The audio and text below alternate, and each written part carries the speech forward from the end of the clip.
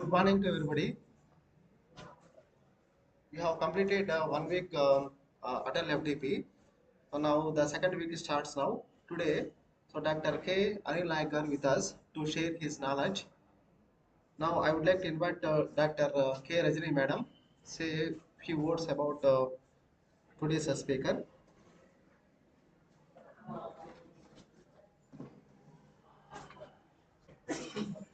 Good morning, my dear participants.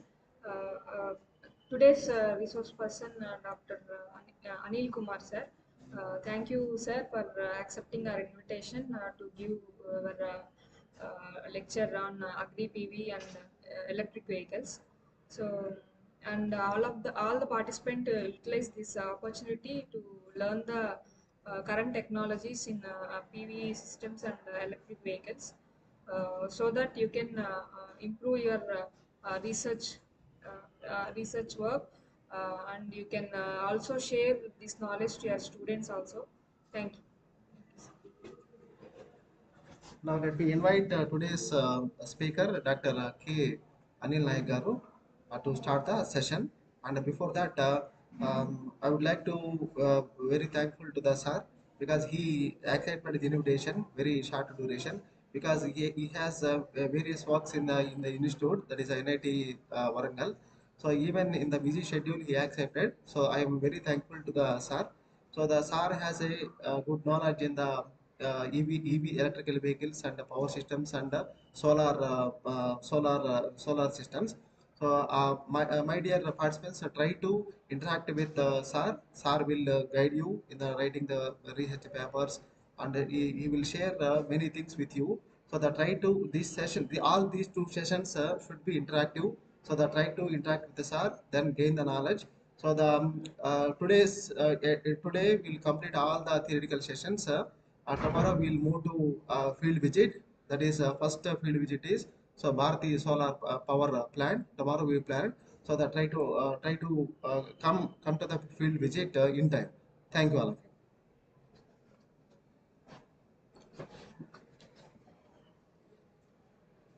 So, good morning to all. So, myself, Dr. Anil Naik, and I'm an assistant professor in electrical engineering in NIT Warangal.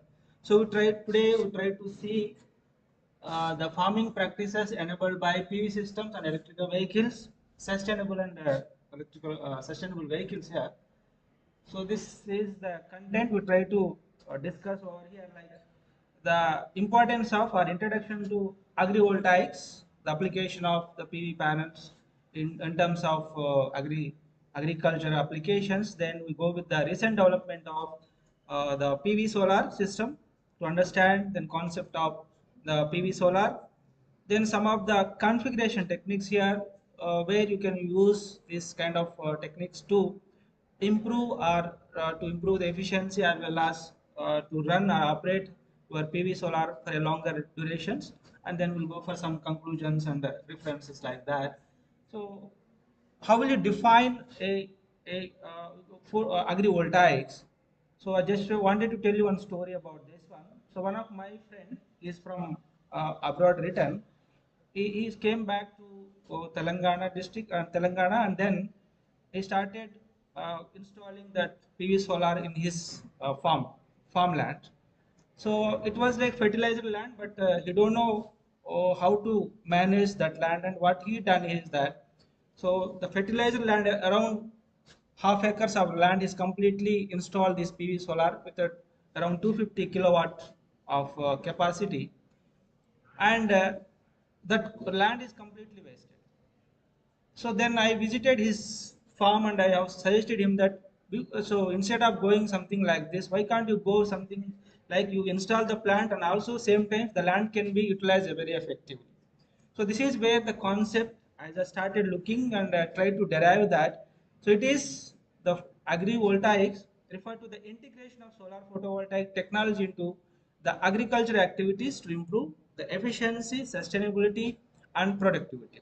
So this is practice is often referred as agrivoltaic, and the many countries are following this kind of technology to optimize the land or farming as well as to extract the renewable energy from the this particular renewable energy sources. So this is can say the agrivoltaic is a combined energy production. Agriculture crops is in one location addressing the growing demand for the sustainable and cost-effective energy sources. The kind of advantage we have with this systems over here, and these are the farming practices enabled by photovoltaic systems. You can look into this, the crop productions they try to do, and within the farming lands then we also has like the animal husbandry, so that animal can be grown as a shelter of the PV panels, they can be done like that.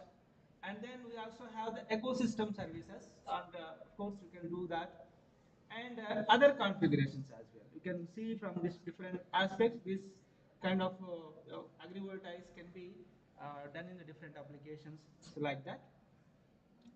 And these are some of the agrivoltaics which is being still done by the different countries, like Bangladesh is going with that, and China and started, France started in their field, and then Italy, they are itself they are using this kind of the PV solar panels to for their agricultural vehicles, and India is as well is growing in that direction, and Germany, you can see Saudi Arabia, Netherlands, and South Korea, and many more countries are also going toward this kind of photovoltaic applications here. And this is where another applications will come. So along with this, your PV panels can be working as a agrivoltaics or for the agriculture applications. So they can also be used for electrical vehicle charging. So there are some of the charging stations. You can see how they can be grown, or how can they can try to charge this. So this is an application where these PV panels are try to moving in order to charge these kind of the electrical the vehicles. And there are different form of land uses here. So dual use of the land, this is called it as agrivoltaics. Here the solar panels are installed above the agricultural fields, allowing farmers and energy to generation to occur in the same land. Advantage is that it reduces the competition of between the energy production and agriculture. So panels provide the shade, creation microclimates that can help the product from extreme heat and reduce the water losses due to the evaporation.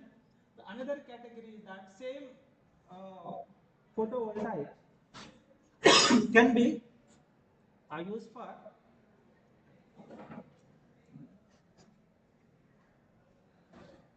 what happened? It's not working.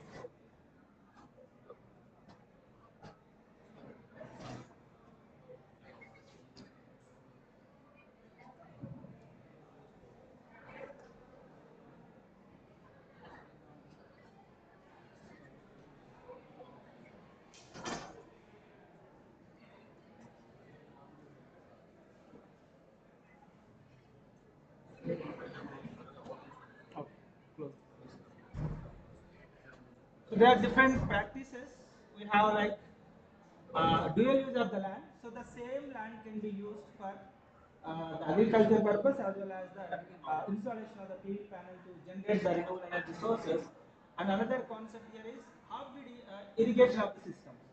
So because in most of the India, in some locations, it is the power is not able to coming like a last mile connectivity, and therefore for the irrigation system, something like especially for water pumping irrigations, you can go with the half grid irrigation system. So it will reduce the reliance on the fossil fuels or grid electricity for water pumping, ensure reliable water supply, particularly in the remote areas and right regions. So lower operational cost and carbon footprint can be reduced. And then we also have the PV applications. They are incorporating the semi.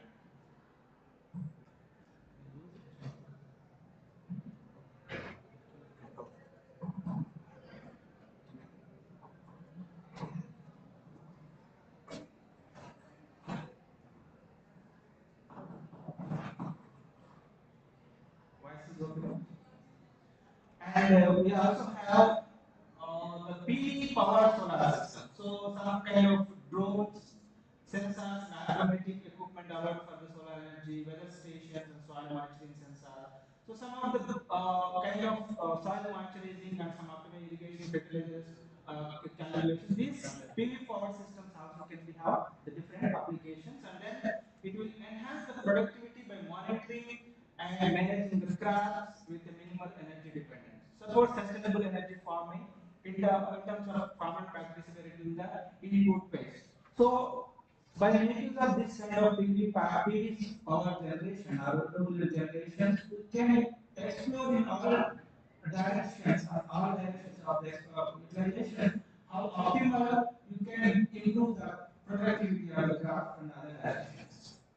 And these are some of the keywords you can say the world how the people are working and they are currently using in terms of photovoltaics or agrivoltaics, solar energy, photo agriculture, and these are some of the keywords you can see when you try to see about agriculture. And these are some of the overlay visualization of all keywords: renewable energies, climate change, cultivation, crops. Then we also solar concentrators, irrigation, pumps, pumping plants. So all these are the keywords which are related to your agrivoltaics, your renewable energy PV solar with the agricultural applications. And this is the farming of the relationship between the energy, food, environment, economy, and society with respect to this. So this is where you can see the solar plant and agriculture.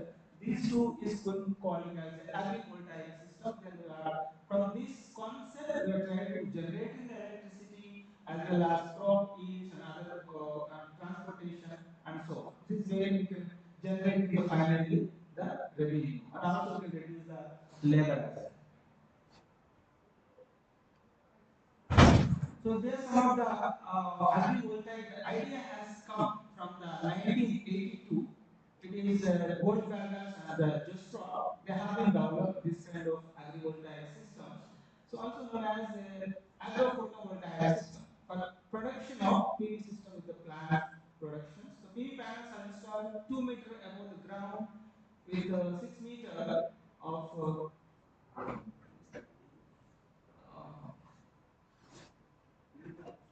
why turning off? Any time set is it?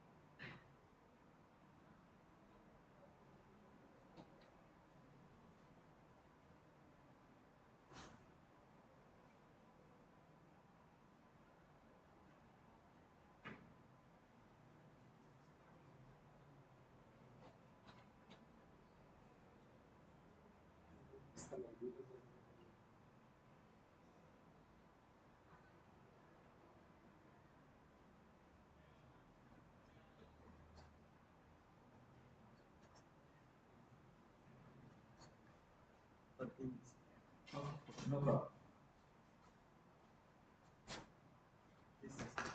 No, no issue. Actually, it was working fine, but I think time is set every 10 minutes. I don't know if it is turning off. Sir, on అయింది రాలా sir it is.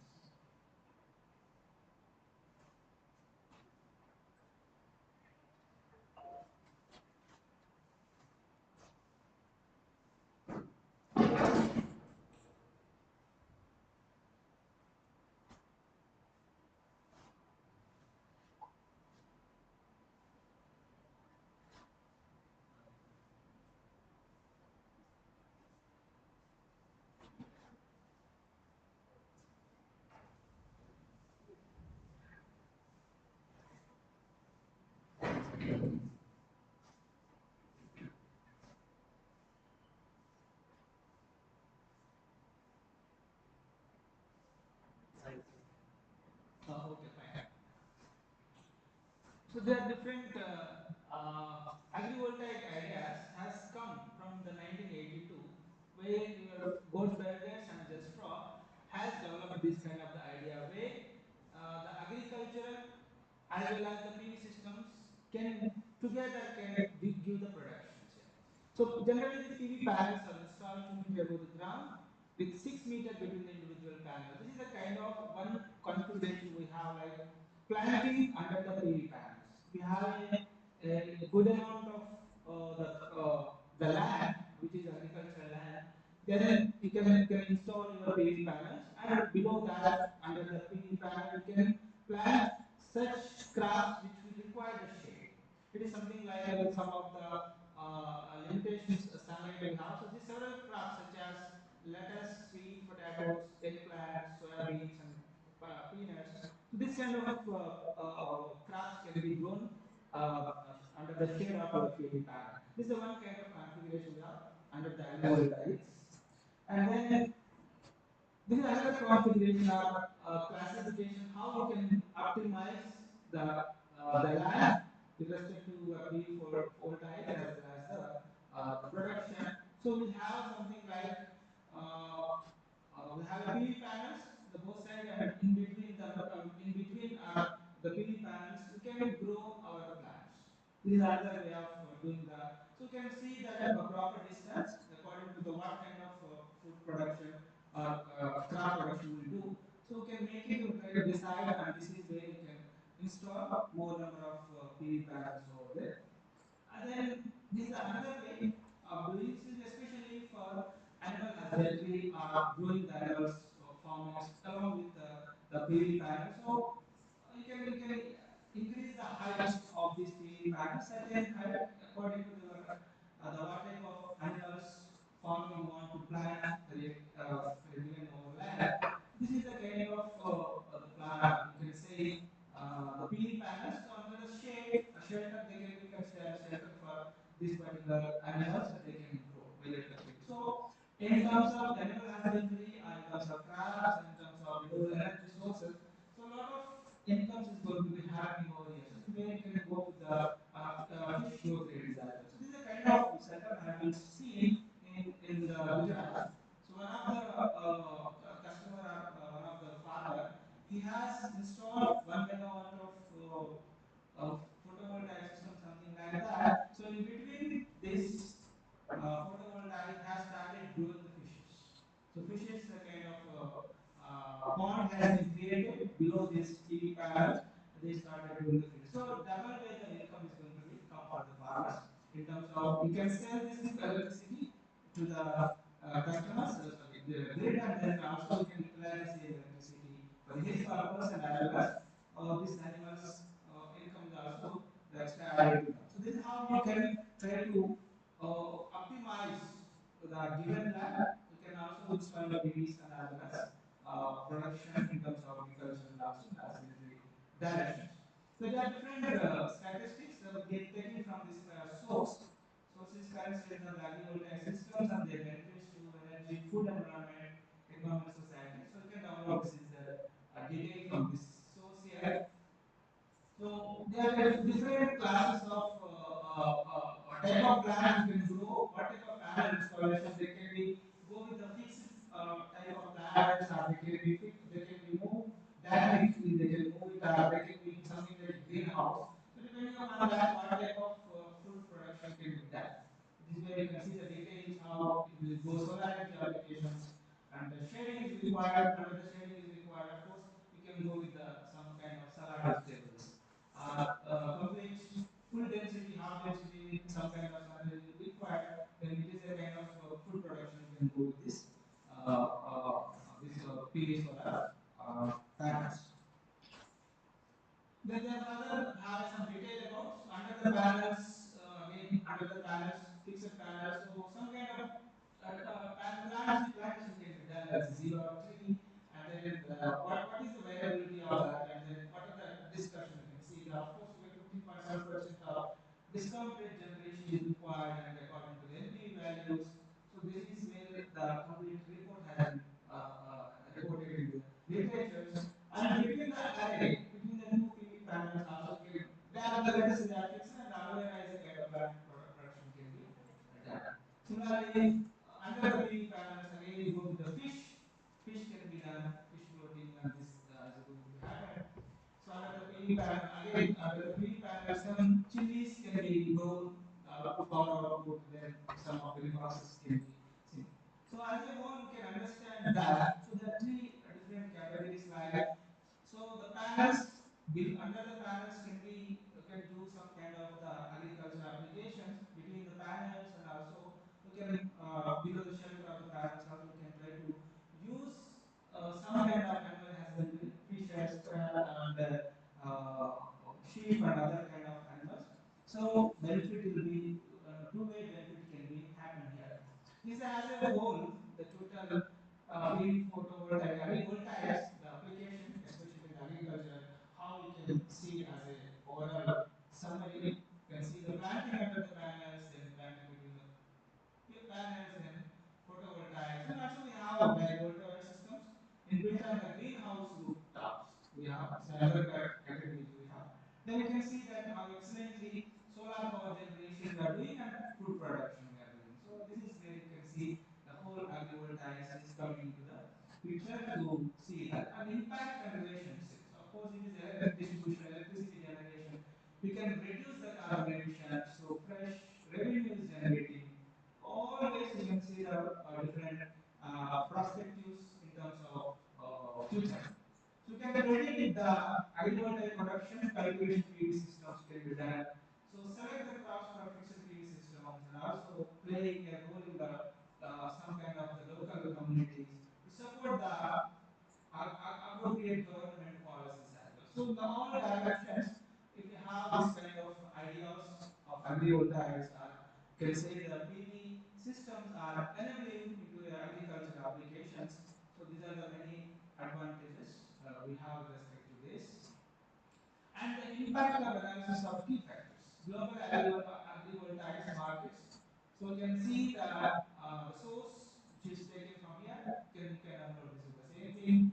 So drivers, the risk rates and the opportunities. So definitely we have a energy market in Asia Pacific and Latin America scope for the agriculture. 4.2 is in agrivoltaics. So you can see the impact, the overall impact of the even global agricultural market in the direction. So very high. You can say this is high. It is going more than medium.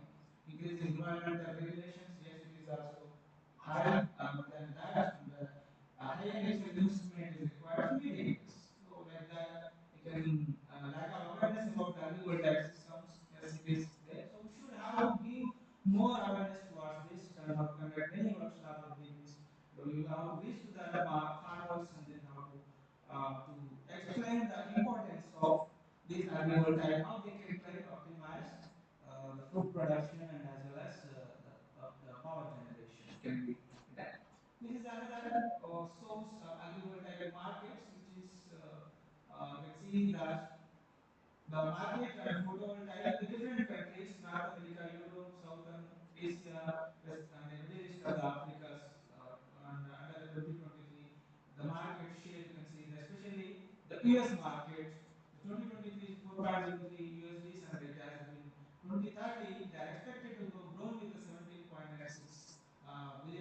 market size. And agrivoltaics, again, different kind of manufacturing panels like monocrystalline panel, polycrystalline panels, what kind of panels they are going also we can see agrivoltaics are going to be happening. And other like crops, fruits and vegetables.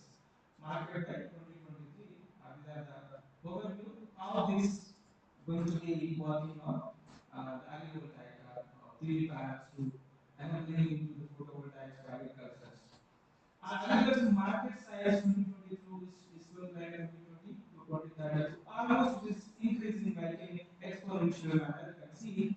So we are at here in 2024 almost we are 4.58 billions of market size we have, and it has to reach to 11.44 billions of market in terms of PV system for the agricultural production.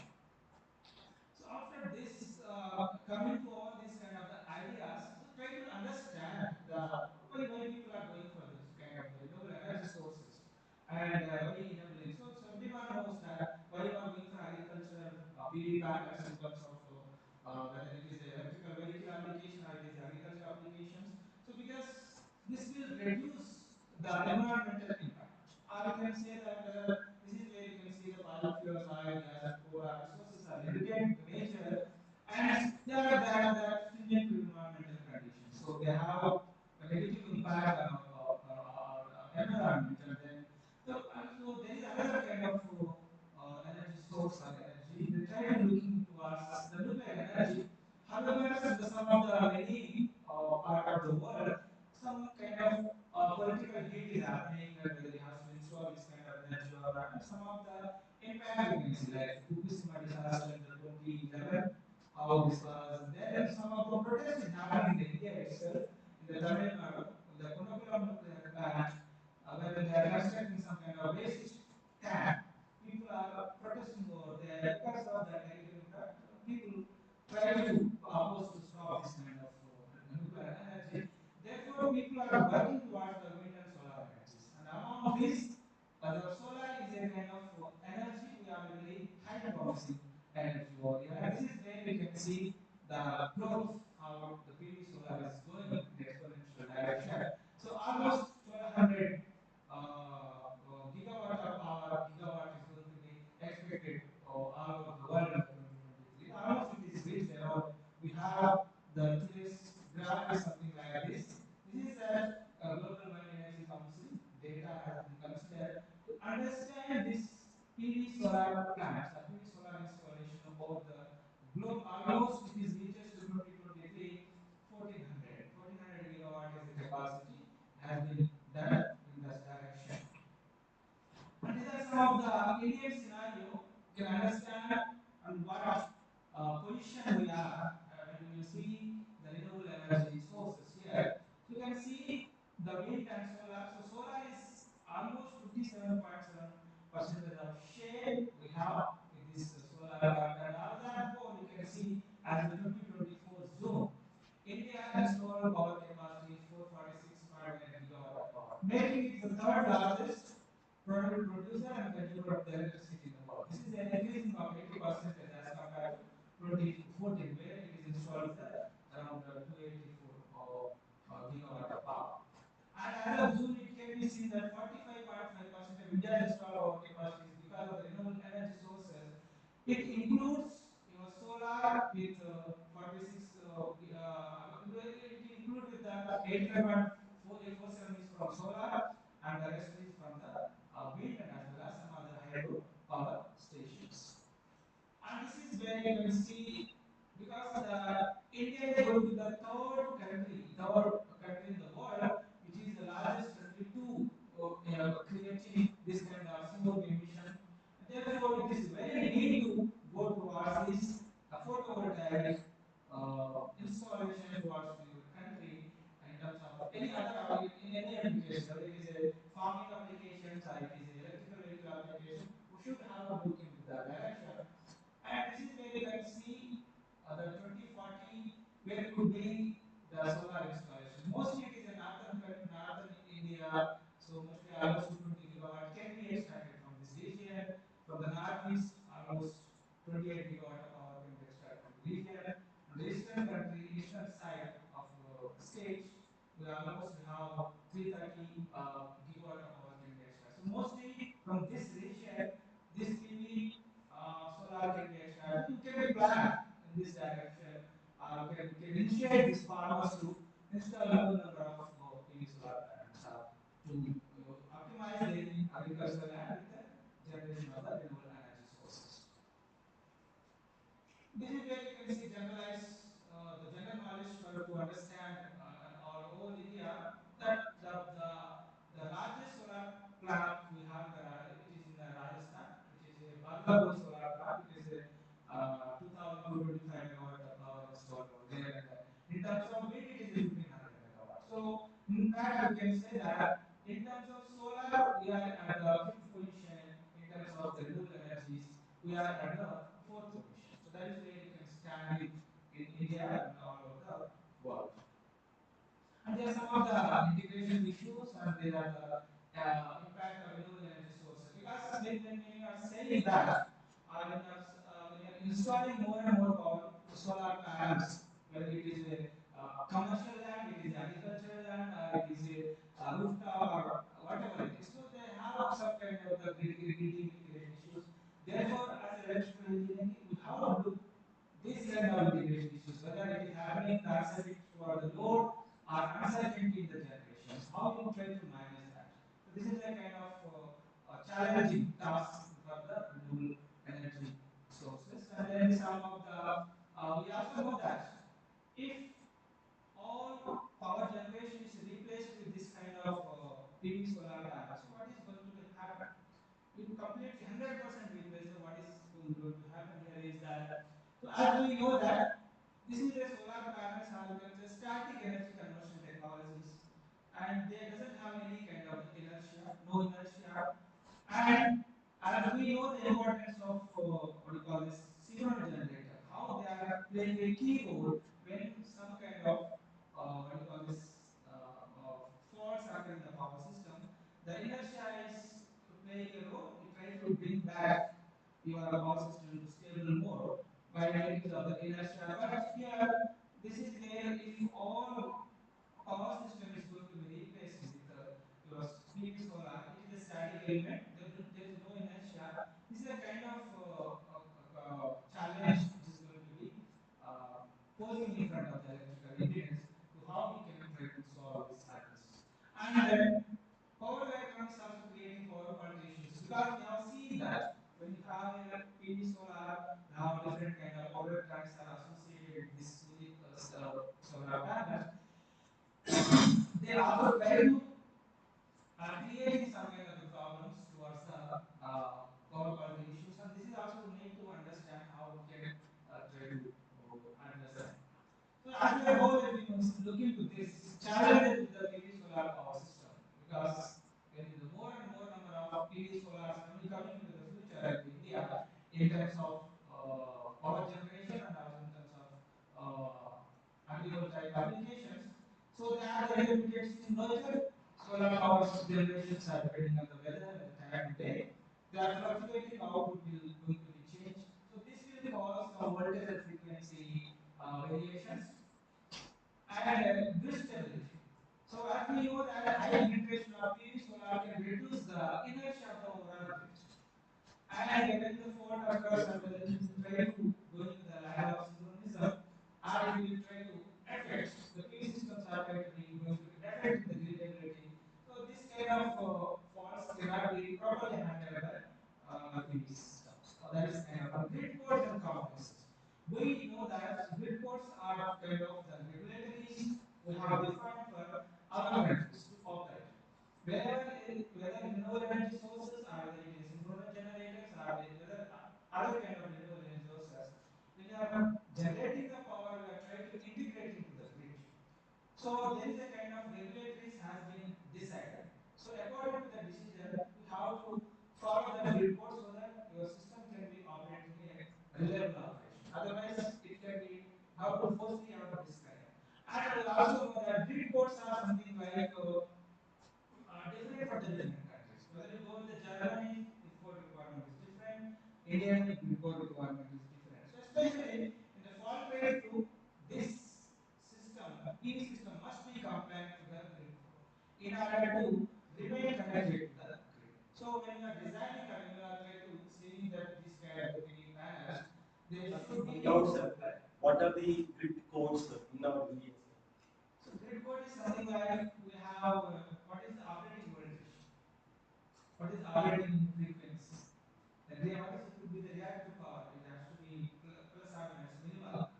And then we also have something like a fault rectification capabilities. That is called a low voltage rectification capability. Especially this is not only for PV system, it is also for wind energy systems. If it is follows low voltage rectification, if it is not follows the proper grid requirement, what is going to happen? We have to disconnect the whole system. If the whole system, let us say we have a PV solar of 100 megawatt is power generating, it is integrated to the grid. If it is disconnected, then that budget will be on the your rest of the grid. So automatically, sudden that 100 megawatt it cannot what do you call this accommodate from other sources. So in order to avoid those kind of problems, to minimize the stability issues, what we have to do? We have to follow some certain grid code requirements. So it might be seen something like this, sir. On the, I will show you. This is a kind of grid codes. We have like the voltage and let's say time. I'm just talking about the German grid codes. So we have a, let's say it's 100% something, and the fault occurs somewhere here. Let's say some fault is occurring at the T point, some T point fault is occurs. Definitely, the system voltage will drop from 100 to here, something like this. Voltage will drop to zero. Let's say it is a three-phase fault occurs, and fault is there for 150 milliseconds.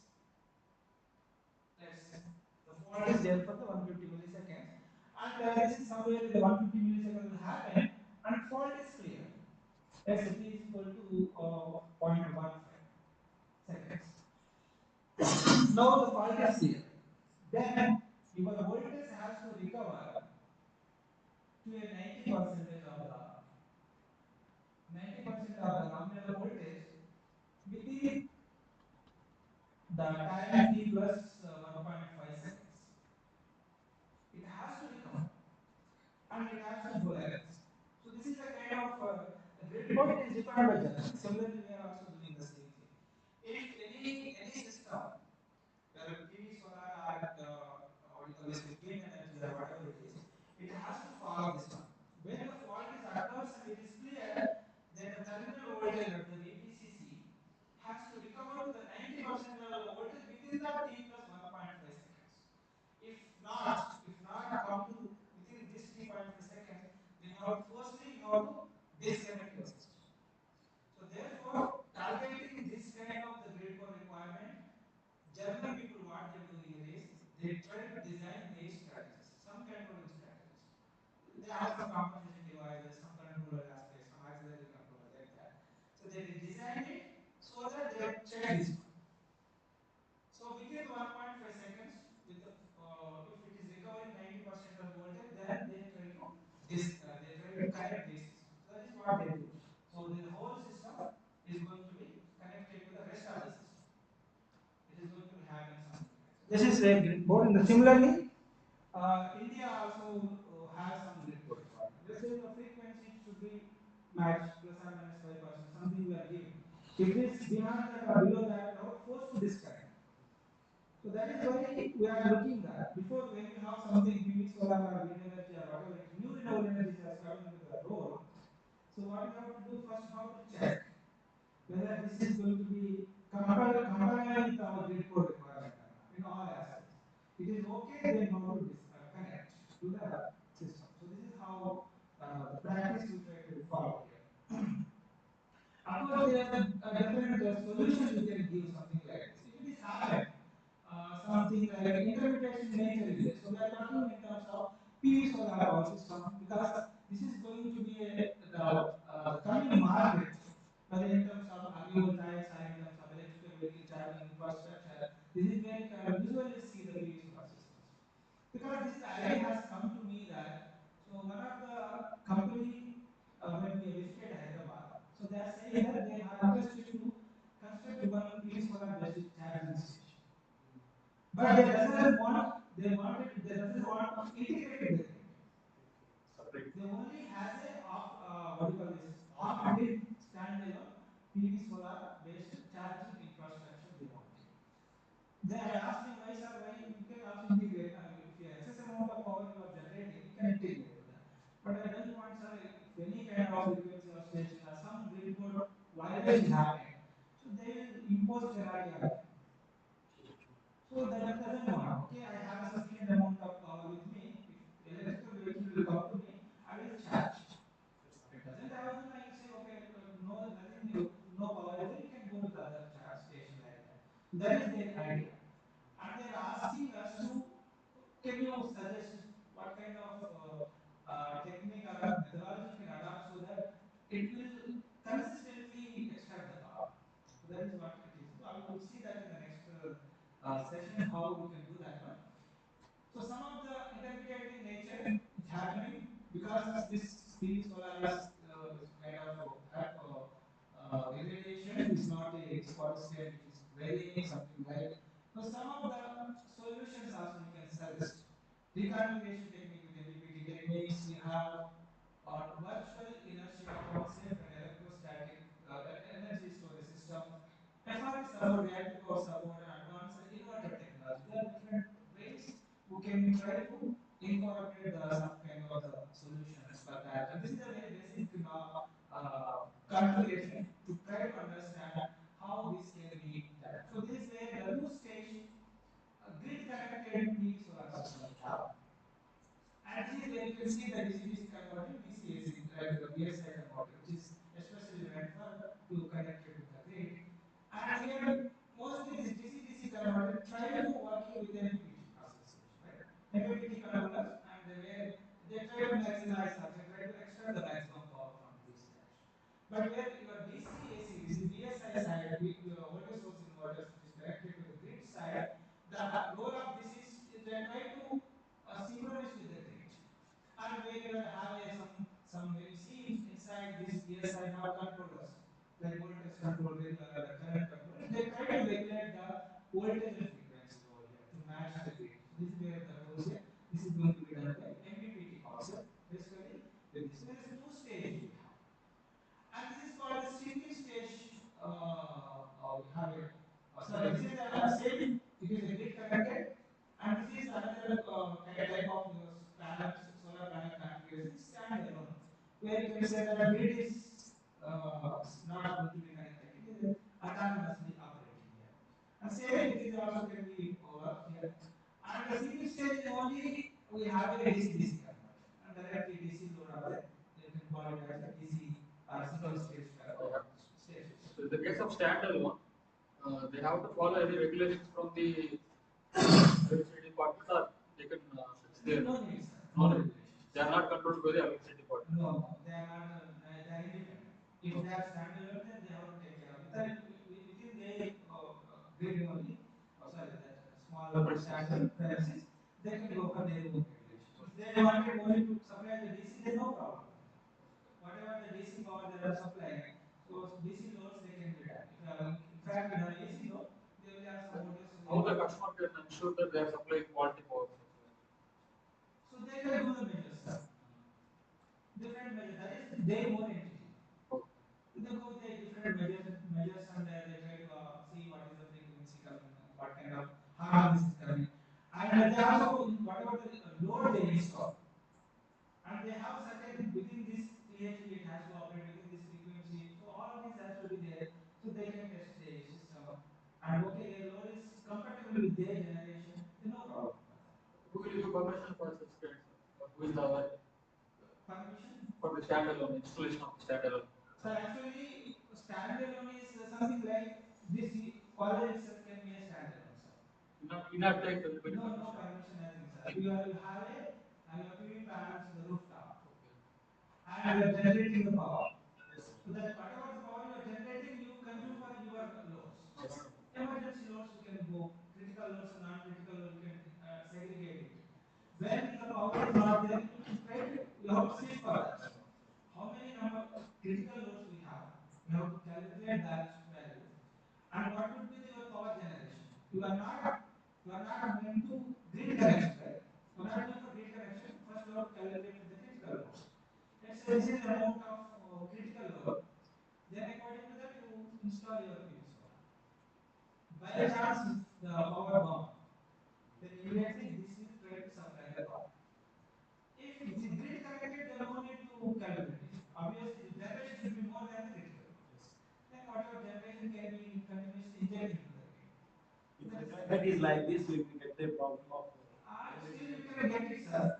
Yeah, power can be extra, but not as like the sun radiation. But that is the kind of what you call uncertainties is coming. So from this, what you call from this kind of weather, you have to extract as much as possible power. So that is where these are some of the techniques we try to see. Some kind of techniques, MPPT, reconfiguration, all these try to working towards that in order to optimize, then you have to extract the power. That is what it is happening, sir. So, but normally in the PV panel system, sir, olden days, the PV panel battery will be around. Battery. So batteries will charge and after that they will be charged. So now batteries are not connected to their grids. So that is where batteries. So if you have grid connection, then it is like a secondary source. If you have grid connection, no battery is required. When the excess amount of power we are generating, we can inject into the grid. Whenever power is required, we can take it back from the grid with the battery. But here standalone, you can require batteries. If you want, you can go with the batteries.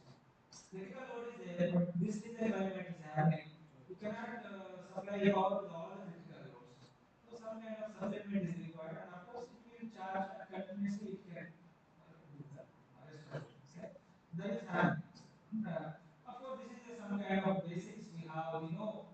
Try to show how your solar power generation is try to work. It's a light photovoltaic concept, and try to when this light energy is going to fall in on this kind of PN junction diode. So these electrons will jump and they try to move, and this electricity is happening. And we also see this is the equivalent circuit of this panel. We also because we have solar cell. It is made by a series resistance type and then our current source. Current source, why it is only shown with the current source, why not with the voltage source here? Because when you see the electrical apparatus or something like diode equation, something where you can see the current is here in this directly proportional to the temperature. It is the current increases, the temperature is also temperature increases, current will also directly proportional to that. Here voltage is something like a logarithmic term with inversely proportional with the temperature. It is the kind of relations we have. So that is why when you see the VI characteristics like this, we have a IV characteristics like this. So this is where you can see what you call this IV characteristics. And if temperature increase in this direction, let's say temperature irradiation increase in this direction, this will go like this. This will go like this, and this is something like this. You can see. So as the temperature increases, this was T2, T3, T4, it is. But here the increasing of current is directly proportional here. You can see. But where this voltage is something like a logarithmic term, and it will logarithmic term, and it is not proportional increases. Some kind of portion you can observe when you see the IV curve, something like this. And of course, it is generally as the temperature increases for 1 degree, minus 2.1 millivolt, the voltage will drop. That was the experimentally they have calculated this one, and this is happening here. And so this is where you can see. This is a solar cell. It is something like a PN diode. What you are calling it. It is operate. Generally, see your diode will operate something like this in the first quadrant. Right? This is where you can see. But how this has come? This is a IV characteristics of this PV solar, right? It is happening because to it is a PV. Let's say it is a diode, or let's say it is your PV panel, something like this, connecting to the grid. Let's say we have a grid like this. It is connecting to the grid, but generally it is a PV. It is a diode. Let us say it is a diode. Then this is the current direction. Always current has to flow. If it is a diode, it has to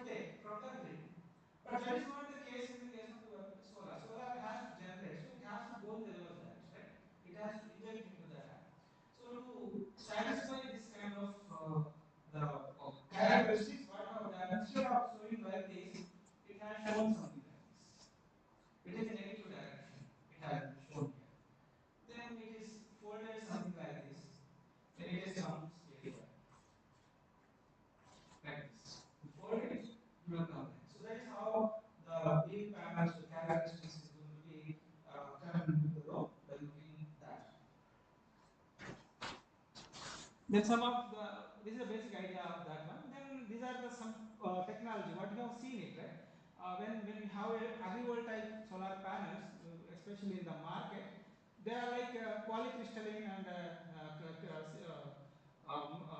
single crystalline and multi-crystalline kind of PV solar they are using it, and these are some of the materials they try to use for designing this kind of PV solar cells. And of course, crystalline cells have higher efficiency, but cadmium chloride technology has lower materials and lower manufacturing costs. So there you can see that if you want to go with the higher efficiency solar panels or low cost solar panel, you have to decide that. So that is where you can decide what type of panels is required. Then PV modules, we have like different cells will be between the substrate. They try to make it, so this is going to be become a panel. So PV panel, how module can be developed, and this is where the different terminology, how we can try to understand from the cell to the array. It is here. So cell is like a what you have shown here. It is simply like a PN junction diode consume, and the number of cells is going to be formed. The module here, then the modules all panels, you can say modular panel, are connected into the series. It is called a string.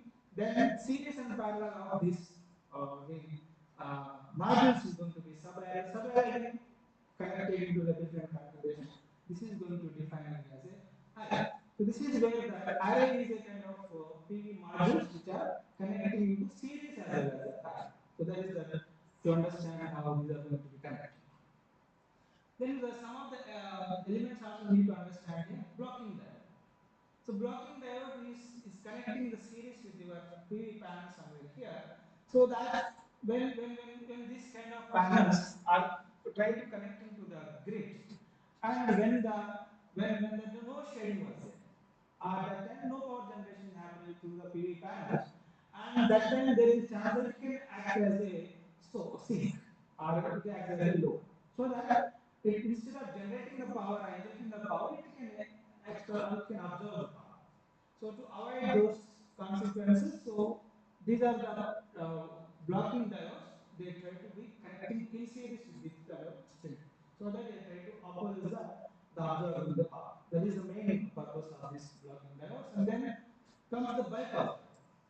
So bypass diodes play a very critical role here. How it is going to be do here is, so let us say,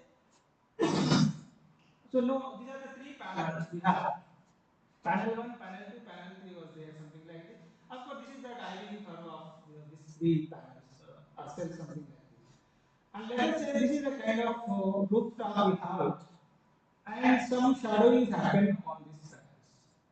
If shadow is happening here, so this is the kind of the panel which is going to be offering with this shadow. So that time this is going to be offer a, or you can say this panel will become acting as a high resistive property, and therefore it will also acting as a load.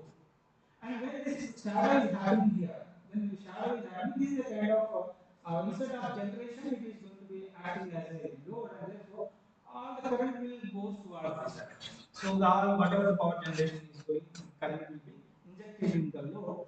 There is a chance that this cell or this panel is overheated, and it will some kind of hot spot is going to be created, or some kind of what we call this chances that it is going to be damaged. It is happening like that. So avoid this kind of scenario. What we are doing here is we are giving the bypass diodes here. So bypass diodes is going to be coming into the role here. So whenever a shading is happening, so that time this particular panel is going to be bypassed, and the current will try to close the loop like this. So this is where the bypass diode they try to use in, they do things. Practically, where we we should place the bypass? So integrate it locally to the inside. But if you see the manufacturing, it is inside. When they do the electricity manufacturing, that time they have taken care of it. And this is where you can find to understand the bypass diode, the role, how it is. So we have a panel something like this, and this is one of the something like a leaf is dropped on the panel or something shade is happened due to any reason. Then this is the kind of hot spot is going to be created, and this is the try to be damage your PV panels. And how identify, because we have hundreds of PV panels. When you see the wind solar farms, you have hundreds of, even on the rooftop, you go to your building, you have a 200 or 300 solar panels are there. But every time you cannot identify how, where, which panel is damaged. Anyhow, anyhow, in any case. So what they do, this is a kind of thermal cameras or some kind of image they capture by using thermal camera, some other technique. They try to identify this particular section panel as being damaged like this. This is what some other technology the people are working into that. And So this is is there any remedy for that one? Is there any technique to replace it? yeah, we'll see that one. Actually, this is a kind of concept we have. Identification of fault detection in the PV solar panels. So what they do, they use some kind of thermal images and some other techniques. They capture this is the image, and they try to process. They try to process it, and they use some kind of machine learning or some deep learning algorithms, and image encryption based techniques as well. So image processing techniques. They extract the data of this message. So before normal condition, what is the data it has, and any kind of abnormalities happening, what is the data? So this kind of data is going to be extracted. They try to identify what kind of fault it is. So there is a huge research going on. So it is called anomaly detection the PV solar panels. So there is a deep learning kind of techniques they try to do like that. And this is a kind of configurations to understand whether it is a small grid or small power or large scale intermediate and grid connected. So more than 1 megawatt is happening. So we can call it as a large scale PV systems, and it is there in medium and small scale also. Then these are the, like coming to the these are the some of the goal to understand that different PV panel installed applications. As we have discussed that these PV panels not only we are using for commercial power generation, they're also with the going with the different kind of applications. Like this, for charging the electrical vehicles, we are utilizing these PV panels. For animal husbandry, with you can say something like a PV panels enabling your agriculture, we are utilizing them, and also for farm growing, we are utilizing in the agricultural land. We are generating the power as well as we are doing the same thing, and we are optimizing the generation as well as the land there. And some of the wasteland or somewhere in the water or some wasteland also we are trying to providing this kind of PV panels over here. All aspect we are doing this thing. The problem here come here is that when this is a such larger PV panels which is exposing to the environment here, therefore there is a chance that some kind of shading is happening on the this particular systems. So how to solve this kind of the shading panels over here? So you can see this is where you can have different shading panels on the system. Whether it is application to your agriculture, or it is application to PV electrical vehicles, or it is application to rooftops, or application to wherever the PV panels are there, definitely there could be something like the shading is going to be the major cause. So there are the different causes we have, and these are the causes. The shading is happening because of the trees and wind dust is formulation on the PV solar panels, and then panel is try to be what do you call this shading the other panels. Building is also shading the your panels on that. Some of the industries and some of the dust and ice are accumulating on the PV panel. If it is happening, these are the causes. What are the effects is going to be identified here. So when this kind of shadings happen on your panels, consequences for that. Hotspot is going to be created and multiple peaks is going to become. So hotspot leads to the damage of your panels, or it will decrease the reliability lifespan of your PV panels. Multiple peaks when comes, these are some of the multiple peaks is arising. This will try to deceive the MPPT controllers. So sometimes there is a chance that MPPT controller gets stuck to the local minimum. Instead of extending the more power, it will try to extend the lesser power. That is there, and there are some kind of the power losses also we can experience from that. The possible solutions here is the research is developing or going towards these directions. So they are going with the MPPT tracking techniques. MPPT is a kind of way we can address the partial shading conditions. And bypass diodes, we can go multi-level inverters and the RLE configuration are the different techniques we have to go for that. And these are the different effects we can see with this diagrams here. So ice is accumulated and then snow falling on the panels, dust is accumulated, and this is where you can see that the shadow is given due to some neighbor building is happening, or some tree is creating some kind of shadow on this particular panels. If shading is a habit, our shading panel shade is going to be shaded, what is the consequence? What is going to be happening, and how you can try to improve your overall PV solar panel shading. So before the configuration, after the configuration, you can try to understand very easily here. So this is where you can see that 3 by 3 panels we have like this. 3 by 3 panels are there, and these 3 panels are, let us say, there is no shading is happening on these 3 panels. These panels are going to be experiencing a different kind of the shading. Let's say this is 500 watt per meter square, 300, 200, 600, 700. This is the rated, there no shading was there. Then this is the radiation was there. So you can see that this row, if you calculate the overall effect of radiance, which is coming 3000 watt per meter. This is coming 1000 watt per meter. This is coming like 1400 watt per meter. Now it is before the configuration or before connection or pre-connector connection is happening. So you can see that this row has the row mismatch is going to happen here from 1000 to the 3000. So almost 2000 watt per meter square is the mismatch is happening between the rows here. After reconfiguration, let us say if you do by make use of electrical connection or by make use of some dynamic strategy, you try to connect or you try to make sure that if the panels is going to connect into a different reconfiguration, then what is going to be happening? So you can see that this 700, this particular panel is going to be connected to the first row. You can see here, 1000 irradiation panels are connected in the first row, something like this. And then 300 panel is there here, 500, this is the 500 panel. Then 1000 one of the panels connecting to the second row, something like this, something like.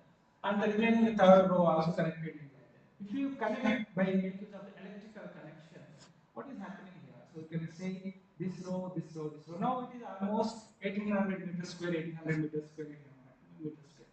So by reconfiguration, if you do for your solar panels or solar panel, so you try to mismatching the row mismatch between the different rows. So almost it is zero here. But this is not the true case, but maybe as compared to this is going to be minimized. The row mismatch is minimized, therefore the power extraction is going to be maximized as compared. You easily understand how this power extraction is maximized here. So this is a unshaded panel PV curve we are getting. So around this is the maximum power we are getting here. This is maximum power. And when the shading was happened, then this is the kind of PV curve we are getting here. So this is the multiple peaks is coming into this particular PV curve, and the maximum power is coming here, this one. So it is around very less, around 500 watt or something. After doing the reconfiguration, because you cannot avoid the shading was happening, but at least you have to maximize the power. Maximize the power. And it is example you can see how it is happening here in terms of numerical.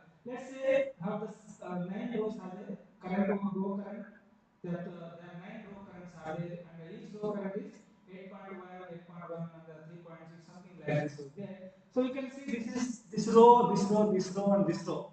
The every row, this is a mismatch is happening. So minimum is 3.6, the maximum is 8. So there is a maximum difference is coming. So this is maximum mismatch is happening, and the maximum extraction of the power is 40.5 watt is coming here. After reconfiguration, if you do the reconfiguration something like this, what we have shown in the like this, then let's say then this is the kind of new row currents is going to be coming like row 1, row 2, row 3, and you can see this is the row 1 current, different row current, and you can find that the maximum mismatch is 6.3 and 6.6, very minimal when you compare with previous. It is whether it is a 3.6 and 8.1, now it is a 6.3 and 6.6, very minimal, and also you can observe that the maximum power extraction is happening 56.7 watt as compared to this. So that is the advantage when you go with the reconfiguration techniques, especially when you are installing the more and more number of solar panels into the different applications. So as a whole, you can understand that when you do this kind of configuration, rearrangement of your panels, maximum power output can be enhanced, mismatch losses are mitigated, very narrow row currents difference can be achieved, and multiple local maximum power peaks also get reduced. Like this, sometimes maybe no peak, no multiple peaks will come. Sometimes it may be two multiple peaks, not more than three multiple peaks will come as compared to the previous cases. And smooth PV and IL curve can be obtained. It's very smooth curve, no multiple peaks were there, more, not much, more number of multiple. So it will ease your power system, or it will use your MPPT controller to track the MPPT very easily. That is the advantage of it. Then come to the reconfiguration methods. How this is going to be work? There are two classifications we have. One is called the static reconfigurations, and another classification we have a dynamic reconfiguration. So static reconfiguration is based on the dispersion of shade by physically relocating the shaded panel to the unshaded positions and equalizing the row currents difference. This technique do not require additional switching devices, thereby reducing the complexity of the control. So how they do try to do here is the physical relocation of the PV panels has to be done. And this is once it is location has done, then it is a fixed for the any kind of the case. So this is an example. You can see these are different shading. So there is the white, it is a like 900 watt per meter square is the radiation happened. Some shading is there at to this region. This is a 600 watt or watt per meter square. Some shading is there for this area and 400, and this shading is there at 200. And all these shading pattern has to be dispersed uniformly throughout this particular arrays. So we are assuming that this is a one array, this is one array, this is one array, this is one, sorry, this is one panel, this is one panel, this is one panel. Like that, we have a total of 99 panels are there, something like, we can say that this is going to be like a 9 by 9 type of PV panels has been connected, array size. And all these panels has been, this shading has to be dispersed uniformly. So that when you check for this row, this row, all the rows will try to have a minimum mismatch of the row current. If you achieve this means that your maximum extraction of the power from this particular scenario will improve, or I can say that it try to be more as compared to before the reconfiguration. Another technique here is dynamic reconfiguration. This is a very important technique. This is mostly they try to use in the case of water pumping irrigation systems. They can use it, and also the rooftop power application, peak solar application also. This kind of technique can be utilized in order to maximize the power. So what is this dynamic reconfigurations? Here is this method will boost the generation of the power by during the PSC. So it will be like when the different partial shadings come. So as the partial shading changes, this according to that, it will try to operate in switches so that every time when the shaded panel is different, the connection of the all the PV panels is also different. So this is dynamically it will change. The panel is shading is different, then connection is different. Again shading is different, and connection of the panels will be different. So dynamic changes is going to be happening, and this can be achieved by using some kind of the switching matrix, sensors, and some other kind of auxiliary equipment. They try to use it, and they try to avail that kind of thing into their picture. So this is the advantage when you compare to static bit configuration techniques. But the limitation when you compare this with static techniques here, that this is more complex. When you say in terms of complexity, this is more complex. Operational complexities are there, but dynamic is very easy to implement it. But when you compare in terms of power extraction, this will very effectively it will try to extract the power. And in detail static reconfiguration techniques we have, like there have been discussed something like. So these are basic connection or traditional connections we have. Static reconfigurations we have, and dynamic reconfiguration. Under this, a lot of variations are there, like series parallel, TCP, DL. So most of the rooftops what we are using in the houses, they are something like the series parallel, not more than TCP connections we have.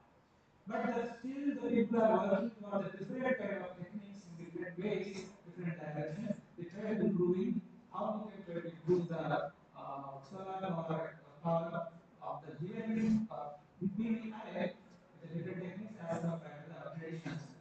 You can see Sudoku and zigzag and square and puzzle techniques, skyscraper are different techniques.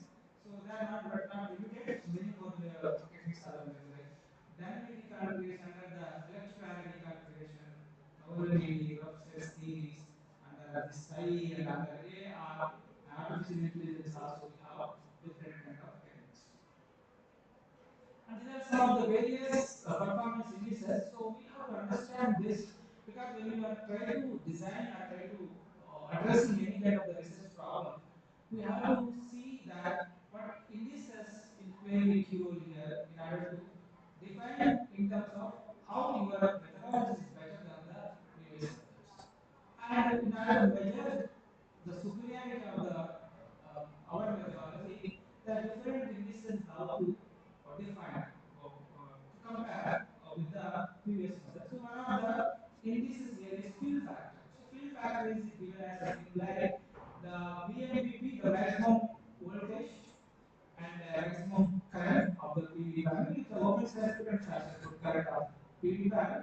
This is try to be, we call it as a fill factor. And power loss. What is the global maximum power at the unshaded condition, and what is the global maximum power where extracted under the shaded condition? The difference of that is going to be give you the power loss. And mismatch loss, again the global maximum power minus GNP shaded. Under the shading parallels, what is the maximum going to be?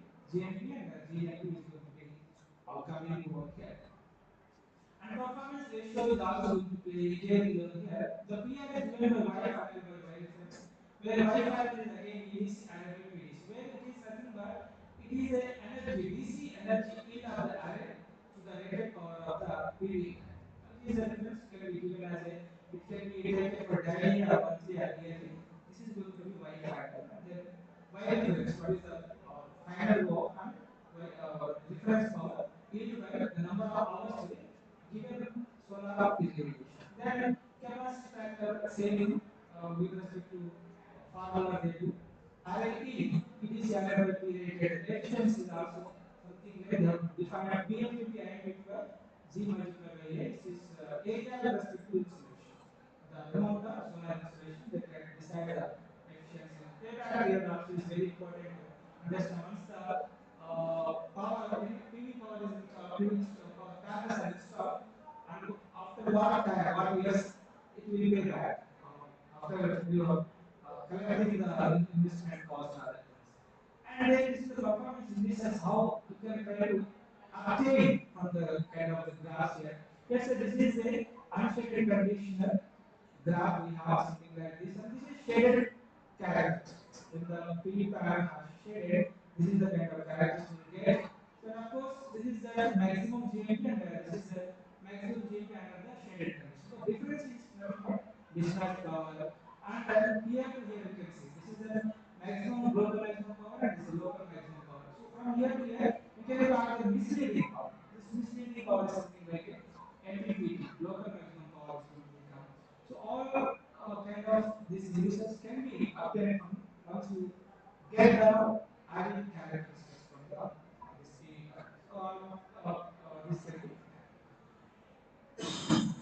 Now some of the literatures we done for this kind of the configuration, static configurations. So this is we can be the source. We can download the detail about this one. And literature something like a lot of methodology has been adopted. These are the static reconfiguration methods for different array size, 3 by 3, 3 by 3, or 4 by 4, which is like a symmetrical, unsymmetrical, and uniform, non-uniform, all the directions. These are the different methodologies they have been adopted in order to attempt the problem. So these are the techniques: two-step method, fuzzy logic, then genetic algorithms, gray wolf, optimization, and optimized algorithm. All these going to be adopted, and they try to show you that some of the limitations of this methodology. Similarly, a lot of research has been done in order to see what is going to be happened with all these cases. And what the limitations I was seeing all from the all these methodologies here is that a lot of methodologies has been research has been done and studied the cases here. What is going to be happening in terms of when your PV panels are installed in the different applications? What are the limitations is identified here? Is these are the some of the limitations what we have seen from the previous literatures. Compatibility. So compatibility is like some of the methodologies are only meant for their whole array sizes. Let us say one of the methodology it is only it is a 3 by 3 matrix. This only working for the 3 by 3 matrix. It is not work for the 6 by 2 matrices or 9 by 9 matrices. So when you have designed or when you have tried to implement the kind of technology, it has to applicable for all type of the size, PV size arrays. So that is a uniform dispersion. This is all the kind of limitations has been identified by makers of this kind of systems here. So when we have seen, it is something like we have uniform partial shadings and non-uniform partial shading is happening on the PV panels, but some of the methodologies are failing to understand the dispersion properly. Because sometimes you maybe see that triangular shading is happening, square shaped shading is happening, and L-shaped shading is happening. So all these kind of shading is not going to properly dispersed by the some of the layers. And also, your method has to be very effectively has to work for any kind of the shading condition. Whether the shading is going diagonal or it is going in a horizontal or it is going in the vertical direction, so everything it has to work properly. Array correct mismatch has to be done. So it has to minimize arbitral conflict. So and the local LPPs should not be involved. And some of the methods are they are going to be very good for the very 3 by 3 correct 3 by 3 RS size matrices. But when you come to this systems, but these local LPPs are creating the problems. And so these are some of the kind of problems we try to find from the this particular shading of the PV panels when we are especially these kind of PV panels are exposing into the environment. So we have to try to identify some kind of the solutions for this. Is uniform distribution of the shade has to be done. When you have some kind of method is proposing means it has to give you a row correct mismatch and it has to give you like a mismatch losses of power and then local multiple power peaks should not be should get reduced and smooth characteristics very it has to be enhanced the characteristics of the PV panel burden on the MPPT has to be get reduced. It has to be done and practical and economical feasibility then after doing all these kind of literatures on this kind of PV panel, we come to know that this is a kind of solution. We try to adapt it to understand how this kind of sharing effects can be minimized. Image encryption techniques. So what is this image encryption techniques? They are intelligently working towards that. So this is one of the methods to try to understand how effectively it will try to disperse the partial shading uniformly from the unknown character. This is a kind of image encryption technique. And very basically you can understand something. Let us say the unit square we have is a different what you call the colors, red, green, yellow, and some kind of blue. We have something like this. And let us assume this is a kind of unit square has different shading pattern. You try to assume this is a kind of different shading, right? Red and this.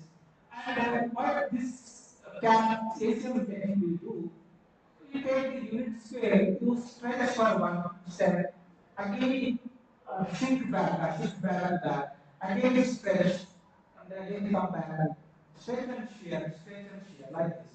So we will do for one step, stretch it and shear it, stretch it and shear it. So finally, after one or two iterations, this is coming like this. It is coming like this. Still you do stretch and stretch and shear. Almost it will be come uniform dispersion. Right? So all these colors will be now as compared to this unit. Now you see this. These colors are almost uniformly dispersed throughout this unit sphere. And this is only two iterations has been done. Like that, you do the iterations until it properly mixes. So very example is that you take a what you call the dough or something like a different color of dough or atta of red color or atta of yellow and black something. You take it small amount of dough and try to mix all these dough until they have been mixed uniformly. So something like how to mix it. Therefore, you can try to get it like a uniform shape. This is what the characteristics of Arnold catalogue has been developed for that. Now we can see this is a very interestingly this is the kind of image has been considered and different colors are you can assume it is a different shading. So this is a kind of shading here. This is color. This is a black and gray, violet, or the um, blue or something white and this is the first after the first iteration this is happening like this. Same stretch and shear. First iteration this is happening. Second iteration this is happening. After the fifth iteration this is going to be happening. Now we can see that at every overall whole diagram or whole image you can see there is no color is there. Or everywhere the color is uniform. The color is going to be uniform. This is where you can use this kind of the techniques to can try to disperse the PV shading or PV shading to uniformly throughout the array size. So after this, once it is done, so everywhere the row it is have a rows, then row current should be equal. Once the row current is equal, so maximum power extraction is possible. So maximum global maximum power can be done very easy. So this is a concept of image encryption based technique. You can use this kind of techniques in order to improve the PV panels array output over there. This is a mathematically you can understand how this is going to be work for this. So very easily you can understand this. This is a kind of mathematical way given whatever the previous shown the diagram this one. And it has been framed in terms of mathematics. So it is like the xi plus 1, yi plus 1, then some matrix, and then we have something like xi and y. So mod m. And this is where the coordinates you can say x and y are the coordinates of the particular panel, or you can say particular cell or pixel, you can say. And this is the new pixel locations, something like we have to be defined. So how it is works here, very interesting you can see is this works something like this. How this mathematical thing is going to be working here to understand here. Let us say this is xi plus 1 and yi plus 1 is happening. And this is the matrix is already defined, 1, 1, 1, 2 is defined here. And then this is the xi and yi is there. And this is the panel, let us consider. 3 by 3 panel, let us consider. This is very, it is a rooftop panel or some kind of rooftop for electrical charging or some kind of 3 by 3 panel you can use for the water pumping agriculture. How can you improve the power, output power here? The 3 panels, let us think like this. We'll have, and then we have to locate the coordinate of each panel, like 0, 0, comma 0 is the kind of coordinates, 0, comma 1, and 0, comma 2, then 1, comma 0, and 1, comma 1, and 1, comma 2. This is the coordinates we have to do. Then 2, comma 1, then we also have 2, comma 0, and 2, comma 1, and 2, comma 2. So this is the we're trying to identify the coordinates of each panel. Once done this one, and then let's say I just wanted to this particular panel I want to shift. Let's say something change has happened. How to change this panel to some location? How they are going to do here is, so using that, what is going to happen here is the same matrix like 1, 1, 2 using, so this is the panel has coordinates like 1 and 1, and this is a mod. Mod n is there, and mod where instead of n, this is the R of the matrix can be taken here. So it is the maximum R of the matrix is 3, that 3 is going to be taken. Something like it is a 4 by 2, 4 is going to be taken. So maximum value that will be taken for that. That is how it is going to be done. And let's try to calculate that. What is going to be happening here? So 1 plus 1, it is 2 is coming, 1 plus 1, it is 3 is coming, and mod of again 3. So this is give you 2 comma 0. It means that the new coordinate is 2 and the 0. It means that this has to shift. This panel has to shift here. This panel has to shift to 2.0. So where it has to shift. So this is mathematically how this ACM technique is trying to work. So like that, this method So like that, this method has to do many number of iterations, something like this. I've shown here, right? So many iterations, iteration 1, iteration 2, iteration 3. It has to do the many iterations until the condition is the array mismatch, the row mismatch currents will be very minimal, or you can say the correlation between the currents will be very minimum, get reduced. So this is a process they try to use and they try to do in this direction. So once it is understand, then further it is improvised, something like this. So instead of giving straight away matrix like 1, 1, 1, 2, now this is the control parameter. We are given A, B plus 1. So this is now further this kind of techniques has been generalized here. Now A and B plus AB plus 1, this is going to be decided, and this is going to try to decide the matrix. So where A and B are called the control parameters here, and they try to do all these kind of things. And it is where you can see how effectively we will try to do. The different original images are there, or you can say it is a kind of pixels, or you can use them as a kind of PV panel. Then you want to shift to this particular image into somewhere here. So you can see this is has been shifting to here. So this is what it will do. And this will be done until unless this all pixel will be mixes until it will try to obtain the uniform dispersal of the shade. And this is the flow chart. The flow chart, which is we are trying to designing or the same logic, whatever we have discussed mathematically, the same logic we are trying to designing for this, and some kind of coding has been done for the image scrolling, and then you can see this is the image has been given to this algorithm. In the final, this is the kind of image is going to be cut. What we are assuming here is that this is a kind of image, but it has a, this is every number is a kind of panel, and panel is happening with a different shapes, something like this. And all this going to be scrambled, and you can finally you are getting something like this. And so the uniform dispersal dispersion is happening with respect to all the shadings, and therefore every row can be minimized. So that is the idea. And many tests has been done. Same application done for 4 by 4, 5 by 5, and 6 by 6, many up to 9 by 9. So many test cases have been verified before applying the same kind of technology to our PV patterns. So this one you can see ACM technique is giving 4 by 5 row array, and ACM technique again this is the same technique. ACM is also giving 5 by 5 array. Same for the 6 by 6 array, same technique 7 by 7 array. And all these are uniformly dispersed which has been tested on that.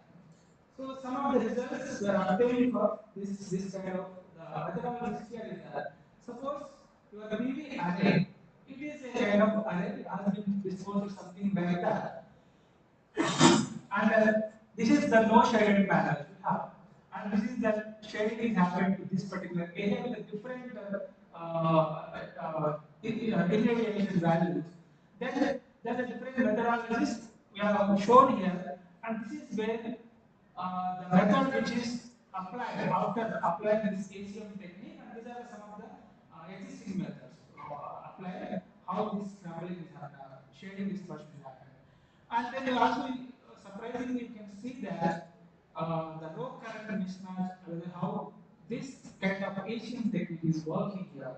And you can see the row currents here, and you can see with respect to this particular proportion methodology, the row currents R1, R2, R3, R3, everywhere you can see that the currents are almost equal, almost very equal. But whereas in other technique, it is mismatched. Whether in the RDL configuration 3.6, 4.2 something is there, and other configuration, even Chokai camera based technique also different country. But whereas this configuration almost row currents has been equal. Even in the same case, you can see with respect to the PI curve, and when you can see this methodology is giving very effective maximum power extraction without minimal local activities as compared to the other methodologies like that. And these are some of the result cases, the test cases and results cases you can say, given to understand that how this is going to be coming here. So there are different cases, short and narrow shading cases, shade dispersion by RDL, shade dispersion by RDL and parallel, then CPM method, and then this is where you can see the ACM Arnold based technique. And for all these case techniques, you can see that for this particular shading pattern, these are the different dispersion. The same thing is for the different, it is an L-shaped shading pattern with different shadings here. This is just 4 panels getting the different shading, and this panels are getting the different shading, and all these are also going to be coming like the Asian techniques in this particular shading pattern. And same thing is also going to see the long term and long and narrow with shading conditions. So shade dispersion is happening like you can say this was REN and REN parallel, then CDM and then ACM. And some of the results are you can see that the very surprising you can see that this is where the methodology is giving a very nice PV output power as compared to the case. So I have shown that a few cases here to understand how this descent-based pattern can be overcome that. And these are the indices we can try to understand or try to discuss that the global maximum power and the mismatch power, power loss, fill factor, the efficiency and capacity factor, and the number of activities and the PR ratio is also with different cases also analysis has been done. And you can see that global maximum power is coming for a one different case under the short and broad shading condition. So this is the maximum power with this method as compared to other methods, and this maximum mismatch power, the loss, fill factor, and the other efficiency as well. The same thing now for the different shading patterns, then again this one. So all these are the different shading patterns I have shown here. The same shadings consider the long and broad shading, long and narrow shading, short shading. So all these shading patterns, you can see the maximum power extraction is going to be happening with respect to the different conditions. And some of the few again thing here is that so previously what the case now taken here is it is like a non-uniform shading conditions. So non-uniform shading conditions means the here the area is shading is different and here area is shading different. So and here area is shading different. So the different shading condition has been incorporated and we are trying to simulate it for the different cases how effectively the shading dispersion is going to be happened. And this is the uniform shading conditions. Only the one shading pattern has been considered. It is a 500 watt meter square is a shading pattern has been considered. And that too, this is for different format. This is like YouTube shading, upper left corner shading, triangular type of shading, again corner shading, something like that. And for all these cases also, different methods, how these methods are giving different, what do you call this, discourse method, you can try to check for that. Like this is what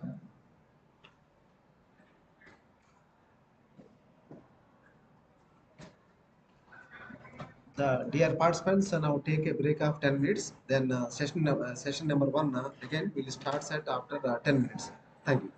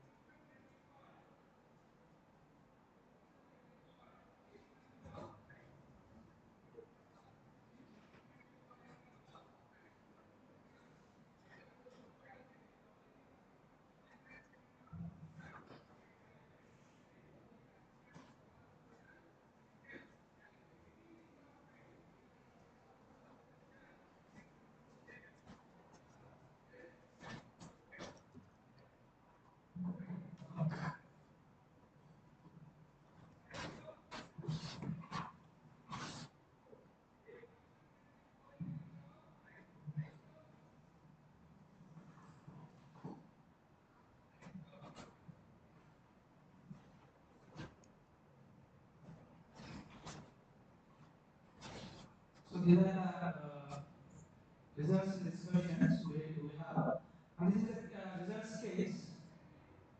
We can say that this is uniform shading condition with a different kind of patterns we have, like upper corner shading is happened, triangular shading is happened, corner shading then, and according to that, how these shading patterns has been dispersed, this shading with respect to different methodologies, as including your our ACM kind of technique, and then these are the different PV curves obtained for this methodologies here. You can see the proposed method ACM is giving the maximum of 5,564 gigawatt as compared to other methodologies. And moreover, you can compare the number of multiple peaks, how these peaks are coming and distortions in the PD curves as well. This is the advantage we are getting from the proposed methodology as compared to uh, the other techniques here. Then this is the different cases with the different global maximum power has been obtained for different cases with series parallel DCP, RDLN and CPN and ACM techniques. You can see the report and all that, and also the power enhancement in terms of percentage also, the different cases also can be considered. So this is the advantage we have in terms of understanding different aspects, so that we can even try to implement different methodology in that.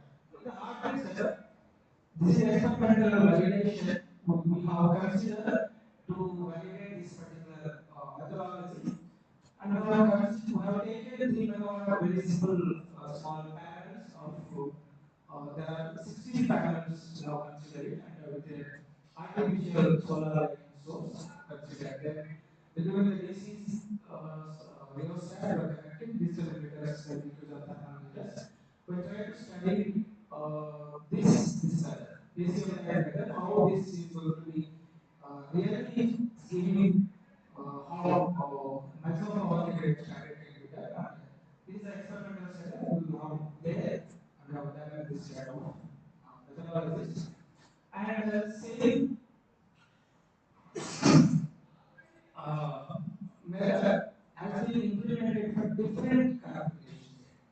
Now consider that row type dynamic shadings like the row is there something like a shading here this pattern. So it's totally we have considered this is 4 by 4. So total 16 panels are there. We have considered the 16 panel, the same 16 panels here 4 by 4 consider it, and we have applied. And here we are also we have assumed that lighting source is 300 watt per meter square. It is in the normal condition. We assume this is a rated condition, normal condition, and then shaded is calculated around the 160 watt per meter square by because of some kind of abstracted on the solar panels. And this is the dynamic row dynamic shading here. This is the first row is try to be slowly going something like this. The case one is something here, then case two, this complete shade has been shifted to the second row, then again this complete shade is going to be shifting into the third row. If it is the case, it is the dynamically shade is happening. Similarly, in the case of diagonal type shading pattern, it's like diagonal, slowly it is going in the progressive direction, something like this. And this is the kind, and then we also have another case. Consider something distinct cases of studies like suddenly the triangular, sorry, square type of shading is happening, and suddenly square type of and rectangular type of shading. Suddenly, in some time it is a triangular and then diagonal triangular, then triangular and then some kind of shading patterns is happening. We are assuming that, and for this all these cases we have considered that different methodologies. If it is an odd event, what is the shade dispersion is happened with respect to that, then odd event and parallel, how this is going to be come, and then what do you call this chogati based math, which is a CBL method. Then we also have a Arnold characteristic. So this is where you can see how the each case how the dispersion is try to be happening over here. You can see the row patterns and the row dispersions and how it is going to be happen for the each case. This is the test cases. The different test cases has been considered, and the same thing as applied on this lab setup here, laboratory setup, and we have seen that by use of this meters, we have tried to measure the powers of the different cases. Case 1, case 2, case 3, case 4, up to total 11 cases we have. So total 11 cases we have considered it, and at each case with the different methodologies, you can see the case 1, so the maximum power extraction, how this is going to be happen with respect to the method the proposed methodology. You can see case 1 is almost 27.54 watts obtained, and case 2 will be 27, and case 3, case 4. So sometimes what we can observe is that in some cases, in the case 4, you can see this TCT is almost giving equal to the our proposed methodology, something like this. And here also like this case is also it is comfortable. But come to the other cases, the case 2, where you can see the case 2. This is the case 2. In this case, you can see that even TCT is failed. TCT is failed, but other methodologies are more optimal or more responsive than as compared to the TCT. But obviously, this method is giving the the maximum power extraction. So that is where we can see the advantages from the literatures what we have shown in the case studies, right? So where we have shown that these different methodologies will give the different techniques. So because they are not adaptable for all kind of what do you call this methodologies, like the case to case, the responsive of these methods is going to be varied. That is when sometimes in the uniform shaded patterns, this DCT will fail, whereas other methods are performing better. And some of the non-uniform shading cases, this CBL may fail, other methods are performing better. It is like uniform method or symmetrical, asymmetrical. In any kind of analysis, some few methods are trying to be failed. And therefore you can see, there is where you can see the ACM, the analytic actinologous integrated analytic activation technique, how this intelligently it's working towards each case. So there is no case where it has been failed. However, you can observe that it is more or less the case 8. If you can see this case 8, the case 8 here, case 8. This is the case 8. It is almost the rectangular shading pattern. For that, you can see that these two methods, your OE and REM and REM parallel, and your proposed ACM methods are almost equal.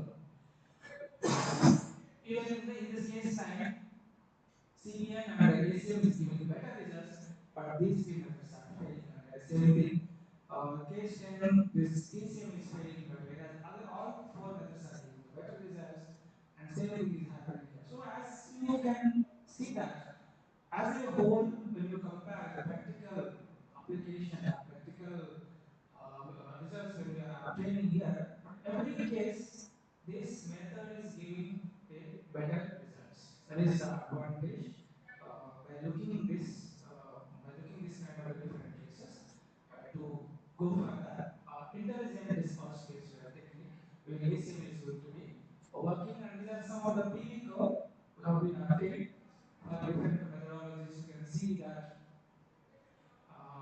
this ACM Arnold Catnor just is giving you the same like 20 almost the maximum power as compared to the other method. All these case 1, case 2, case 3, case 4, case 8, and almost up to the case 11, you can see how it is giving you the better results. And these are some of the dynamic shading cases. In a case 2, the different dynamic shading cases is also we have considered it. So there is DCT, and also we have a REB and REB power, CBN, ACM.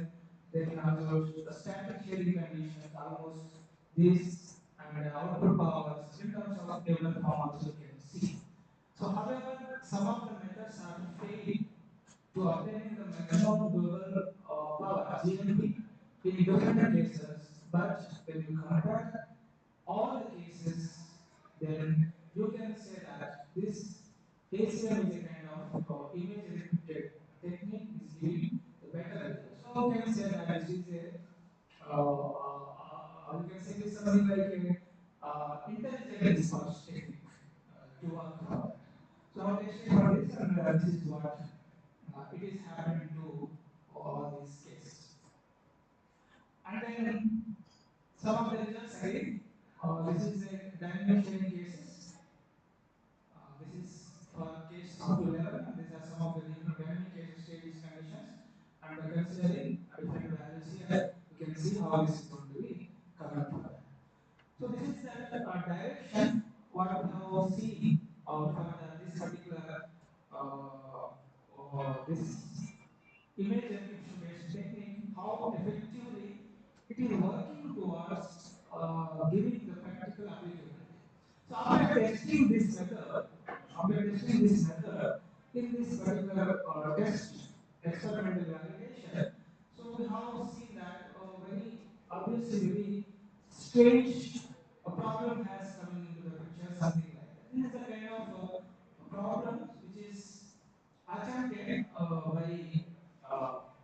our one of the PhD scholar to identify how effectively this particular rooftop solar system can be improved, or it can be give payback to that. So main idea here is this is where the rooftop can be used for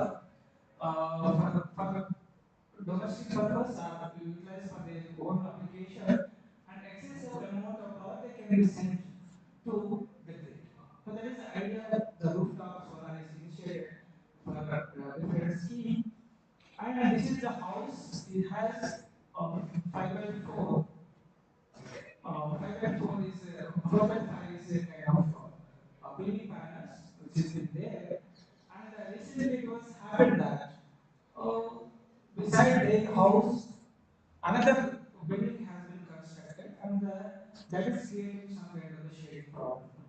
So before that, before there is no shading was there. So that time the normal day they are almost 29 kilowatt of power they are generated, and the cloudy days was there. So that time they are generating almost 21.96 kilowatt of power, and from the last 5 years almost 15,000 kilowatt per day comes to them. So there was no shading patterns was there, no shading, nothing was happened. So that time it was they are happily paying back 5 year, last 5 years, almost 50,000. So it means every month they are getting 1,200 to 1,500 of rupees paying by the discounts. That was there. And the surprising what happened to this case was that they, so along with them, so some kind of building was constructed to them. And the neighbor building was started, they are constructed. And this is where the shading is happened to their rooftop. And this is where, so this is the direction, the shading is going in the progressive fashion, something like this. So slowly, this is the direction the shade will go and complete this until the sun will goes. And this cannot be avoided. We cannot tell that neighbor to demolish their building. So how this can be solved? So there was that kind of problem has come. And before that, so before no shading, nothing was there. This person is happily generating the more power, which so every month this is the amount is power generated and it's paying back in fact. And when it is comes, so obviously it's losing the power. The itself generation comes down. Instead of paying, it is taking, instead of injecting the power into the grid, it is taking the power from the grid. So therefore, obviously, instead of paying the discount, he has to pay back the discounts. It happened. So we asked, one of the solution is that you do some kind of rearrangement because this shading is cannot be avoided. So do some kind of connection, some rearrangement for this, so that we try to maximize the power at least. So instead of losing some power, at least something is can be enhanced. So that is what the assignment and our MTech student has done. This kind of problem is try to solve it. So we taken this is a kind of panels we have the same pattern as earlier, and this is where the shading is happening. So that is observe that during the shading, this is the kind of irradiation is counted on this particular shading patterns along with this all these 8 patterns, and then it started. So this is what is happened. No, this is a fixed one, right? Every day it is a kind of shading pattern is coming, and it is a fixed one for this. So consider it. Then what we done here is we try to apply. We try to apply this kind of methodology, RSM we can say, Arnold Gardner. This is what we have seen in previous slide. So this is the Arnold Gardner based technique. It is also validated to the experimental. We done it. So this can be applied now for real time problem. And this is where the real time problem. We try to see the results and after applying ACM technique. So this is the connection we decided. AC or Gardner. And we told that to the customer, you do reconnection like this. Instead of something like this, do the reconnection. It means that some of this shaded panel has to go in the first row. Two more panel has to go to the second row somewhere here, and one of the panel has to go to the third row. You just do something like the connection because it is a everyday problem. This is a fixed problem for him. So he given the fixed solution for that. Do this kind of connection and then try to see what is going to be happening. Then the previously series parallel or something connection was there to the rooftop. Then this is the amount, the power which is extracted from these PV panels by considering the this kind of the partial shading. And then after doing this methodology, they have like a connection has been done. Then this is the method they have implemented, and after doing this is the power is enhanced. Almost 793 watt is improved. So at least this will give you that solution that you cannot avoid this kind of the shading pattern from this particular case, but by doing the reconnection of this methodology, at least you can improve the method so that instead of uh, getting more power from or paying back or getting more power from the grid, at least they can minimize the electricity bill towards that power direction. So that is the advantage. Similarly, this kind of application is not only applicable for this particular issues. Same thing it can be applicable for any kind of the solar panels which is connected, whether it is in the commercial purpose or it is there in the industry buildings or it is there in the agricultural applications or electrical vehicle applications. All where we can use this methodology and we can try to see that how optimize or how we can try to maximize the power extraction from this method. That is the idea and going towards this. And this is the method we are trying to see. And this is another kind of rooftop solar system. NIT Warangal has 1 megawatt of rooftop system will be there. And this is the assignment are given to the like, student to work towards how can we try to improve the power with respect to different shading patterns.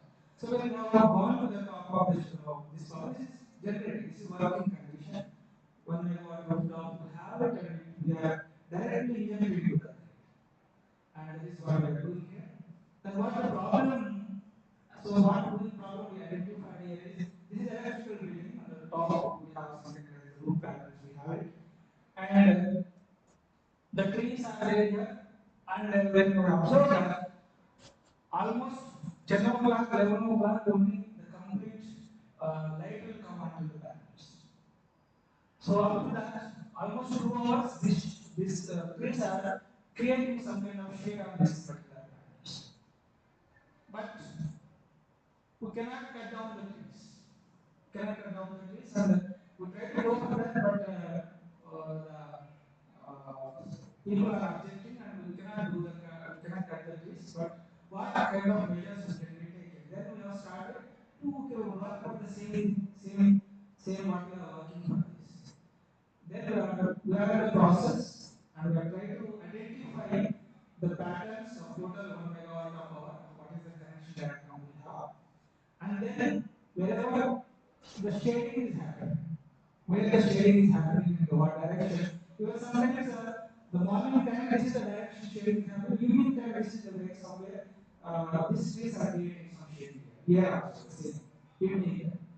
So how to analyze with respect to the time and what direction the shading is coming in all these panels.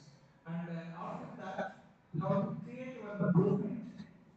And then we try to see what is the shading pattern, something like this, or how which panels are shaded. Then after that, we try to obtain, try to apply some ACL technique for that, the advanced based technique for that.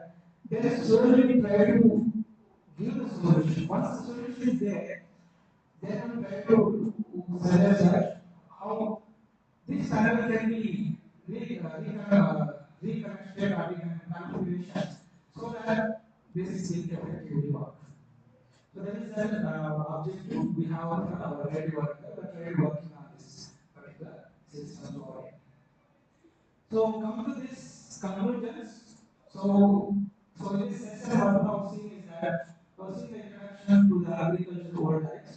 So we have seen the different classifications of the methodologies on what way this agricultural voltaics can be optimized the renewable power generation as well as the crop productions in terms of both ways.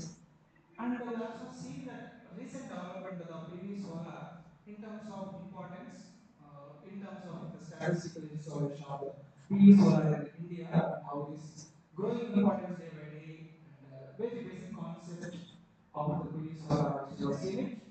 And then these are the partial shading effects.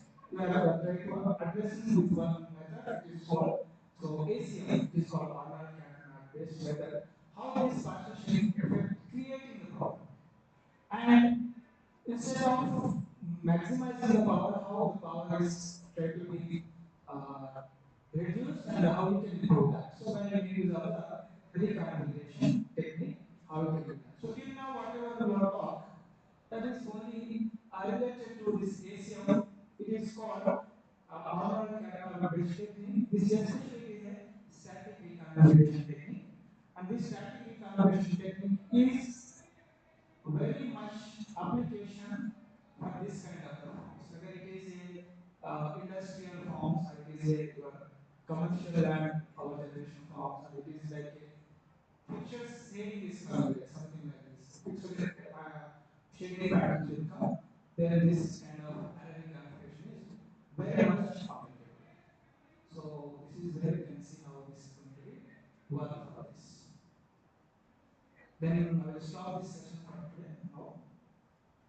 There are some of the differences.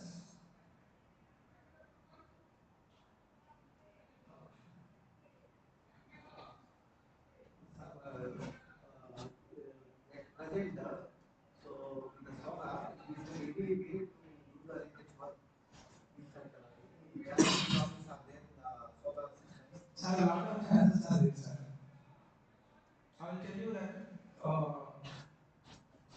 the major problem. So anyhow, we'll discuss this research in the coming session.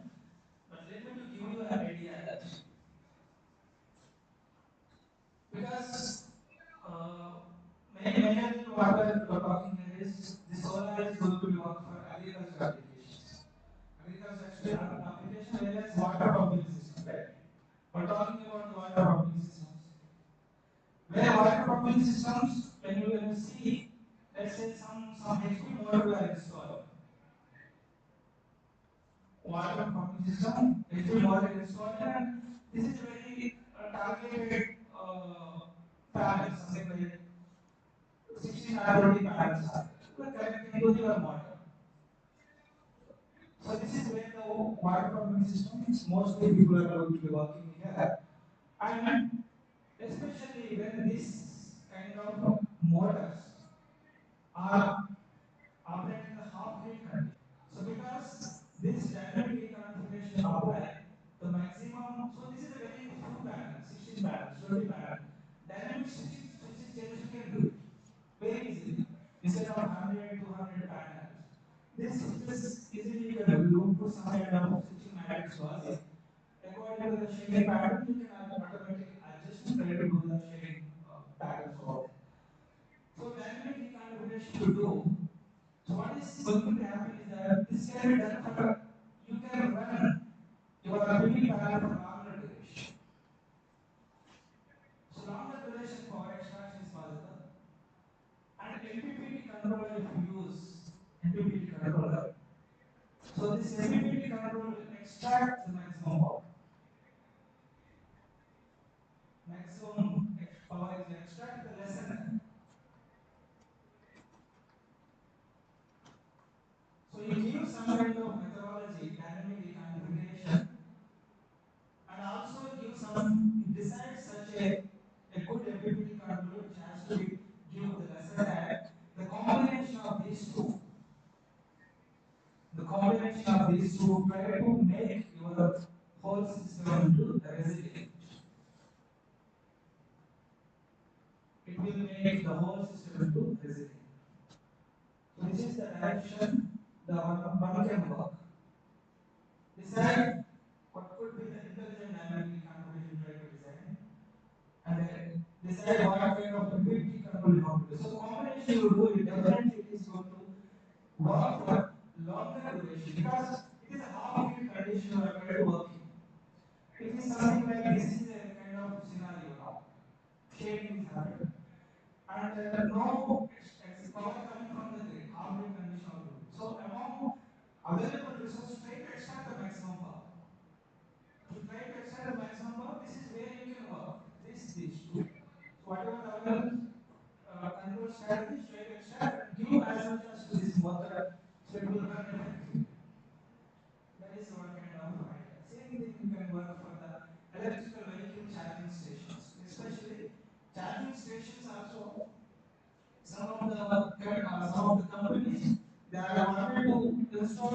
charging stations, something like PV panels with electrical vehicles, PV panels with electrical vehicles, it is an autonomous mode. Only autonomous mode. They are not wanted to grid connection. They doesn't want a grid connection, only autonomous mode. But when with these resources, it has to charge the electrical vehicles. Same thing, like this problem is coming from the shading patterns. How we can try to maximize the power, maximum extraction, how to do, and also longer duration. Longer duration. So the different ways we can work. And these are the two areas we can work. We make use of designing some kind of methodologies, dynamic reconfigurations, and uh, you can design it and you can effectively work on that. So that is the idea.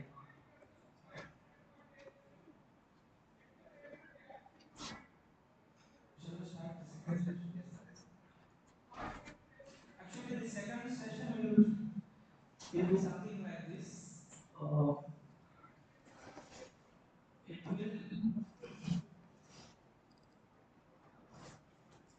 try to idealizing the two applications what I have told to you. The same idea, reducing the footprint of agricultural people EV solutions.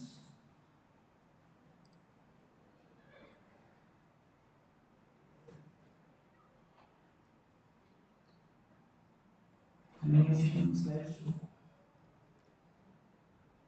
There is slideshow. Below. Yes, sir. Yes, sir. Okay, this is reducing the carbon footprint through agricultural PV and EV solutions. The idea here is same thing, like the previous session, what we have done is we have seen that only the static reconfiguration technique, and that reconfiguration technique is where we can see that the reconfiguration of the PV solar is once the connection has been done, it is fixed for the throughout the time, and even it is a EV solution as well. But here, what we try to do here is we try to see how this PV solar systems can we do some kind of solution so that these agricultural PV and EV solutions can be solved or something like this. So we'll see that some of the introduction to EVs and agricultural solutions. Then we'll start with the dynamic reconfiguration technique. Then MPPT controller with the dynamic reconfiguration and different type of faults and all kind of things we try to see. So before going to see the importance of applying all this kind of the reconfiguration, dynamic reconfiguration technique to understand that trends in the EV vehicles in India. Because the day by day we have seen that, we have tried to see that every year, that whether it is two-wheeler or three-wheeler or four-wheelers, every company, every the manufacturing companies are introducing their own electrical vehicles. In fact, today almost everywhere we can see the electrical vehicles. Two-wheelers and three-wheelers, also four-wheelers also coming. This is day by day it is going something like this. And we cannot rely on the fossil fuels. There should be how to look towards some kind of the renewable energy sources. And most of the India market is looking towards this PV solar. Is option to incorporate this kind of the renewable energy sources can be used to charge of the electrical vehicles. That's the idea here is going day by day and different what do you call this vehicles they're going like this and of course it is happening. And the recent trends in the PV solar electrical vehicle solution is that so these PV solars are used for the more electrical vehicles in several ways. So this can be something like this is the one way the electrical vehicle can be feed the power from this rooftop of the solar. So installing very rooftop solar and your own vehicle if it is there, it can charge and it can utilize you for the effectively the power depending upon this grid connected it is connected, then excess amount of power can be work, and we know that grid to vehicle to grid, all kind of solutions they try to using over there. Community solar is a kind of community solar arrays can be used, and they have to be share their power to the chargers to their electrical vehicles. So some kind of solar powers installed the community level, and this can be utilized by any people when vehicles are charging them. This is the one idea people are working. Plus, public charging stations. Some of the public EV charging stations have solar panels installed on site. They have been installed on site. So especially these are the solar charging stations for commercial purpose. They have their own charging station. They're selling the power to the electrical vehicles to charge them. They can attach solar panels. So another way of doing this is something like rooftop. The roof, some panels is some solution. Whether it's viable or not, we have to look into that. But this is a kind of deal. We can rate it, and we know that Indian people, how they are effectively utilizing their panels. I've seen some YouTube or somewhere, the electrical, this auto rickshaws are 3 wheelers, right?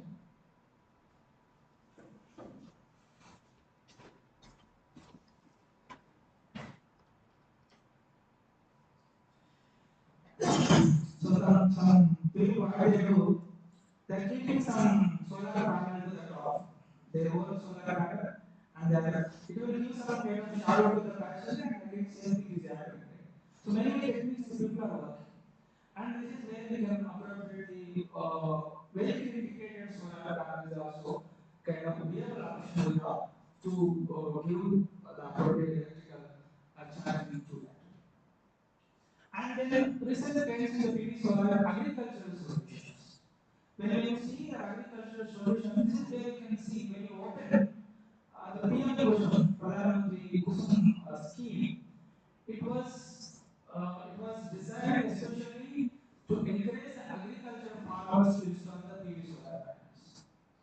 And he has decided to giving the 4 components like component A, component B, different. So grid connected solar plants is a kind of scheme, off-grid solar pumps, then grid connected solar pumps, then we also half-grid, so substation feeders directly, big projects directly will feed to the substation side.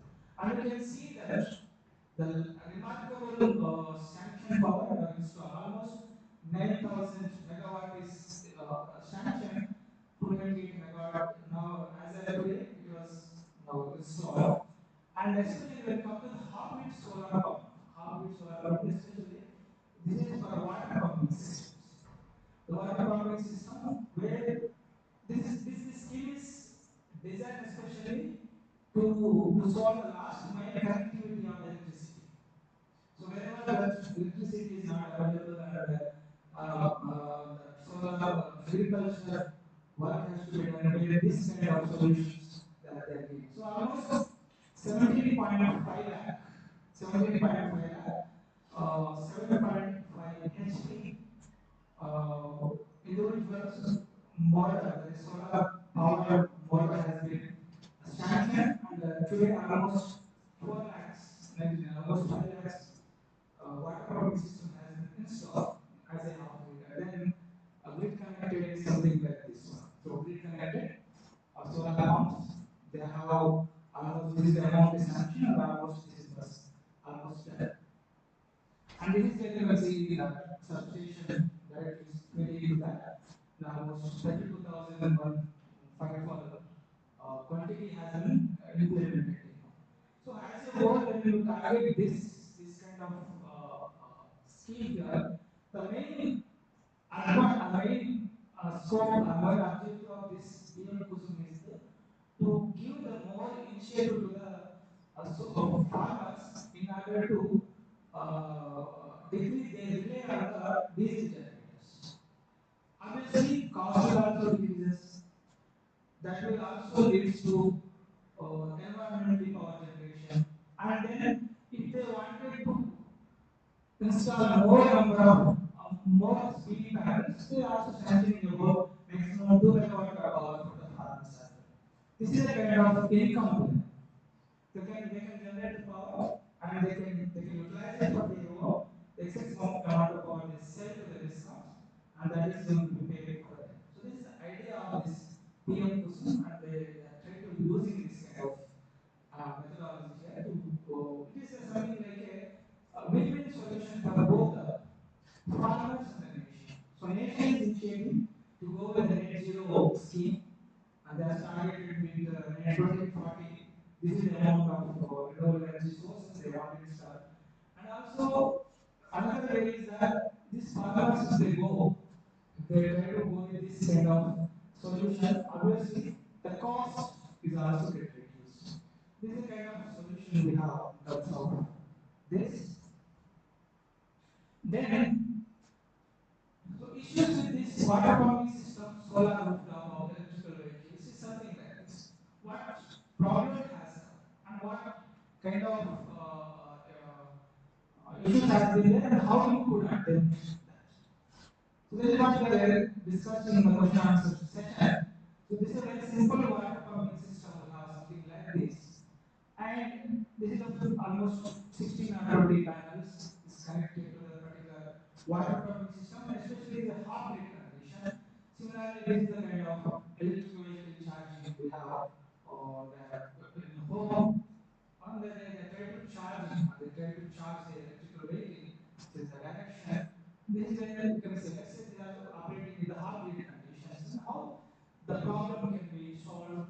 So there is you can go with some kind of the dynamic reconfiguration techniques here. So therefore, the solution here is to run the solar power water pumping systems or electrical vehicle charging consistently. It is important to extract the maximum power as well as longer duration of run or charging. In respect to running of the motor or water pumping system or charging of this electrical vehicle should have to be improvised longer duration time. Therefore, the solution here is to try to employ some kind of the reconfiguration technique which try to improve the efficiency of the PV. Use some kind of configuration technique and try to see how this is going to improve it. Then NTPT, fast tracking is lesser acid. If you do these two combination, this will try to improve the overall efficiency of this PV solar system. Or you can say it can make some kind of resilient subjected to any partial shade condition. That is the idea. Combination of array reconfiguration with the PPT controller is the best solution for PV fed water pumping system or electrical vehicles. So let me to show some kind of technology. So this is where you can go with the reactive based switching matrix we can have, or you can say it is a kind of dynamic reconfiguration. Because we need to understand, or we need to understand that if this is a case of PV solar panels, and if you arrange them dynamically, it is not a problem for us. It's not a challenging task. If it is a more number of panels, then dynamic reconfiguration will be a challenging task for us. Similarly, the case of this one. So for targeting this, it is as a autonomous operated condition of these two panels, and they are running for different applications like water pumping system and also for the electrical vehicles. So how we can manage these two? So where we can go with the dynamic reconfiguration is a best viable solution, and you can use that technology so that you can use and you can try to optimize the power. And this is the VRTQ based switching matrix algorithm. This is the dynamic reconfiguration technique which is developed here of to see how this is effectively work for the this kind of applications. This is a paper which is published source of paper. You can see as a reference. So main objective here is to disperse the shading impact for improving the global maximum power and innovation of multiple things. A novel priority queue based reconfiguration algorithm is proposed. Of course, this method is implemented for a dynamic reconfiguration case. So how it is going to be done? The very basic idea is that, let us say 2 by 4 PV array based matrix, we have 2 by 4, and this methods, this panels has different shading patterns, 1, 2, 3, and 5 has different shading pattern. This is one row and this is one row. This row is going to be has a collective 1740 watt per meter square, and this row is having 3200 watt per meter square. Then after doing the reconfiguration, we have by make use of some kind of switches. Use some kind of the switches here so that this panel's position will going to be changed with different switching operations. After doing the switching operation, this is where you can see the reconfiguration. This is going to be happen some switching, and you can see this now the row of this row is now has an effective irradiation level 2400, and this is row is effective irradiation level is 2400 16 watt per meter square. So see, it is a kind of getting and operating the switching matrices here such that automatically this connection will be interchanged according to the shading pattern. Then you can see that the array mismatch is minimized here, and then this is going to be very effectively try to working, and we try to give you the better results. The process is something like this. It is a conventional PV array. We have some kind of the switches, PV array with multiple reconfiguration switches will be there, and we have some switching matrix, switching arrangements, some kind of switching arrangement. You can use some kind of power electronics kind of devices and try to use it, and you try to design a algorithm here in the software side. You can try to design the algorithm, and that command has to be sent to this particular switches. It will automatically operate the switches, something like this, so that this complete system has to be changed into this. So for in every case, when the shading pattern is different, again this algorithm will detect what could be the shading pattern of that particular array, and it will decide what is switching operation of that one, and then the complete dispersion is going to be happening. That is the idea how this is going to be happening here. And some of the literatures regarding the dynamic reconfiguration also done. So actually, when we're going for this particular PITQ based switching matrix, so why you should go for this? So we have seen some kind of the literatures, previous literatures, what people they have done regarding the dynamic reconfiguration, particle sum optimization, then highest power and gray hole. Then we also have flow parity, meta reinforcing, and modified, and the gray holes, multi-objective gray holes, and all these are some kind of meta heuristic optimization techniques that have been there, and some of the descriptions of that one. What could be limitations and deficiency as they have been complex, or they have been failing for some kind of array shading patterns, or they are taking longer duration while you are executing this kind of the complex algorithms. So all these are the limitations we are trying to looking towards that, and how effectively this can be done about it. And some of the literatures again you can see raw optimization, social flowchart regimes, and then genetic algorithms. Again, red deep map level descriptions, then second stage deconfiguration. All these meta-heuristic algorithms, especially they are designed for dynamic configurations, and then the limitations you can find what is going to be happen. So when we are designing the drawbacks as a summary, when you see of all these dynamic reconfiguration, taking whether it is meta-heuristic or multineural or electrical array reconfiguration. So these are giving some designing computation issues, then tunable parameters issues are there, weightage sum approaches, convergence issues are there, large searching space is required, traps in the sometimes some of the methods related with this are trapping into the local maximum. So some of the methods are there, they are doing that, they are observed that. Multiple stages are required, so complexity is there. Fuzzy neural also, depending on the expertise, how effectively you try to you have to try to decide, you have to try to define that expertise. Depending upon that, this these methods are effectively working. Multiple solutions for that particular problem, and fixed and adaptive parts are there. And the data dependency challenges, finding the optimal fuzzy sets rules, then rely on the human defined membership functions, and other kind of rules are there. And these are the electrical RNA configuration, adaptive reconfiguration. They require several switches, more number of switches, more number of sensors, resulting into suboptimal outputs are coming. Then they have trials, numerous switching problems, insufficient algorithms, inefficient algorithms, and highly depending upon the switches, control systems, and data acquisition. All these are the some of the limitations were identified.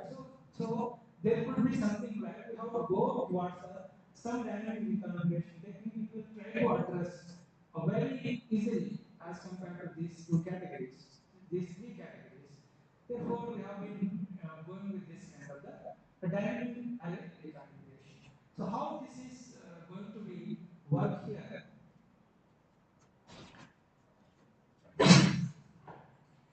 So let us take the reconfiguration technique something like this. We are assuming that this is a 4 by 2 panels we have, and 5, 6, 3, 2, and then 1, 4 is there. This is a kind of matrix we have. So let us be assuming that these are the panels. This is one panel, second, third, fourth, fifth, sixth, and seventh. Total 8 panels are there here. And each panel is having different shading patterns. We are assuming something like 1 means, let's say it is a 100 irradiation watt per meter square. It is also 100 watt per meter square, 500 watt per meter, 600, 300, 200, something like 100, 400. It means different shading patterns are assuming. So it is a very simple matrix. So how you can use a dynamic reconfiguration, that is a priority queue based method, so that you can minimize the what do you call this aggregate movement matrices here. So you can assume, you can see this. This is total is coming 2 here. This is coming 11. This is coming 5. This is coming almost 5. So the difference you can see here that in between the two rows here, the maximum difference is coming 7. So the maximum difference is nothing but, let's say it is a row currents. So row currents means this is getting 11, this is 2. So almost 7 is the maximum mismatch is coming between the two rows. So how you can reduce that mismatch between the two rows? So we are going with this kind of the priority queue based methodology here. So what you're going to do, you take all the panels you can try to consider it, and you try to order them into a descending manner. So the largest value to the smallest value, like 6, then 5, then 4, then 3, then 2, then 1, 1, and 1. So in descending manner, you have to order these kind of the matrices here. And we also know that how many rows are there? 1, 2, 3, 4. 4 rows are there. We have categorized that this is the first 4 elements, and these are the second 4 elements. First 4 elements and second 4 elements. We have to look into that. And we try to take this first element here. So some step we can take here. Step 1. Step 1 is something you just try to adjust these 4 elements here, something like this. So 6 of 6, let us say 5 of 5, 4 of 4, and 3 of 3, like this. Arrange it and do the internal sorting. Do the internal sorting here. So what is going to happen here? So it will go something like this.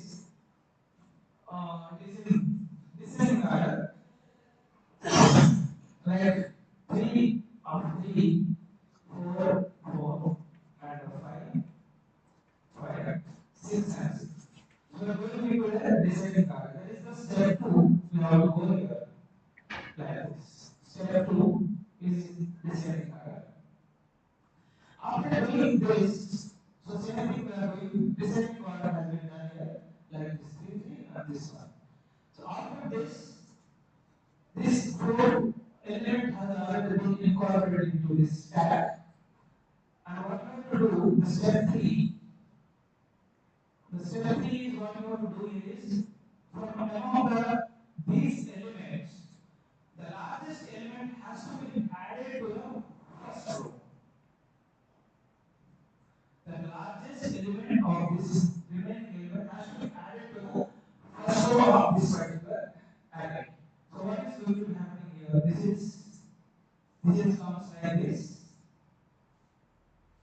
and of course 3 we're adding this one, and remaining are same, like 4 of 4, this one, this, and this. So the 3 2 it is coming like 5. So after adding this is what the resultant matrix we are getting. What you want to do again, do the internal sorting. Do the internal sorting from smallest to the largest value. So what is the internal sorting going to do? Then this is where you can see the smallest value is this. It is like this and this. Then this one, then it will come this one, then this is also comes. So this is the sorting has been done. Now this element is O. Now go for the remaining 3 elements again, look for the largest value. All are ones are there, so any value can be taken. So what we are doing here, next largest value, let us take this one and add this value to the first row. Add this particular value to the first row. This is what we are doing here. So we are adding the first value to the first row, and we are internal sorting the doing, and then we are trying to make it into the queue. So what is going to happen if we do like this? Then it is comes like this. Okay, this is remains same. This is also same. But when we are adding a second largest value, then this is 4 comma 1. The total is coming 5. Now this is the resultant we are getting for this. Then again do the internal sorting of this one. Whatever resultant you are getting, do the internal sorting. Internal sorting. It means smaller value to the largest value. You have to do like that. And you can see that if you do the internal sorting, what is going to be happening here you can see.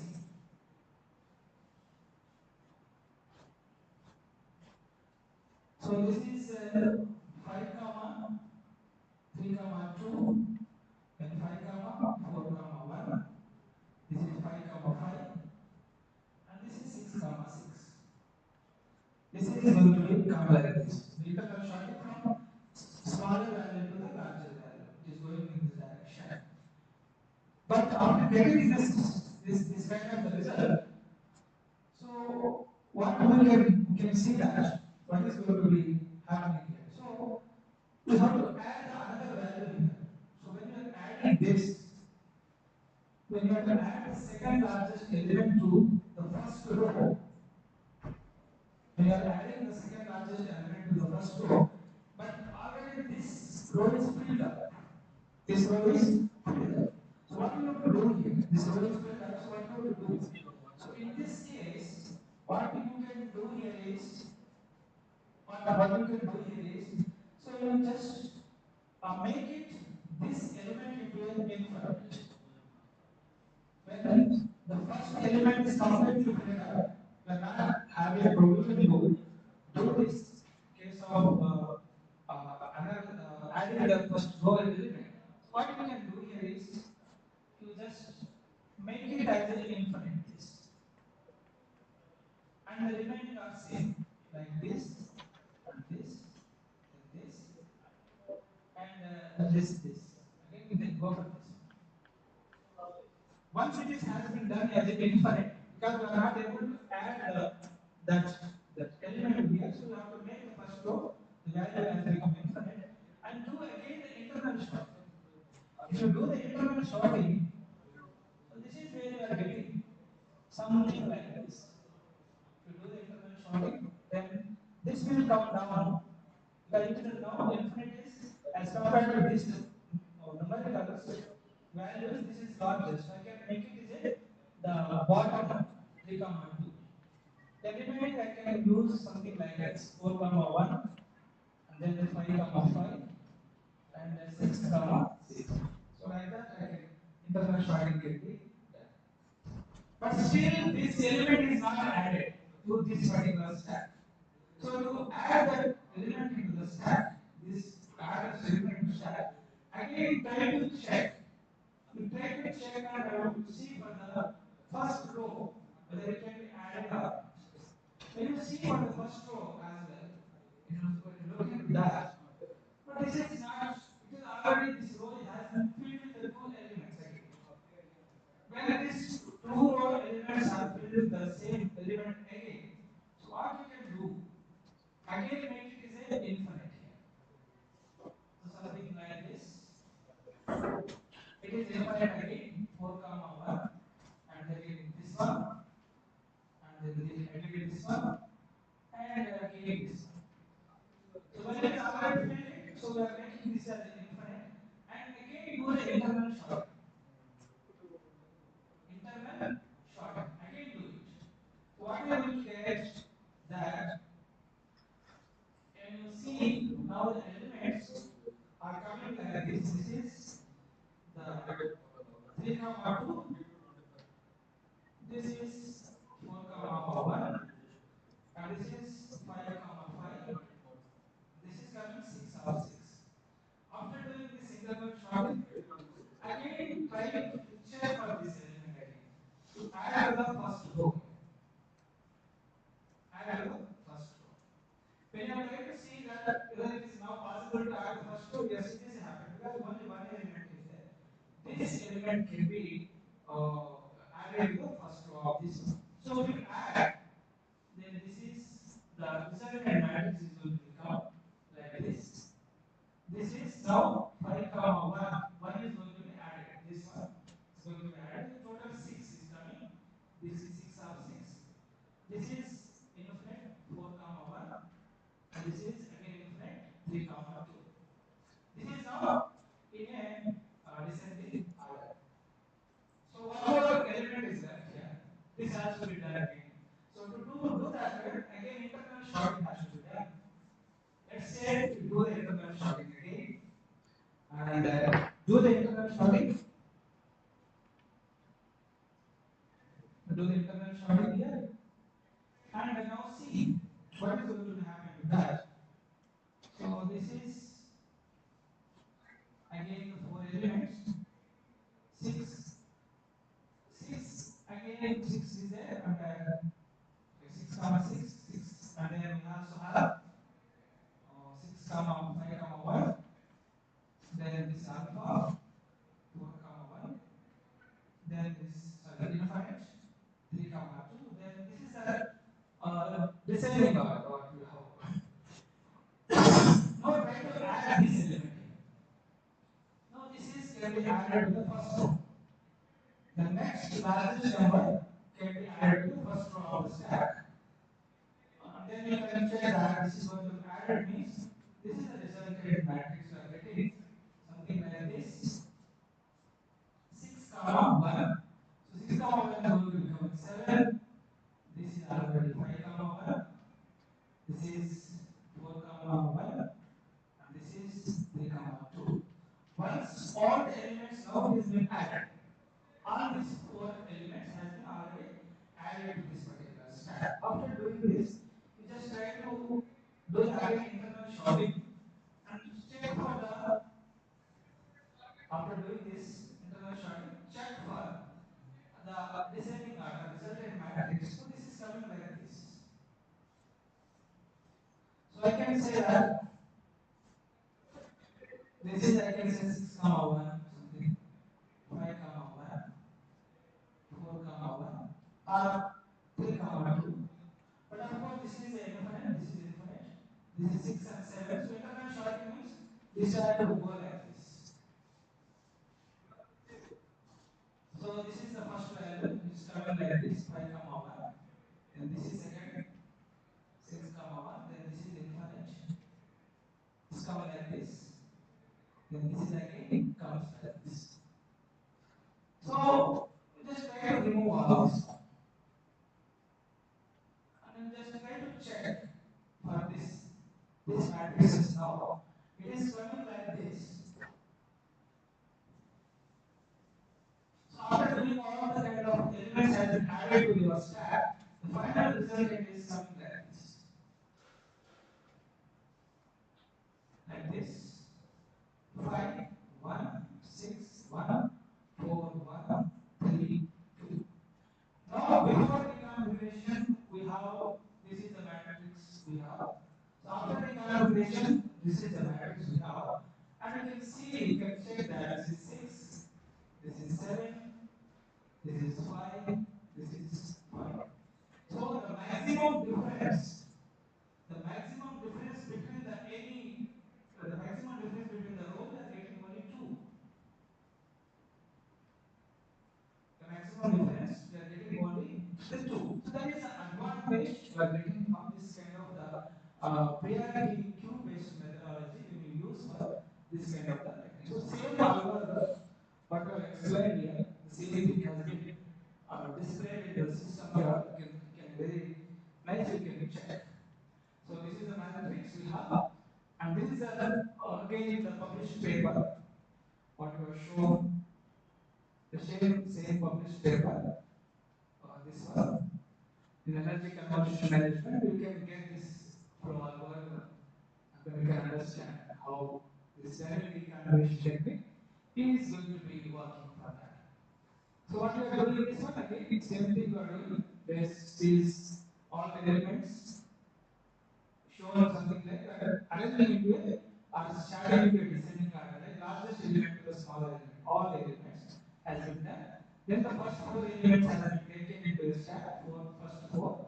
Then we are trying to adding or the internal shorting has been done from smaller to the largest value. Then we try to adding the first largest element to the first row. First largest element to the first row. The first largest element is 2. It is added to the first row here. Then resultant we are getting like this. Then again we are shorting. Internal shorting has been done. So smaller value, larger value. It is going like this. Then again next element has to be added. Then this is happening. Then again the next element we are trying to adding. When we are trying to adding the next element, what is happening here is because this row is already filled with the 2 elements. You cannot add another element to this one. So what you have to do that time, you make it is this is as an infinite here. Infinite means large value. Obviously, when it is a large value means when it is going from the descending order, it has to go to the bottom. That is what is happening. It is coming to the bottom. Then checking for the remaining element. Again, if it is there like this, again you add an infinite, a larger value. It will also come to the bottom, something like this. Then remaining 2 elements are left over here. For this row, add this element 5 comma 1. Then this is coming back. After internal sorting again, the resultant is this. Then for the first row of this resultant matrix, add this element. So 6 comma 1, which is going to be 7. Then this is like this. It has to be done. Once it is done, then you can check. This is the rows. This is one row, second row, third row, fourth row. Similarly, you can see first row, second row, third row, and fourth row. So you can obviously see the difference here. It is 2 level. So maximum difference is almost everything. The 7 here. But if you come to this, it is 7 and this is 5. The maximum occurrence matches. But try to get it into this is the very minimal value. Something like 2. 2 is the minimal value we are getting. So this is a technique you can use as a dynamic reconfiguration, and you can improve or you can try to maximize the power. Whether it is a water pumping system application or it is a EV charging application, this methodology can be utilized. And been given in terms of flow chart. If it is like this, this is the methodologies of flow chart, how this is going to be implemented and the algorithm. Then some of the test cases has been considered something like this.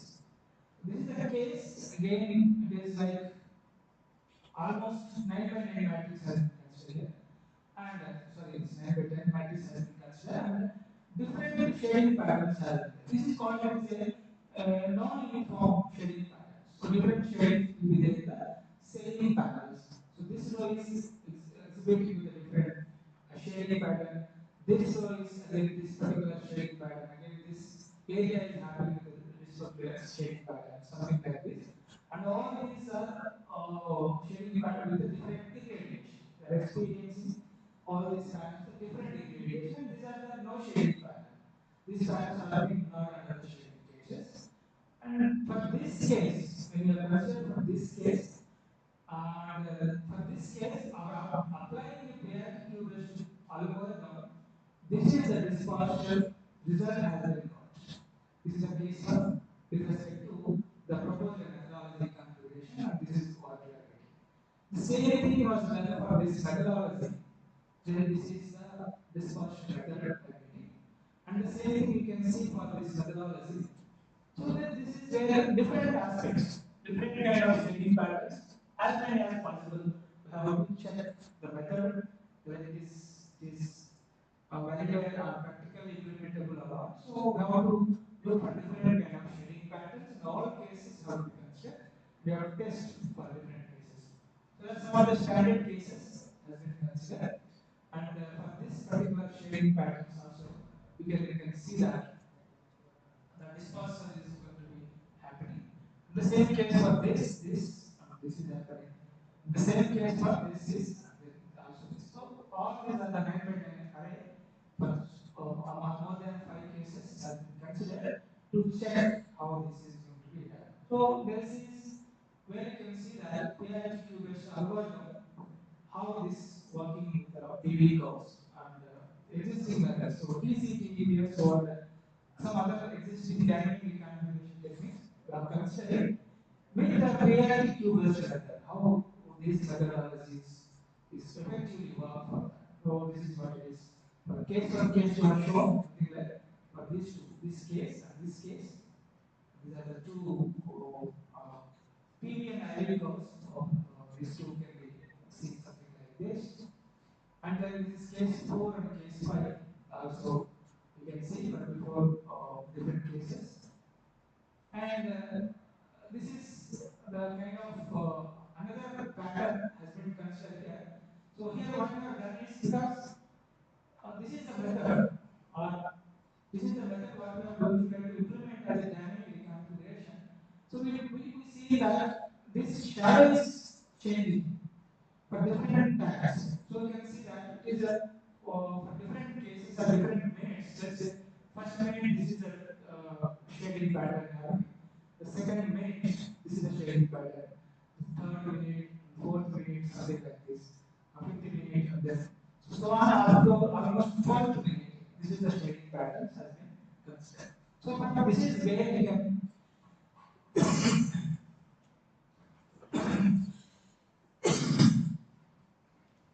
so this is a continuous shading pattern we are considered. To understand how this methodology will give you very effective results for that. It is called continuous shading pattern. So every minute, up to 12 minutes has been considered. We have seen that first minute this is where, and second minute this is where, second minute this is where, and the fifth minute this is where the complete shading is happening like this. And we are trying to check for that. That is one case considered as a continuously this shading is changing with respect to the time. And this is another case. Again, here also the same thing. This shading patterns are changing with respect to the time in discrete varying shading conditions, something like this. So completely, this is a square pattern covered here up to this square pattern covered here. This is then it's something like interchange. It is same thing is coming here, is coming over like this. So different patterns has been considered here to check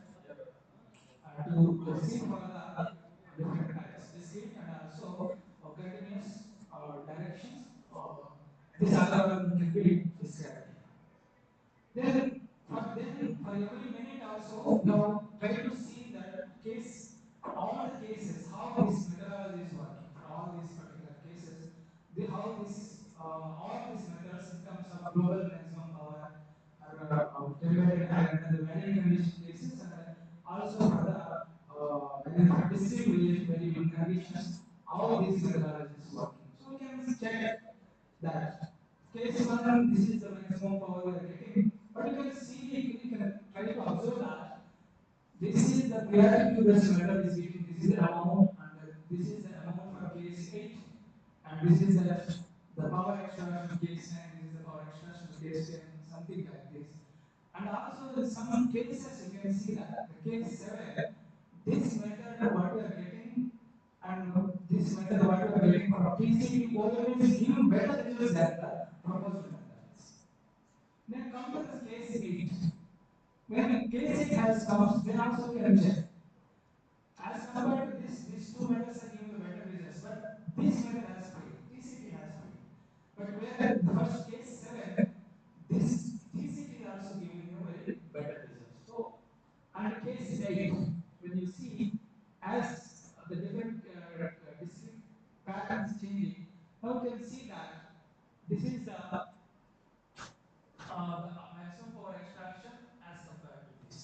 So we can observe that this is giving the better, and this is also giving the better results, and case 2 is giving the again the same.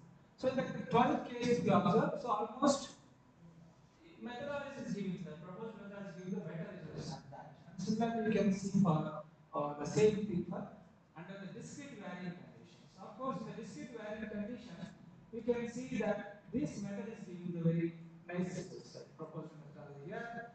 Even that time, this method is also failed. So we can see that kind of the things. And here also the TCP, the case 7 is also, this is giving better results as compared to other methods. So this is proposed method, and this is also proposed method for different cases here. And same thing for this. So one we can understand that for case to case, when the cases varies, like different patterns, different kind of shading patterns is happening, something like this, or something like this, varying conditions, discrete or continuous varying conditions. But every time, some of the methodologies is giving better results for the some specific cases. Where some specific cases, those methodologies give better results, but in some cases, some methodologies giving the better results. So, however, if you look the overall enhancement or overall comparison of these methodologies, so we can understand that this is the method which can be used for any kind of any case of the partition shading effects. So that is what the advantage you can say. Very effectively, very nicely you can understand from this particular graph. So percentage of performance indices you can see for case 1, case 2, case 3, and performance matrices you can see for these methodologies. So of course this is where you can see as compared to the other methods, which is going to be dominating with respect to all the cases. Case 7, case 8, case 1, with because only we are comparing this methodology OMA, because this is the method is try to giving a neck-to-neck computation to the proposed method. Remaining are failed, but this is the method you can see. So in this case 7, our method and this method if you compare, this is giving a very more than the compared to the our method, something like that. So we have to look that in some cases, even it is giving better results than the our comparative method. So we have to compare this methodology with this one. So where you can see on which cases this methodology can be giving the perfect results. So this is the existing method and proposed method. They are going with neck to neck, and of course, a little more amount is coming from here. The another case almost equal. The case 3, our methodology is dominating that. Like that, you can see, and the different cases, case 7, 8, 8, 9, 10, 11. Of course, every cases you can see this is the methodology is dominating this OMA based methodology. Method. And you can say that this method can be normally what we call is utilized for any kind of the shading condition, or it can applicable for any kind of the shading condition. So that is the advantage of this kind of the methodology. So should I stop now or because this will start very fresh?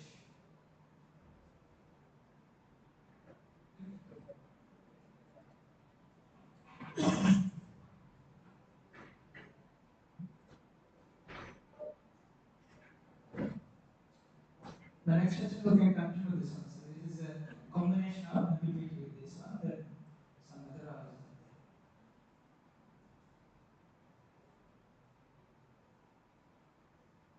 So do you have any doubts or anything is there?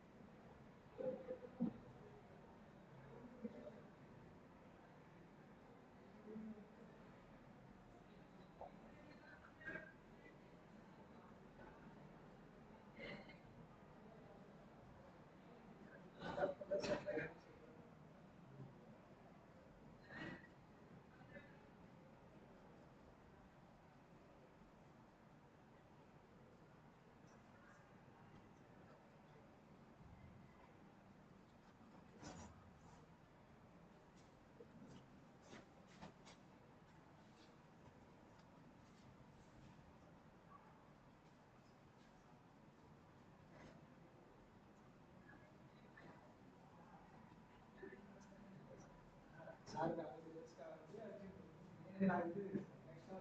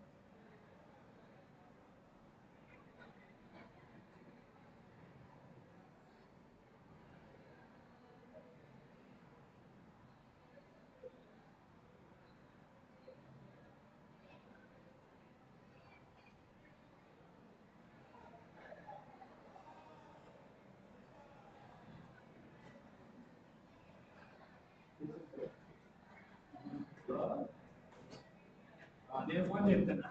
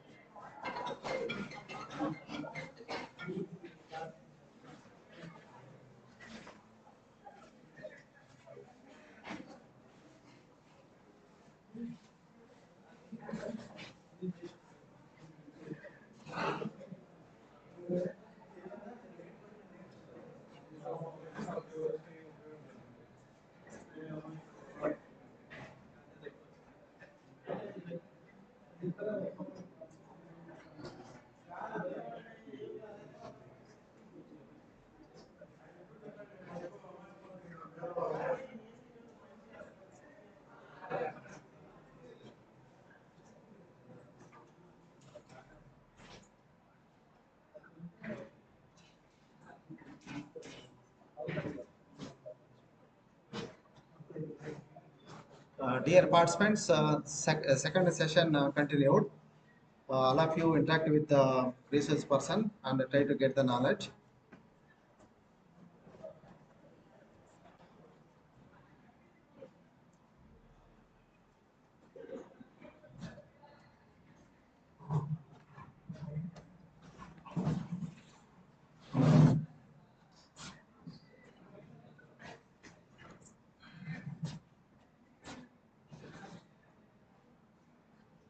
Good afternoon, once again all.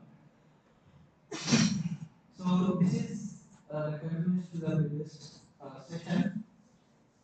This is the enhancement of power with respect to all the methods. Also, along with the proposed methodology, that is PIT-based that one, PIT-Q-based method. Then this is another objective. PIT-Q-based switching matrix algorithm reduction load for the different system, which is assisted by MPPT control system. The main idea here is to develop. This is a kind of PV solar try to have a system. Then we are applying a dynamic reconfiguration method for this. And after applying this method, again we are trying to developing a artificial intelligence based MPPT controller. So how this effectively work for this particular off-grid system, so which is especially for PV solar. So this is a combination of array configuration with anti-switch MPPT algorithm now developed in order to see how this is going to work. And then this is already have discussed this how the switching matrix and the array configuration can be done in case of dynamic reconfiguration. And then we'll try to see how this is works. So very basic idea here is this is a PNO method, and we know the basic principle. So when sudden what we call the changing load has comes to track the MPPT. So delta V are stepwise to try to moving in this direction or coming back. We try to check for the flow. And according to that, it will try to decide the duty cycle.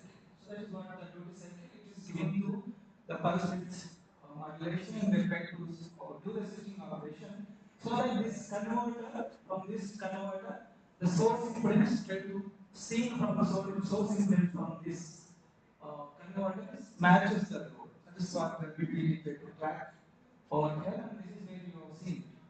What is the idea here to go with this kind of unfisted MPPT algorithm here is, so when trying to redefine a duty cycle has to be given to this particular MPPT controller. So to present this readily available duty cycle, so we are trying to predict what could be the duty cycle for a given operating condition as an input to this particular ANFI's MPPT algorithm. So as input we are giving the measured power and measurable current and measured voltage as input to this would train this particular neural networks, then this controller, then the optimal duty cycle will come. This duty cycle is trying to exactly locating with respect to this P and O. So the tracking time taken by this P and O can be reduced. That is advantage hybridizing and this and P and O. So this is a methodology we are trying to implement here, and along with this dynamic reconfiguration. So how it works as a whole. So this switching methodology as this dynamic reconfiguration is giving a additional advantage to this MPPT controller to is it's doing its job to track the maximum power easily in a very effective way. And also you can say the lesser tracking time, it will try to track the accurate MPPT by assisting with this dynamic reconfiguration. So that is the idea we have developed for this. And this is where you can see the adaptive control system, which is developed for as an input to this is voltage, and we are giving the current, and then this is where you can see for different voltage and current data has been given to train this particular ANFIS based system for different duty cycles. So this was done it, and we try to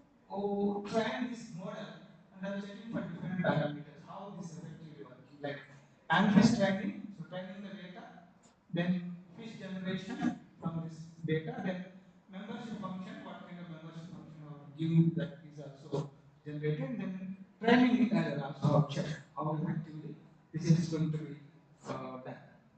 Then this is further flow chart, how training and testing has been done with respect of fish data, data preparation, loading the data into that, generating the fish model, training the data, and this model is convergence achieved, no, it will come back, is yes, then it will stop the results, it will go to the results. So these are some of the approach to identify matrix, some kind of indices to identify how effectively the training the data has been done, accuracy of that, of the given methodology, and some of the results we can see from this.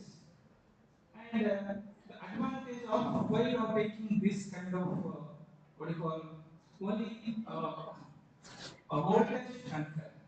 What is the advantage is going to become here is, so let us say to train this particular MPPT controller.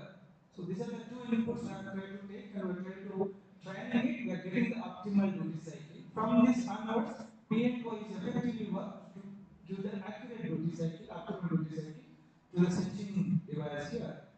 And advantage here is that this is a very previous case, the previous researchers what they have done. So what they have done is, let us say this is a kind of 5 by 5 panels are there.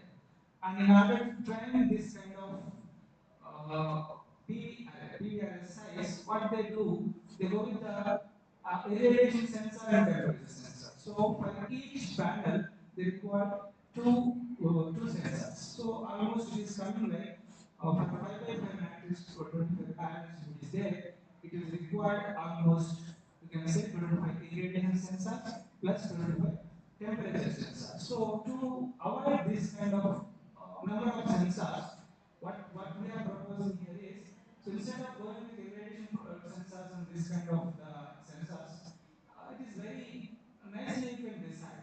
For a complete row array size, let us consider the voltage and current. You just found you consider as a 5 by array is a kind of size. We have a size something like this, and consider the voltage and current, and take this voltage and current as a two parameters. So for this, only two sensors is required: voltage sensor and the current sensor.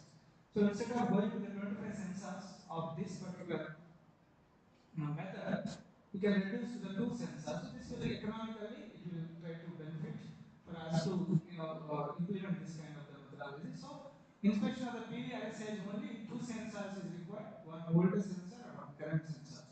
So this is real time kind of things, and then this is where taken the voltage sensor, current sensors, and we have trained it for the different models. So this is a comparison table for the previous cases. People, the same thing has been done by make use of inputs, outputs for training the neural networks, and required sensors for the MPPT controller. You can see this is a methodologies used by here, and then almost 50 neural network data output 3 has been taken, and total number of sensors 25 radiation, 25 temperature sensors they are using, and along with that 2 voltage and 1 current sensor is almost going into more than 50 sensors requested for that. Same thing was happened for this literature as well. So almost 50, 50, 50, and almost 53 for this particular literature, 51 for this, 52 for this, 50 for this. But when come to this methodology, what we are proposing, so we are trying to see instead of giving these many sensors to make it your systems become complex. So you can go with the two sensors, voltage and current sensors, and the output of the neural network is a duty for that. Duty cycle as output, and it is further giving as input to the PNO so that PNO can track very accurately in a lesser time. So that is what the advantage go with the ANN based MPPT controller. And we have checked this kind of results by comparing our so this is the system has been considered here, and the whole system with this method and this method has been considered here, and no reconfiguration technique was implemented, and only the MPPT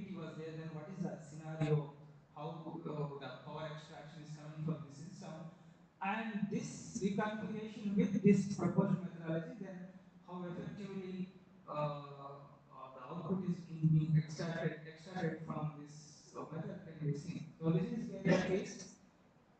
This is the result which is getting for after the reconfiguration. This is the result we are getting before reconfiguration. So no reconfiguration, if you use, then this is the result we are getting, and after reconfiguration. So you can observe that. So before reconfiguration, still you may have a MPPT controller, but this has such a oscillating output power we are getting, or some kind of a local minimum or a local maximum points is being created. So there is a chance that your MPPT will try to stuck in the somewhere here.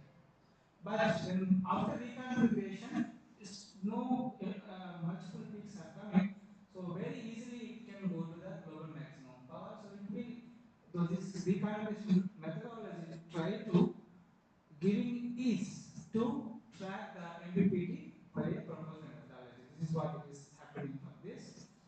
And this is another case, same but different partial shading effects has been considered. And you can see for this case also, same like before reconfiguration, after reconfiguration. And this is what it is happening. So we also calculated with n effectively tracking the global maximum power within something 0.07 seconds. Very lesser time it has been tracked. So that is also we have observed from this particular variations here. Same thing is also, this is also for one kind of pattern, partial shading effect, and this is also going to be coming like the maximum power, and same thing is this. So this is a tracking by PLO and ANN ratio, MPPT controller. The comparison has been done for both the cases, and how effectively it has been done for that. And this is same thing which is we have validated using, this is some kind of hardware experimental device we have. It's a chroma simulator. You can use, this is a 10 kilowatt simulator have been done, and the same array whatever we have shown here, different kind of shading arrays that can be simulated here, and for different kind of without reconfiguration, with reconfiguration, different cases has been considered for each case. Each case, this is where the PI characteristics, this is also PI characteristics we are getting, but different kind of array reconfiguration. And at each cases, again we are extracting what is the voltage and current as well. For the voltage and current also we are extracting in the Excel form, and all this data has been given to an ANSYS-based system to train the system. So the one which is trained, according to that we also decided the duty cycle, and it will give you the knowledge for that. This is the whole implementation of this particular system. So we have the mainly, this is portion is try to implementing your PV solar emulator, this whatever the patterns what to considering, the art is going to be emulated here. And also the proposed methodology, dynamic reconfiguration also has been implemented in this case, and the MPPT is going to be implemented in the rest of the systems here. And this is where you can see how it is coming. There is an idea we have taken, and this is, you can see these are the order of array sizes as considered for different data, and with a priority queue based and before reconfiguration, after reconfiguration. This is another case before and after, and another case before after. So at each case, what is the IV curve and the PV curve? For each case, what is the IV curve and EV curve has been taken, and also check the real power coming at the load side. What is the Z power, voltage, and current in the oscilloscope?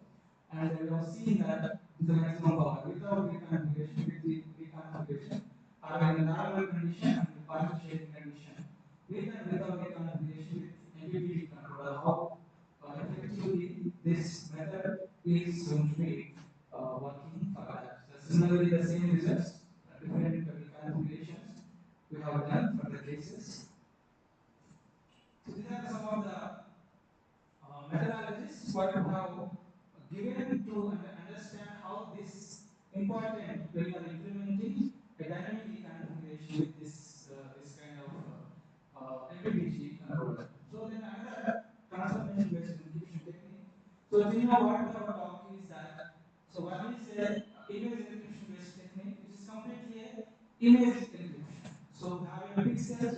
modeling them and try to applying that is orthogonal cat map based technique what we have seen, and we try to implement it, and we have seen that how the static reconfiguration method effectively work for the different shading patterns. We have seen that. Then we also seen the dynamic reconfiguration as well. Under the dynamic reconfiguration, that is PRG Q-based matrix, we have implemented it, and we have seen that how effectively that is done with the disperse of the shading patterns, and also along with that dynamic reconfiguration, anti-space LPPT is algorithm is implemented to check the effectiveness of the LPPT in terms of dynamic reconfiguration. And this is another methodology what we have implemented. It is transformation-based execution theory. This is a complete different as compared to the previous methods. This is completely like a mathematical series. So what this is done, objective of this kind of method, it is a Fibonacci sequence matrix transformation. So Fibonacci sequence based logic algorithm have developed to reframe the methodology for this. So this is the methodology has been taken over here to understand how effective it is going to be. The highly efficient, simple, scalable sensor-less switching-based integer secret-based PD configuration is proposed to effectively disperse the shade and it will effectively evaluate using image quality indices. As opposed to many static techniques, this indiscriminately disperse the shade. The proposed technique is intelligently disperse the shade. And this is achieved by image spamming property of the considering integer sequence as a strategy inside this is a image processing technique where the correlation between the two adjacent rows can be minimized. Can be diagonally, it is highly reduced even in the row as well as diagonal. So minimum correlation will be achieved. Then the idea here is this is the Fibonacci sequence and its transformation, how it is look like. So everyone knows that how the Fibonacci series will try to go in this direction. Like the function of Fibonacci series is fn is equal to 0 and if n equal to 0, 1, if n is equal to 1. And this is the concept and everyone knows. And this is the series number 0, 1, 2, 3, 4, 5. And this is the fn is the Fibonacci series function. If you have something like this, how you can use this kind of methods for the solutions here. Let us take this is the function we have it something like this, and this is also kind of image recognition based technique. So we have to find what is the new for this. So this is the coordinates of the two coordinates, the new coordinates with some kind of the matrix. And then we have to see that then what is the new coordinates for this? This is the old coordinates of the particular pixel location. So how it is going to be decided? So and model. This is the generalized matrix for any kind of the encryption based methodology we have. So this is that kind of matrix try to be changed here. This is going to be changed for different kind of the logics here. And you can see this is that matrix function how can be defined. So fn plus 1, fn plus n plus 2, fn n plus 3, where it is equal to 0, 1, 2, 3 and 1, 1, 2, 3 can be taken. So any matrix, this is going to be, this matrix whatever shown here, this can be any matrix can be taken here from this particular system. So how this is going to try to what do you call that, shift this particular pixels in different locations here. So let us say this is a 3 by 3 matrix. Again, let us take the 3 by 3 matrix has something like this. And this is first panel, second panel, third panel, fourth panel, fifth panel, sixth. Then again, seventh panel, eighth, and ninth panels are there. 3 by 3 panels are that is connected. And we have to apply this method and try to interchange all these panels. So it has to go somewhere here, it has to go here, this can be go here, so that after doing all the kind of iterations, finally the array mismatch between the rows should be minimized, or correlation between the rows should be minimized. Also, the correlation between the diagonal elements also can be minimized.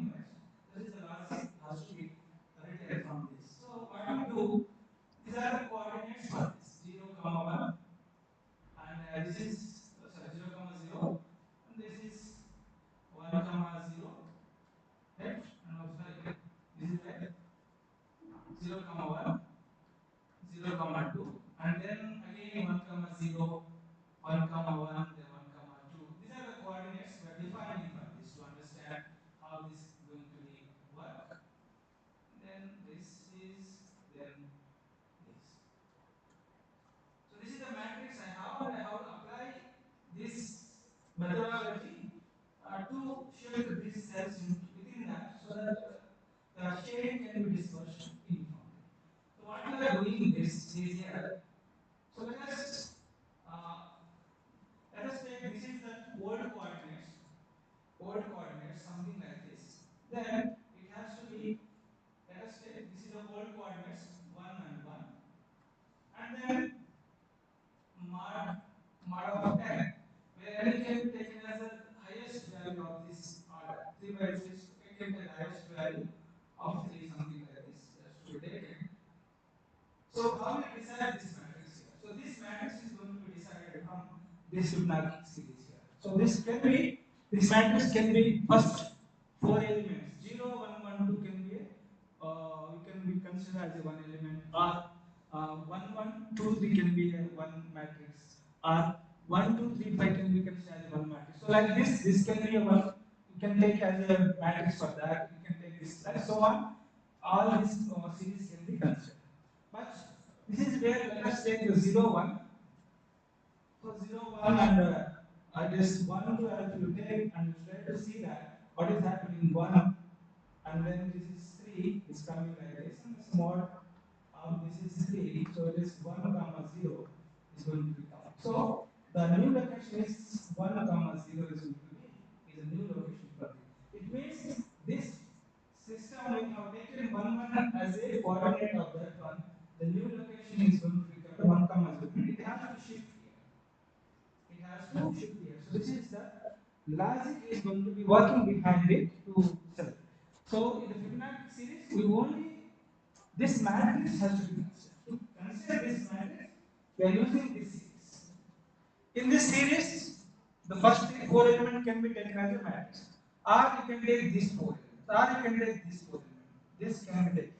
So like that, by taking that, you can try to do.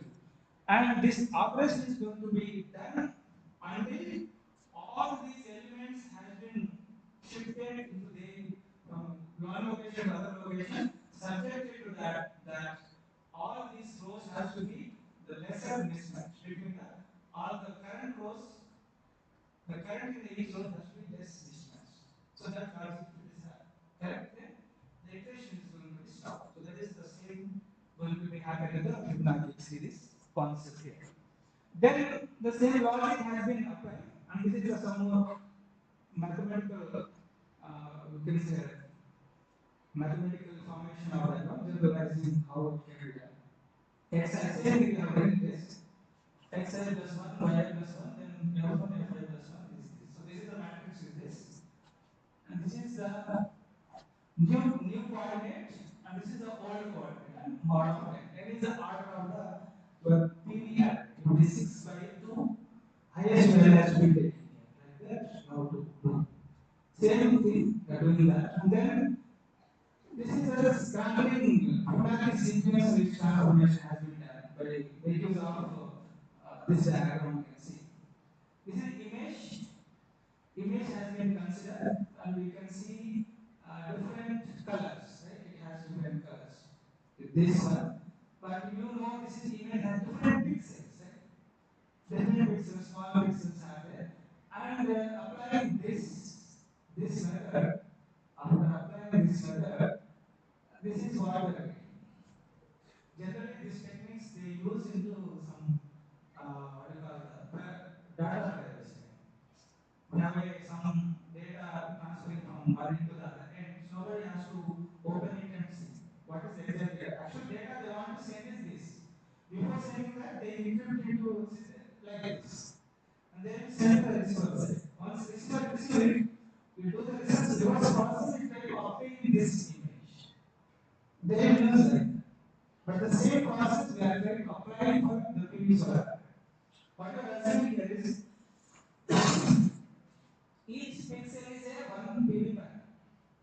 Each pixel is a one PV panel, and we try to apply this logic so that until unless it will get mixed up or get the uniform color, something like this, it has to be done with iterations. Once iteration, you can see that every portion you can see see here, here, it is uniform color. It is now uniform color. Right? So same thing is going to be the applicable for the PV panels also. If the PV panel it is there, something like here shadow is different, here shadow is different, here shadow is different, and all these PV panels are interchanging, a uniform shape can be obtained, so that you can at every row, if you look, the impact of irradiation will be almost equal. And therefore, row current at each row will be almost equal. So we are reducing the mismatch currents between the rows. That is, we are doing the same thing. We are applying for this is a technique. This is what we are taking this conventional DCT, and this is where the one panel was there, and this is shadow panel. And after applying this method, it was circulated to somewhere here to check the optimal what do you call this, minimize the correlation between the rows here. And the same has been done for this. So consider it is a 10 by 10 matrix. This is the color, this is white and this is blue have shown like a different irradiation. So this is completely, let's say, is a rated irradiation, and then this is partially effect is happening in this area. Then this is going to be happening. Then same thing.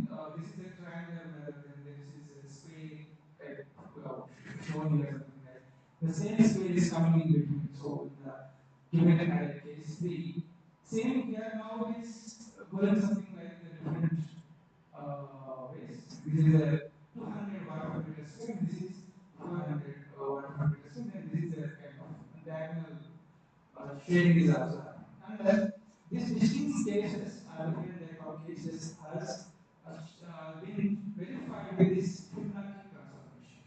Taking this method and we try to see how dispersion is going to be done. So do this shading into dispersed within this particular array size, so that when you see the correlation between all these rows or diagonal elements should be minimized. This is what it is also done with this respect to this one, and this is what it is happening. And with respect to this is the dispersion with the methodology, and with respect to this is happening like this. And here the cases, taking it and try to simulate it. And these are some of the global maximum power obtained by varying the configurations. Like this is an N by N array has been considered here. And for this N by N array, different all these many methodologies are there. Now compare all these methodologies with this method. So you can see the case one is coming, and this is almost 10,354 watt is coming maximum power, and this is also getting the same almost this. So you can compare here. You can see that the different cases, different methodologies, how it's going to become. Of course, in some cases, some methodologies is giving better results as compared to our methodology. You can see this scale. You can upper method is this one, almost 10,354. This is the method 10,555. But this case one, when you compare this method and this is superior here. Now we want to the next case. Next case, what is going to be happening? Now see, for the second case, this method is only 10,350 watt is giving global maximum, but 10,570 is giving. It means in this case, this method is responding. This effectively is working. So like this you can check. This method is giving, and the remaining methods are not, something like this method. The some methods are giving like this. So case by case, when you see maybe for this case, this method is working better. For this case and now this is working better. Maybe for this case, our method is also responding very better results. For this method, maybe this method is working responding better results. Or maybe our method will be close to that. So it means that all the cases, in the cases, case by case, these methods are performing different. But as a whole, when you compare, this is the method is giving a very effective results in all the aspects. That is the conclusion you can get from this. And These are the PV curves of these methods, case 1, case 2. Same thing, how number of repeats, multiple peaks coming with the other methods, and our method also you can see. This is how it is effectively going to be work. And then this is again the bar graph, chart graph, which is showing you the power enhancement in terms of cases, different cases with this methodology. This is one case, our method here, understanding. And you can see this is the method is now superimposed here. So this is, and when case 2 comes, then this method is giving you better results as compared to that. In case 3, again, our method is almost equal to 2, 3 methods, like same thing like this. And we can compare like many analysis we can do or something like this. And this is another way of doing the row current mismatch in terms of row currents with a variation, maximum what is the variation is going to be coming with the different methods, TCT configuration and FT, TCT, then FT Fibonacci series. You can see that the row currents is maximum 3.6 to 5. So huge amount of variation is coming with this TCT, but whereas it is very less variations, very lesser row mismatch is happening. Similarly, the other case, okay, this is another comparison, almost TCT, and this is very good. So as compared to this method is giving the larger difference of row currents. Same case 3 is also now done for this, and the case 3 is also happening in the same case. And same thing, this has been validated in the hardware setup. What we have done, let's say taken, it is each panel is 3 watt panel as per concept with small 18 panels. There are given some artificial light for that, then same these further 4 array size were considered, and we have given measure that by making of different what do you call this? So array shading has been created like this. Case 12, case 12, 13, 14, 15, 16, 17. Almost 5 cases have been considered, and shading was there 150 watt meter square has been considered. The rated case, the assumed that it is 300 watt per meter square because this light is artificial we are giving here, so we are assuming that this is a 300 watt meter square is a rated value for this, and we have analyzed it. And then, so for this is the pattern we have obtained, tried obtaining for this, and then for this is the pattern we are obtained, and this is the pattern we are obtained. So like this, after obtaining this pattern, we are trying to implement the same thing. This same thing in the this experimental setup, then now measure what is the voltage and current from this particular array. Then we have given something like this. So power output at each different cases with Fibonacci transformation is also given. So we can see that least square method, and then we have Fibonacci transformation. Case 12, the same case 12, this is getting for different methodologies. Case 13, this is a different 3-4 methodologies giving TCT, series parallel, and DD and UFT. In case 15 is this, case 16 is giving like this, and case 7. So we can compare this. This is a real time, or data has been obtained from this panel, so we can observe that of course it is giving the better results. Every sharing cases, you see they are giving the better results. So you can validate or you can say that you can incorporate this kind of methodologies into these systems. And then the same thing, after doing the reconfiguration, what we have done, same analysis has been considered by using some neural network based NITW controllers. So same Fibonacci transformation has considered, and the same what we have done in the dynamic configuration. So in the dynamic reconfiguration, same methodology has been considered.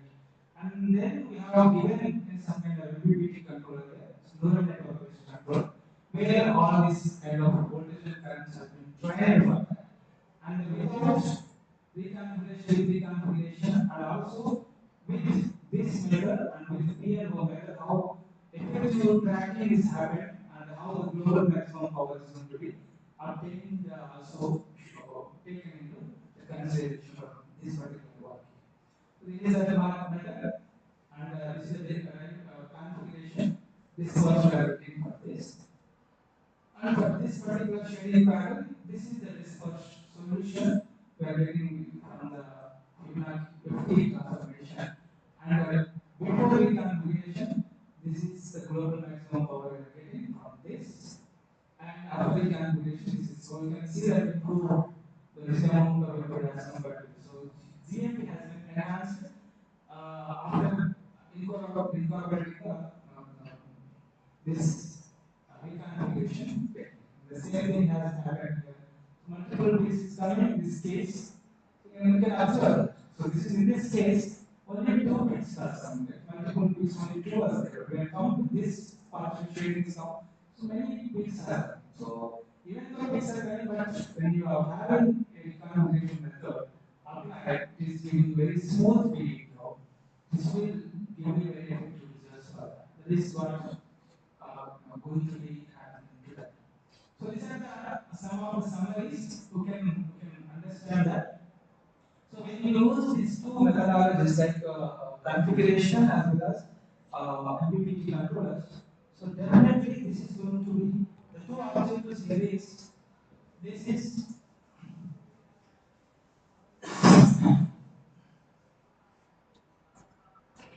the two objectives here is if you go with the reconfiguration, so reconfiguration will enhance. We try to enhance the global maximum power, and also it will also provide the longer duration of power extraction. This is the main idea of this one. Reconfiguration equal to enhancing the global maximum power and also longer duration of the power extraction can be done with that. When you go with MPPT controller here, the main idea of MPPT control is to get the converge fast, faster rate converge. So faster rate converge of maximum point, maximum power point. That is how to get it. It means maximum converge of fast accurate, also lesser steady state oscillations. Lesser steady state oscillations. These are the objectives you can get. If you combine these two, if you are combining these two, so definitely this is going to make your system to very resilient. When you are combining the best reconfiguration with the best MPPT controller, definitely this is going to give you the new idea. It will make your system into reconfiguration. Here you can apply this kind of strategy to electrical vehicles. Go with electrical vehicles or some irrigation and some kind of any other commercial. You can easily use and get the best possible power extraction from among all the possible solutions. So that is can be done from that. Now after this, so another direction of research is going in this direction.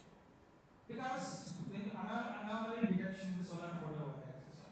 Because when we are talking about whether it is PV solar with respect to the irrigation or it is PV solar especially meant for charging stations or PV solar especially for your power generation.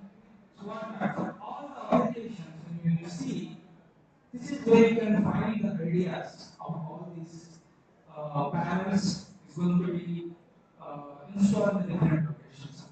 So we can say that this is where you can say that hybridizing the power generation with the farming. Right? So what I can say the world like concept is coming, charging stations is coming. Again, it is like only these are the PV panels only meant for power generations. So like commercializing or something.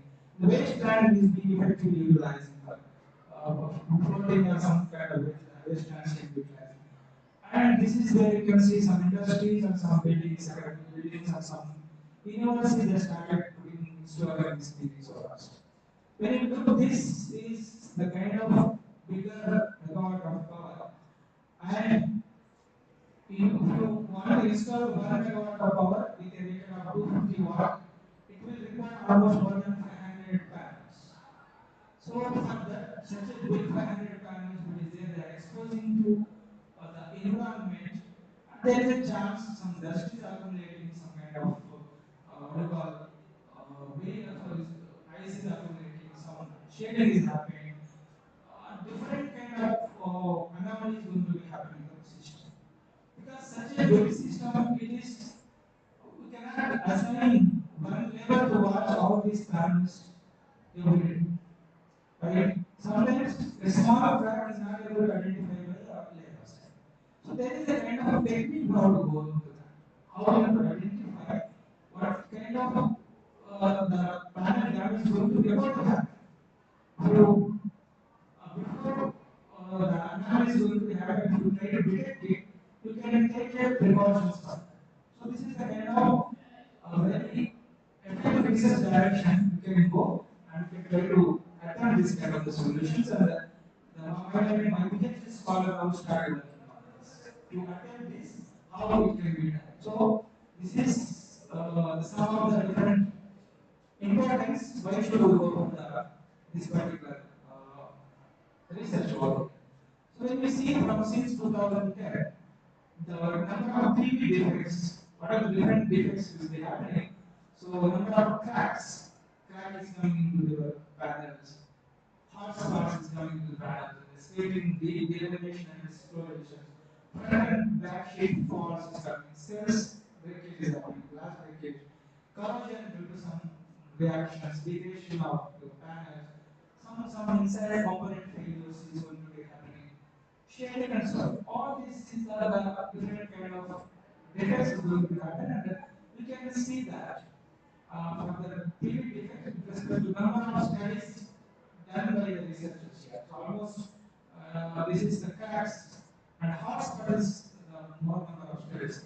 30 research papers has been addressed for this one, and so on. And this is also type of image for the study. So once we have something like a fault has been coming like this, and these are some of the image study what we do. Thermography and luminescence and RGB and scanning electron microscopy. They are different. Even thermography is something like we have some thermal cameras are there.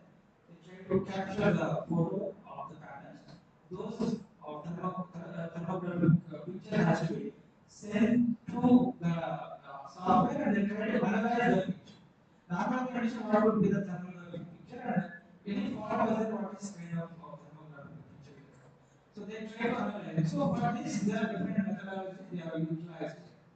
So thermography is more number of study has been done as compared to other methods to capture the image technologies. And this is a different type of AI since they are utilizing to identify the studies.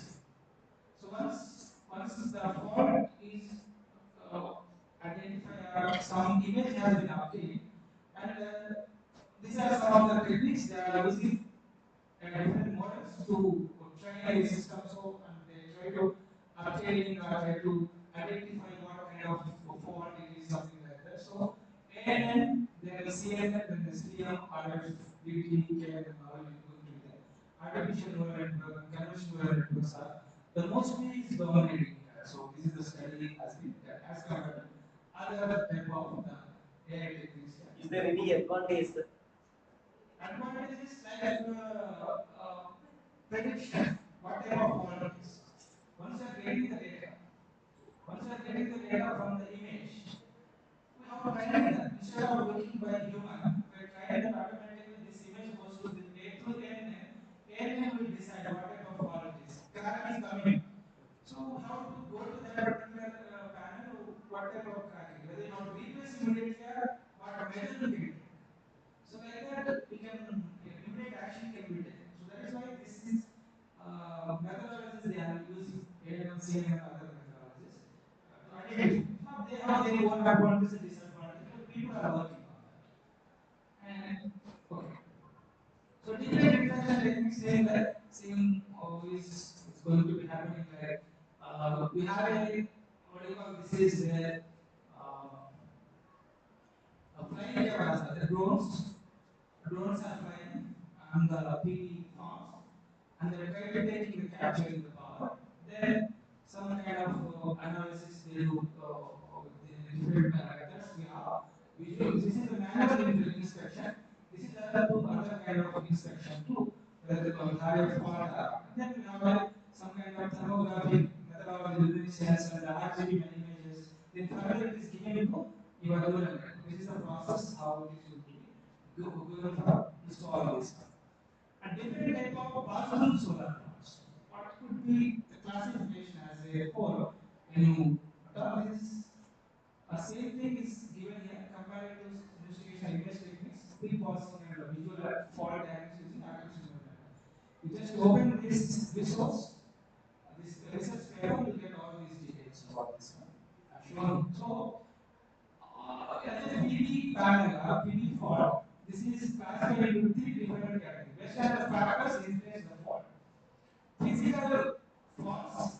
The physical fault may be in the PV panel. Internal fault or external fault can be happening. Internal fault inside the cell, some kind of diode or some like is going to be damaged. Something is going to happen inside. Then external faults, crack is coming or degradation of the PV panels. Temporary shading due to the clouds and trees, all kind of faults can be considered environmental. Permanent faults, birds dropping dust or accumulating the drops, and hotspots is happening, is also category. When it comes to electrical faults, they are inverter type fault. When you have a panels, then we have inverters going to be connected. Again, batteries failures, MPPT fails, converter switches operation. All these are the classifications. And array faults, open circuit line arc fault, another kind of thing. But especially we are only going with this faults only. That is related to external internal fault here. Physical environmental fault only we are trying to looking to identify what could be possibilities is going to be happening. We are not going with electrical faults. So this is a kind of another research objective can decide. Based on the DC-DC converter, same it is a DC side, AC side again. This is related to DC side converter type faults, whether without diode, with diode, and some breakage happened to the diode side, switching and the grounding aspects. All these are the common faults, which is based on the AC DC side of the PV system. Based on the unit side, again PV systems are. Array level faults, condition faults, cable faults, and further. So there is a scope there. A lot of research can be happened. This is the one category where people can work to identify what is the fault is going to happen. This is where. So all these are the kind of research topics. Can you take them as research topic and apply some kind of training, machine learning or deep learning you can use, attempt these kinds of problems, and similarly what you can do for that. And this is as a whole different panels, we can say, framing has been done. So PV falls in the panel. Only panel consider and how this is going to be categorized. This is where we are working. This is where the PhD student only concentrating on the PV panels. What kind of possibilities happen? Crack is coming, fail happen, hotspot is happen, or some kind of accumulation is happen. So this is the kind of completely. So the frame damage is related to this. You can see this can be a frame damage, or this can be a frame damage. Categories can be glass damage is happening then. And what category of image can be shown or something like. And same cell breakage, connector wires, and junction box damage. Then how this is also possibility. Some kind of breakage happened to the surface of the glass. Failure is happened to the junction box, something that can target them, you can do that. So to identify this kind of solar panel defects, so there are different literature has been done. So many work has been done on this particular research area by applying machine learning and also traditional learning. So what we have shown in the previous case, this is where all these are the kind of machine learning we have. So this is most of the people in the previous cases they are using this kind of machine learning to address this particular PI panels defects over here. But what we have done, we have tried to comparing that. What if you go with machine learning, traditional neural networks, and deep learning to train our system to identify what is the kind of defects is happening in the PV panel. So these are some of the criteria, and we have seen that which methodology can be more effective as compared to that. Then we have seen that future extraction, this deep learning will do automatically extract the future from the raw data. But machine learning requires manual feature engineering. Then traditional neural network requires some manual feature engineering. Handling the large data set, yeah, let's say the large volume of data can be do. It is struggle to handle this amount of data. Yeah, also it will do the same thing. Model complexity, can model complexity, relationship with the patterns, limited to the very complex patterns. Can be model patterns but less efficiency. Accuracy is very high accuracy as compared to this because it will go with the it is like a parallel pattern training of the data is going to be taken by deep learning. And data requirement, larger amount of labeled data is required. It's smaller data sets but require good future data from this. Same like adaptability, easily adaptable to new type of the data, any kind of faulty category also can be used. Less adaptable without significant future engineering. Moderate adaptable like this. So training time, typically longer training time due to complexity, fast training time, simple model, moderate training time, and then implementation complexity, pre-trained modeling, and information is model data. Then when I compare all these, then finally we come to know that we go with the deep learning methodology because it has many future as compared to your traditional neural network and machine learning. So that is what we have decided and we are going through that. Now this is the initial research we have and still scholars are working towards that to identify and how this methodology can be implemented. So this is the basic idea of the whole. For deep learning, which software you are using? They are going with some, my students they are started now. They are saying some kind of CVT, some convolution methods, and then they are programming the same deep learning into some, what do you call this, Python programming, something they are doing. But still, it is, the problem has been defined. Now they are learning because we are electrical engineering who don't know the deep learning and machine learning. They are trying to learning it because why should you go for deep learning as compared to machine learning? Then they will come back and they will choose wisely which method is going to be good for them. Then they will collaborate. It is initial state, it is, but it is a very worth research for because coming days we are going with many PV solar panels installations and monitoring of the such panels is very difficult also. It is required smart work. So with a lesser human, you can visualize it. Once a drone is flying, total VLITS captured, then you can identify, then it will include to us in the software. By looking into the software, you can identify the C1 section, this number panel is some damage or some problem. Immediately you can identify, you go there, what is happening, easily do. That is, and also you can improve the reliability as well. And sometimes what happens, PV panel about to be damaged. 2 days, within the 2 days you're going to be damaged. But today you are identified, immediately you go, do the precautions, you may again run for 5-10 years. So that is also possible. Life increases, reliability increases, life can improve the life reliability, something like that. This is that whole idea. Students are working. I told them to work into some kind of reconfiguration and also work with some kind of machine learning and neural networks, fault detection.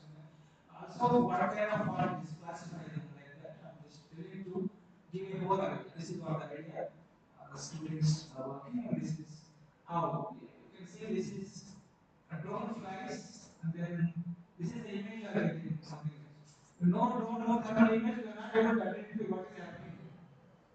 Something like this. Continuously moving over the PV panel. Then continuously means we have to set maybe day wise 1 time. Per day 1 time or 2 times. That is our wish.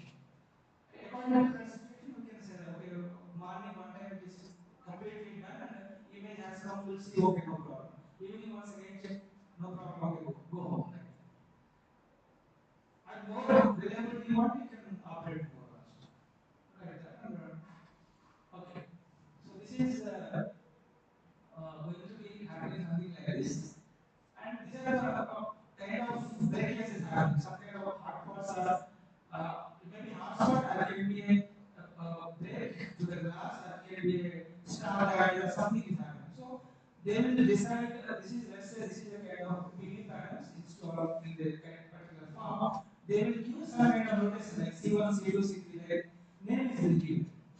And once it is being captured by the image, in particular area which is C1 or C2, according to that, the person can be reached and he can check the particular specific PV panel can be checked.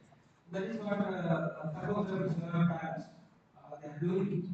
And as of now, it doesn't have any data because we have to collect the data means we have to break the PV panels. Different way, you have to create a crack, you have to break it, or you have to create a hot spot. Like that, we have to collect the data. As of now, it doesn't done anything. What we have done is, this is the data which is already there in the resources.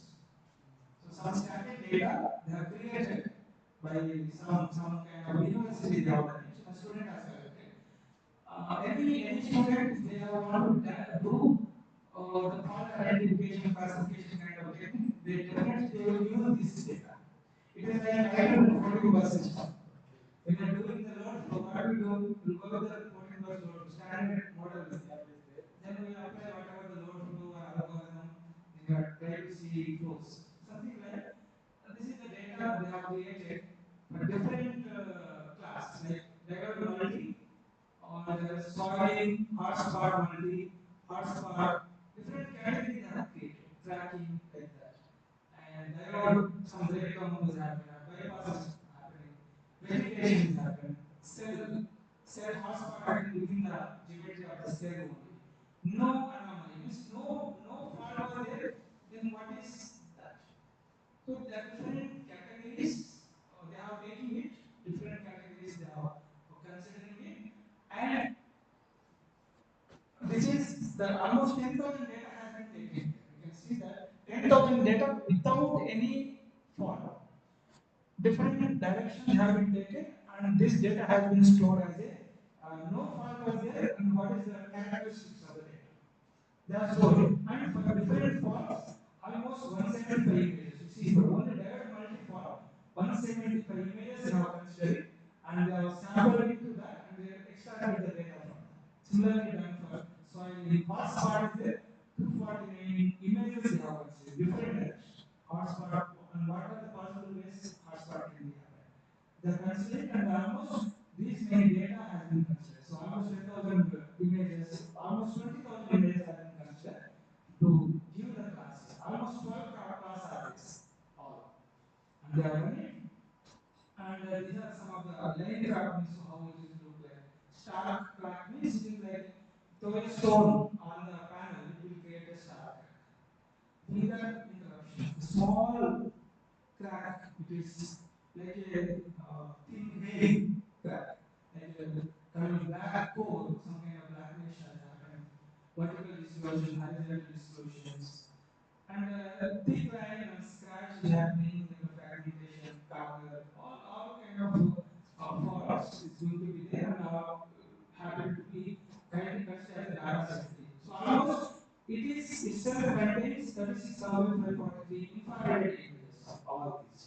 So this data is sufficient to identify by training our system into what kind of anomaly it is that can be done. So this is where you can see the components and flows, input image, convolution problems, pulling. So all this data, it has been given to this example as shown for CNN. So machine learning architecture to identify the fault detection is one of the research paper. So this image has been given to this system, and this already it is trained with this particular data already. We have already trained it, and this is the kind of image if you give to this, it will try to giving the output, whether it is a hotspot, one hotspot, or three hotspot, or healthy modular, what kind of crack it is. So this kind of output it try to give us. So normally in PI control like that, we got the input signal before he told us, and this control. We have the input signal and we require output. We join the system controller and we get the output. So we can give the images also. Images also will give. Images also will give. So images also will give, or you extract the features from the images and give the data to your system. If it is able to read the images and it is able to extract, no problem. So some level, some advanced technique they are coming like just give the image, they itself extract all the data, and they clearly tell you that. If they not do, then we have to extract the data. All the data, what are the coordinates, everything, features of the image. So for this we can use image processing techniques. Image processing technique will show all the data. If normal case, what is the image property? Something is happened, what is the image property is coming. So some hotspot was there, it definitely the image property code data will change. So this data you can tell to the your machine learning that this is a hotspot. Now you tell them. Then when similar data will come, it will say it is a hotspot.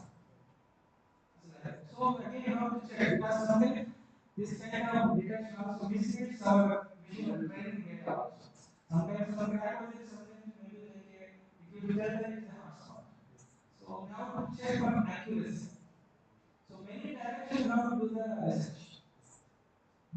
As many possible directions you take, as many data, try them and try to get what is the accuracy is coming. Something 94, 95, 96, so some vendors will give up to 96, 98. So we can use them. That is what you cannot say that human will give the better understanding as compared to this one. But anyhow, they are also none that less than humans also. They are doing their work effectively. And these are some of again same cases images we have. And this is working in these directions. And same EL based images and then some future extraction, how they doing the images has been extracted in futures and then finally some process is going to be happen then given to the classification CA then output is going to be present something like that. This is a deep learner based defect panel identification using EL image based methodology it is. So this is as compared to that, this is going to be happening something like this. So these are the different discussion on the APs, agricultural solutions. You can say that we have discussed something like dynamic reconfiguration. Technically, especially it is very applicable for water pumping system as well as electrical charging infrastructure, where if your system is working as a standard, then it will effectively work. That is where you can see the MPPT control of the dynamic reconfiguration as a controller. It can be work as an effective methodology for this methodology. And also, these are the chances that this kind of problems going to be happen. Whether our system is going to be any kind of application. When the PV solar are installing, it can be for different application. We are using for agricultural purpose, or we are using for some kind of what do you call this electrical vehicle charging and general commercial purpose. Some industries they are still making some different plants. So all this also is required to go with this particular fault identification in the PV solar systems. Okay. Should I show some research papers, sir? I will show. So I will show that what are the some papers which I discussed with you.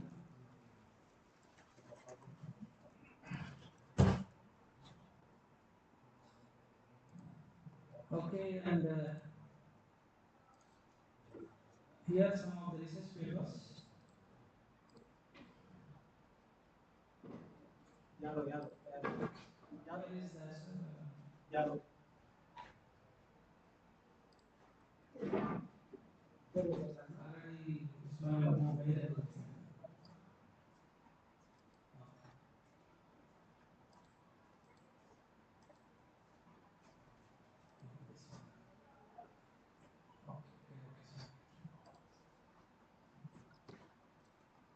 So this is one of the paper we have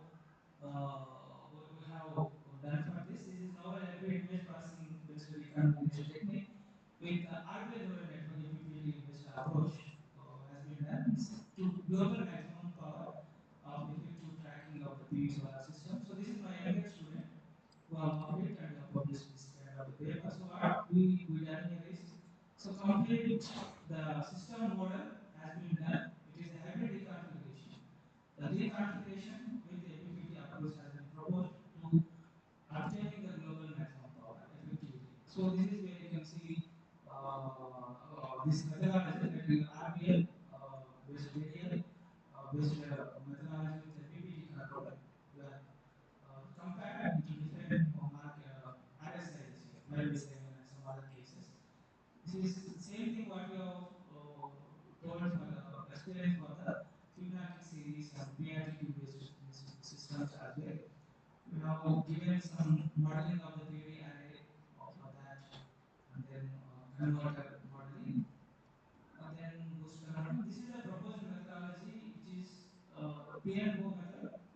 With respect to that, we have given the hence PM MPPT algorithm, and also we have seen this is going to be encryption based system. So rural transmission based encryption, it is giving something like this.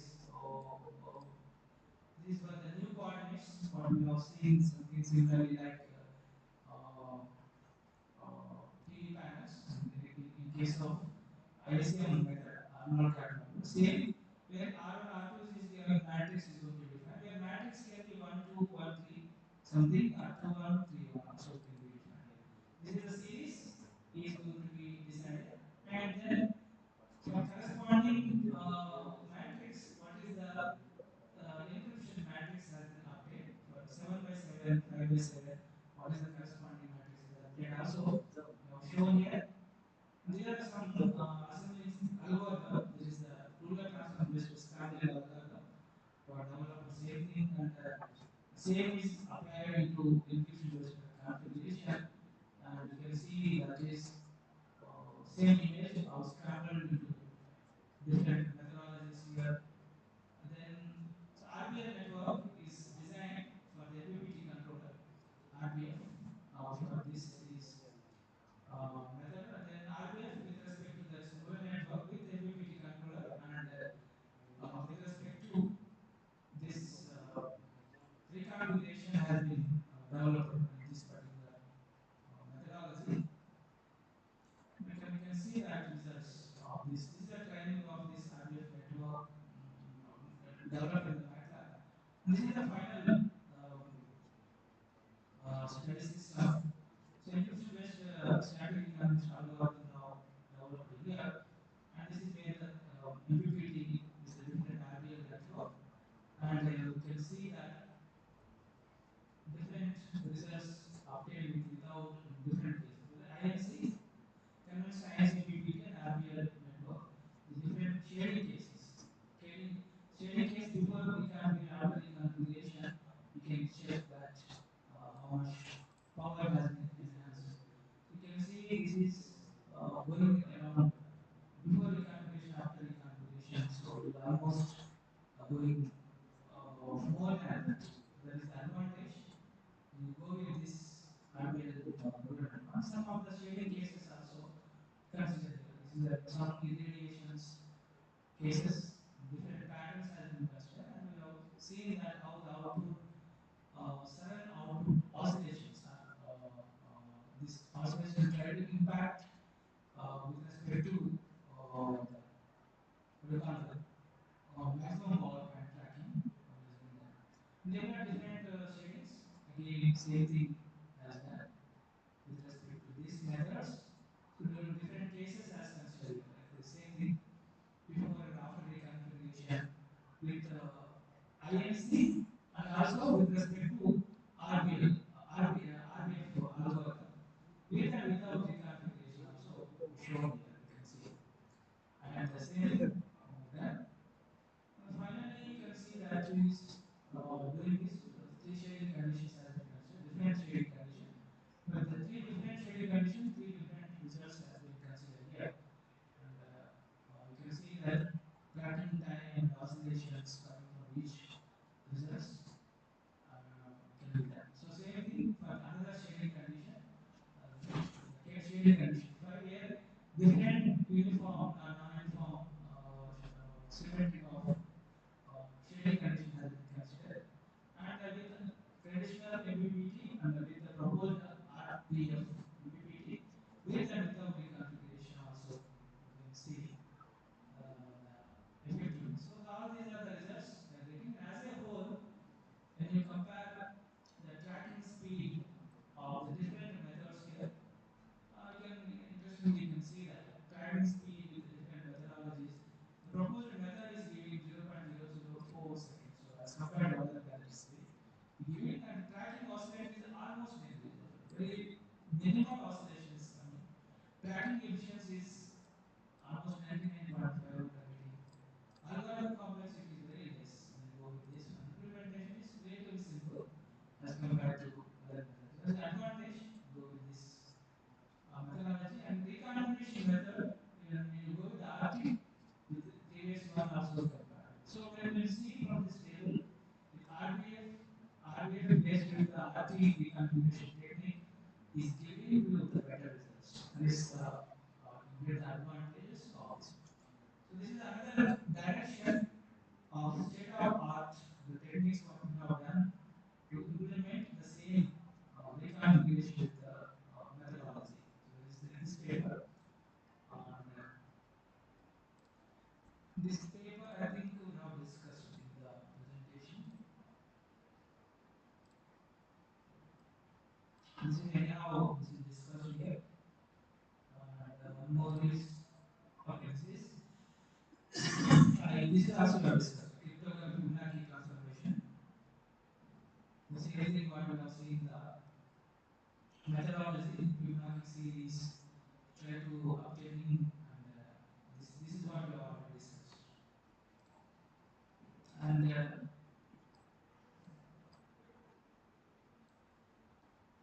another method, this is ECM conversion.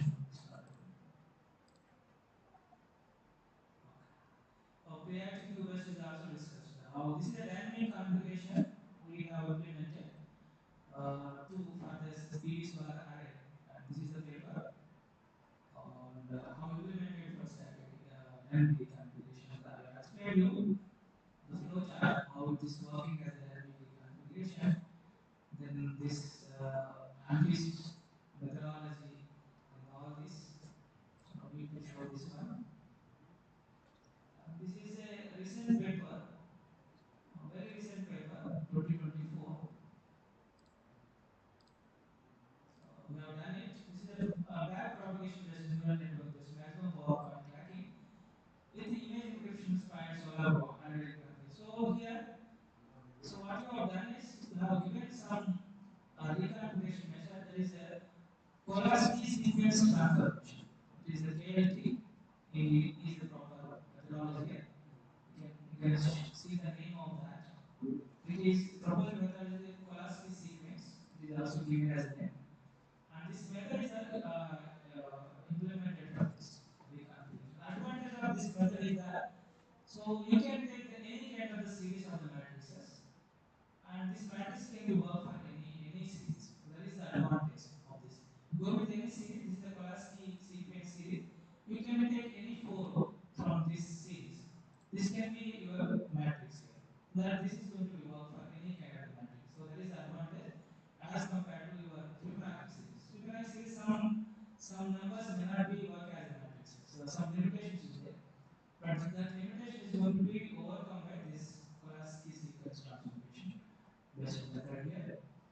And then same implemented, then we have given some RB, this back propagation method has been implemented with the training of the methodology, the different data. Then same different shading patterns as considered like something like distinct shading cases and dispersion by Pulaski series transformation KST, and then this is different methodologies coming like this. You can see the percentage of power enhancement, then number of multiple power peaks also. So you see the proposed method is very lesser, 3 peaks is coming here. In the case 1, case 2 only 2 peaks are coming, case 3 only 2, 3, and case 4 2 and case 5 3. So as a whole, when you see the number of multiple appear for the different cases with respect to this methodology is very less. So that is the advantage. And same methodology you can see for the this one. And of course, I've done the same thing in the hardware sector, the simulator. We have done some results on that to validate the proposed methodology. And these are some of the results we have considered. For different cases, with before and after reconfiguration, how effectively these PV curves are coming, and then followed by the global maximum power obtained with before and after reconfiguration with proposed background propagation based MPPT algorithm. And all these are the results. So there is a recent paper which is we have discussed the same thing like only two sensors is required. That is the advantage we are getting with respect to this methodology. Discuss this and we have done this one. There is a very recent paper. So similar we have ASP inverter. This is the novel solar array recognition using two-dimensional generalized harmonic cat. So same thing we have discussed in this one. Harmonic cat based method, how effectively it is working, and same. And then one more is there. IET.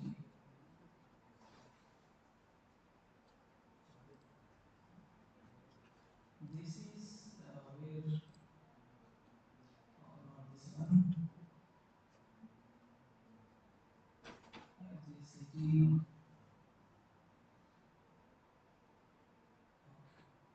Energy technology. All these are some of the methodology we have and of this one.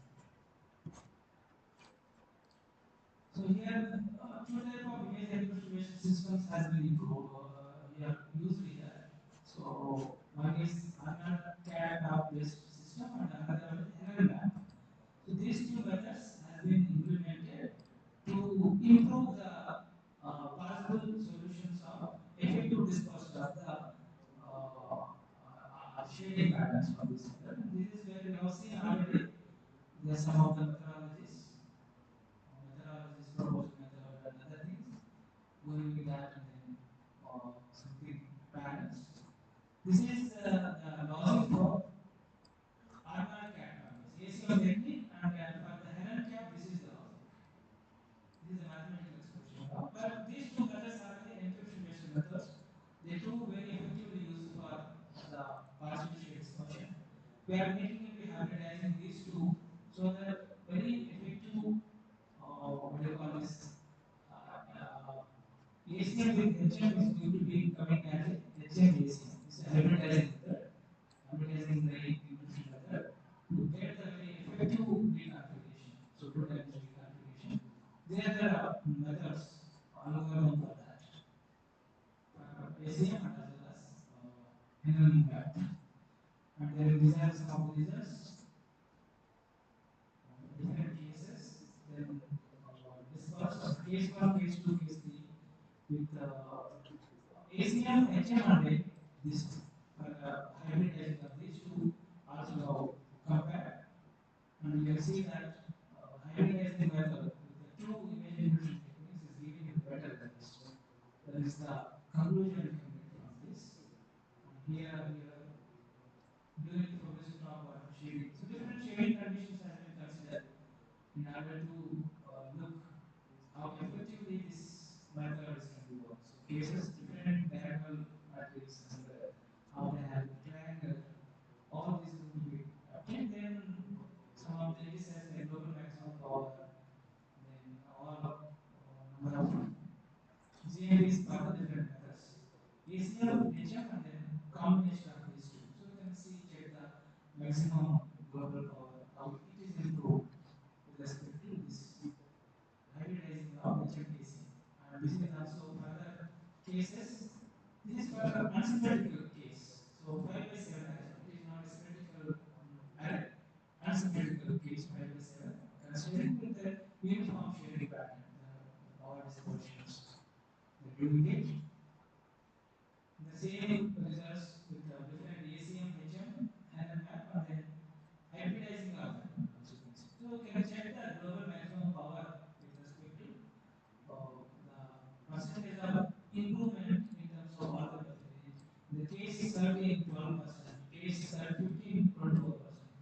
case between again 32%. So under sharing condition, 8% share is coming, 30% is going something like this.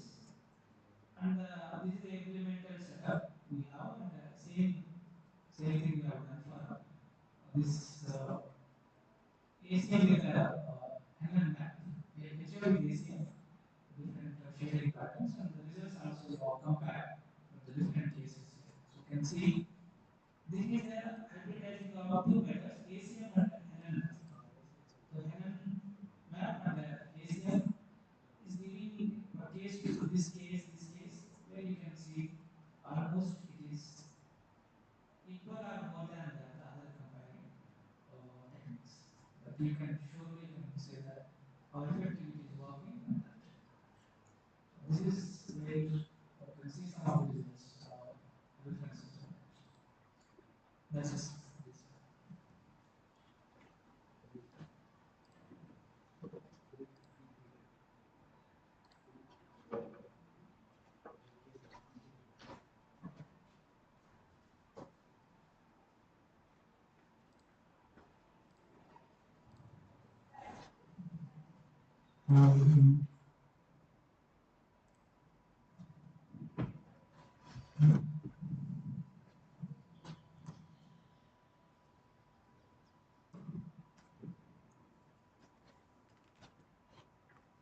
Thank you, sir. Thank you for sharing your valuable information to the participants.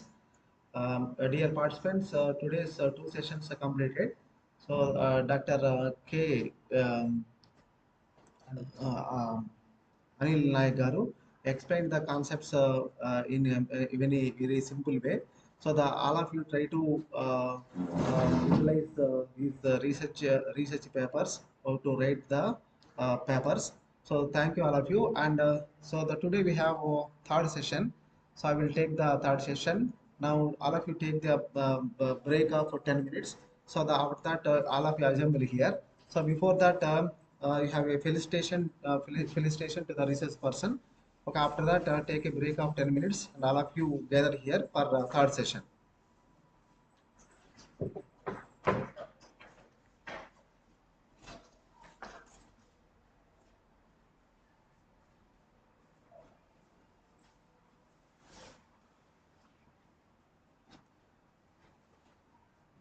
Sir, please. Thank you for sharing your knowledge, sir. So please accept a small felicitation.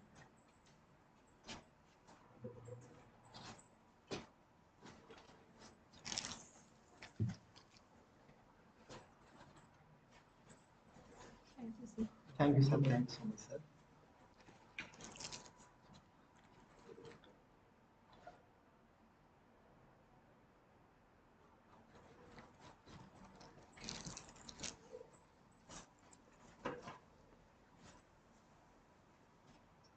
Thank you so much, sir.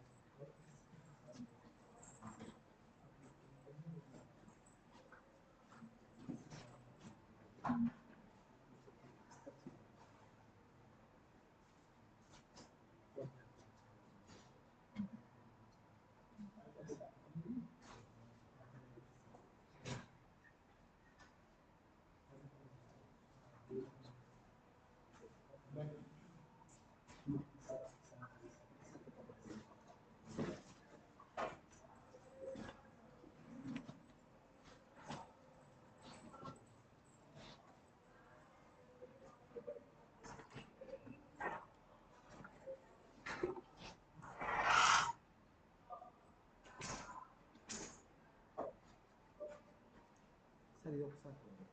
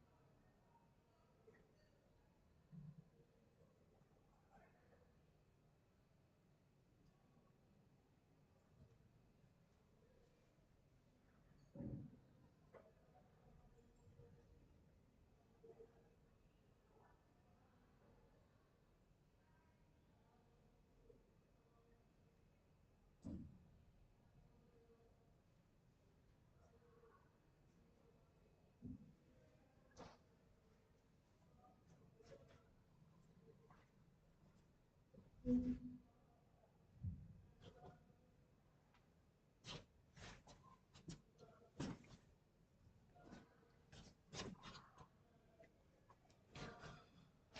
afternoon to everybody. So this last session, session number 16. So with this, all the theoretical sessions will be completed. Now this last session, that is the 16th session. So the topic for discussion today is economic feasibility of agriculture PV systems paired with electric vehicles. So under this topic, what I am going to do is I am going to first explain the introduction. So the under the in the introduction, we'll see the what is the sustainable development goals. After how the sustainable development goals are related to agri PV systems. How many sustainable development goals are achieved by agri PV systems, and then you can see the power of agriculture PV systems. So the here I would like to explain how to model the agri PV systems. That is PV side how to model, and then how to do the modeling for the crop modeling. So the finally we are going to simulate. We are going to calculate the performance indices of a agri PV systems.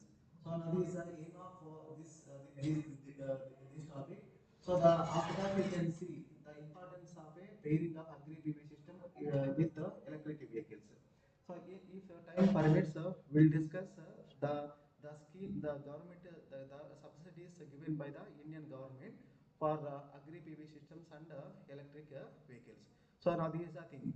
So the first we for the over the last 7 days, 6 days, we so the many resource persons explained the concept of agri PV systems. What are the main components of agri PV systems? Different agri PV systems models. So the what are the problems associated with agri PV systems, and some article discussion papers are discussed.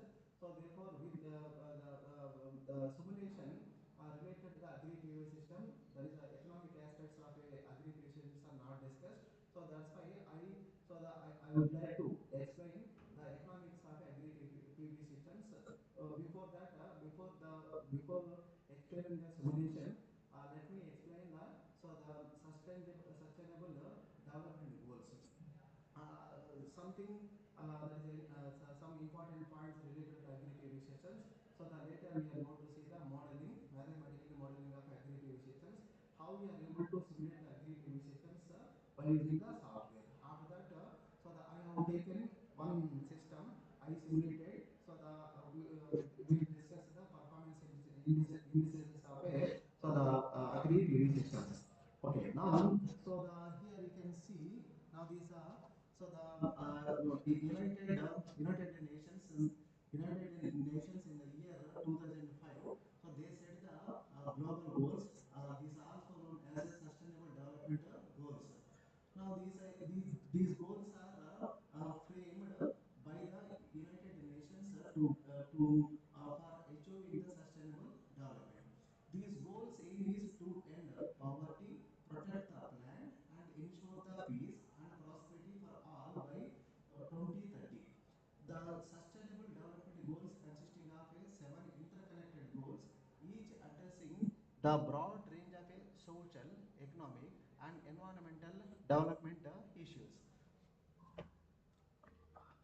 Now, the five pillars of the sustainable development goals are, that is people, planet, prosperity, peace, and partnership.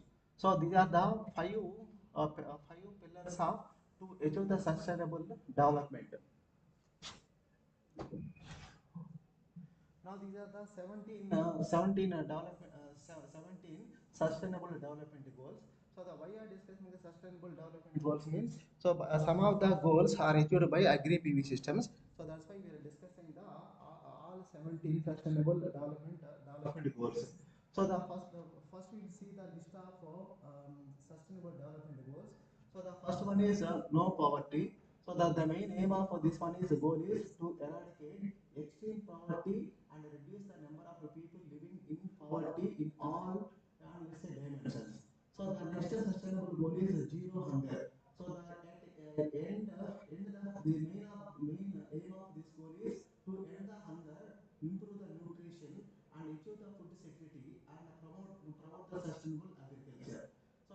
is good health and well-being.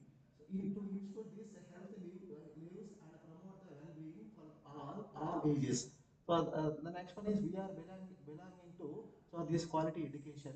So we are in the teaching field. This is related to sustainable goal is related to fourth sustainable development is related to our profession. So basically it will provides inclusive, equitable and quality education and promote lifelong learning opportunity for the everyone.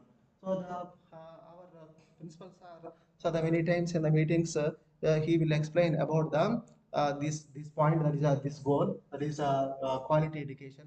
So always he encouraging the research publications and the programs like this, that is the faculty development programs like this. So I thank to the principal sir for encouraging encouraging such types of activities in the education institutes. And also he is very interested to improve the quality of education. So he is giving direction to the students as well as the faculty. So thank you sir, thank you for giving such a direction to improve the educational this institute. So these quality education. Next one is gender equality. The main aim of this goal is to achieve gender equality and empower all women and girls. So the sixth one is a clean water and sanitation to ensure availability and sustainable management of water and sanitation for all. Seventh sustainable development goal is affordable and clean energy. Yes, this is related to agri-PV systems. These are to ensure access to affordable and reliable and sustainable and modern energy for everyone. So eighth one is a decent work and economic growth. Promote sustained, inclusive and sustainable economic growth and full and productive employment and decent work for all. So we have completed eight sustainable development goals. Now we can see the rest of the things. After that, so that we can how the agri PV systems, how many sustainable development goals are achieved by agri PV systems. Now, so the ninth one is these are industry innovation. Ninth one is industry innovation and infrastructure. So that to build the religions infrastructure, promote the inclusive and sustainable industrialization and the development and we can innovation. Now these are ninth. So the sustainable development. Next one is tenth one is reduced inequalities. So the main aim of this goal is to reduce the inequality within and among the countries. So the 11th goal is climate action. Take urgent action to combat climate change and its impact. So here electrical vehicles, conventional vehicles produce the pollution. So because of this, many it leads to the public health. It will affect the public health. So therefore, we need to reduce the pollution. So the main aim of electrical vehicle is to reduce the pollution. That is a main aim. So that is a by studying this. So that is a that is a climate action. So the electrical vehicle is comes under the climate action. Next, 12th one is these are sustainable cities and communities. So the main aim of this goal is to make the cities and the home and settlements the inclusive, safe and the sustainable. Now these are 12th sustainable development goal. The next one is third one is responsible consumption and production. So that to ensure this, that is a sustainable consumption and production patterns. So that we are using the different types of solar PV systems to generate the electrical power. So the fourth one is life below water. So now they conserve and sustainability use oceans, seas and marine resources. Fifth one is the life on land. So this goal protects, restore and promote sustainable and use of a terrestrial ecosystems of forest and combat the desertification and the halt of biodiversity loss. So the 16th is peace, justice and strong institutions. Promote peaceful and inclusive societies, provide access to the justice and build the accountable institutions. 17th goal is a partnership for the goals. The strengthen the means of implementation and revitalize the global partnership for the sustainable development. Now these are the seven development goals. So the out of this, so the by using by using agri PV systems, by using the agri PV systems, so that we are going to get a goal number 7. Goal number 7 is related to the clean energy. So the here agri PV systems we are using PV systems as well as so that we are generating the power, so the renewable energy sources. So in case of a thermal power station, the environment is polluted, but in case of a solar system, so that is a pollution free. So these are renewable energy sources. So these are sustainable energy goal number 7 is related to this. So therefore, in the agri PV systems, we are using, so that to generate the electrical power, we are using the solar energy. So therefore, we can achieve the goal number 7 by using the agri PV systems. Now this is the seventh goal. So the goal number 11. Goal number 11 is sustainable cities and communities. So the because of local cultivation and the generation of the plants and electricity. So now these are here so that to develop the so the power to here to to develop so the agri PV system. So this is the, so the we are going to achieve the goal number 11. Goal number 11. So the goal number 12 is it is responsible for the consumption and the production, and so the agri PV systems reduces the water consumption and aids the food security also. So the same land we are generating the power as well as we are, so the crop that is we are farming also done. So therefore, so the both the food production as well as the power generation takes place. So therefore, this system, that is a goal number 12. So that is related to the agri PV systems. So that is a thing. So next one, goal number 13. So the goal number 13 is to generate the generated power. It will be it will reduces the so energy consumption, because so we are generating the we are own power. So the renewable energy source. So that's why. So these are related to agri by using the agri PV systems. We are going to achieve the goal number 13. So therefore, so the by using that is 17 goals. So the by using this concept, so that is a agri PV system. So we are going to achieve. So there is a goal number 7 and a goal number 11, goal number 12, goal number 13. So then, so now these are the goals achieved by agri PV systems. So the next one is what are the who are the stakeholders for agri PV systems? So the to develop agri PV systems, so the many people involvement is required to achieve them sustainable energy goals. So the here first one is the farmers. So the agri PV system is related to the farmers. Therefore, first for farmers. Next one is the politicians. Why politicians is required means so the for farmers get the subsidies from the government. So therefore, government to encourage the agri PV systems by providing the subsidies. So that is politicians should take the responsibility to improve the so the or to install the agri PV systems. So initially in India, agri PV systems cost is more. So therefore, if you provide subsidy to the farmers, then so they will utilize the so the agri PV systems. So therefore, this politicians contribution is also required. So the next one is journalist. So here to create awareness. So the about the agri PV systems, yeah, the journalist play important role to to spread about the agri PV systems. Then next one is municipality planners. So the here because municipality plans, why the municipality plans are required means, so the here they will give permission to install agri PV systems in their lands. So without cooperation of a municipality planners, it is not possible to so install the agri PV systems. So that's why. So the municipality planners also so the take the play important role, so that to implementation of agri PV systems. Then so next one is researchers and developers. Now coming to the research. So the here our aim is so that to propose or to test or to propose different systems, so that to minimize the cost, so, and to maximize the output. Output here means in this agri PV systems, output is from the PV systems we are generating the power, and so the by different combinations we have to work out to get the optimal solution.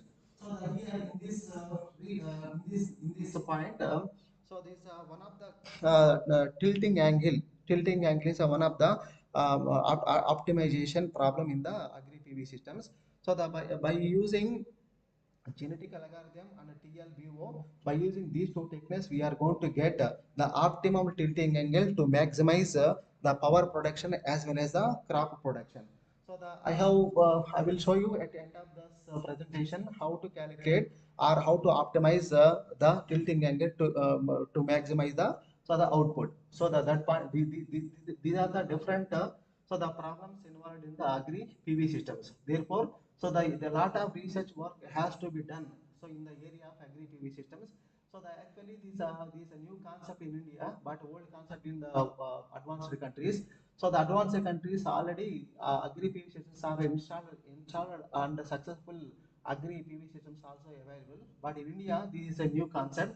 So the next coming to the government. So the government involvement is very important for the farmers. So the farmers. So therefore, these are the stakeholders of agri PV systems. So the next we will see.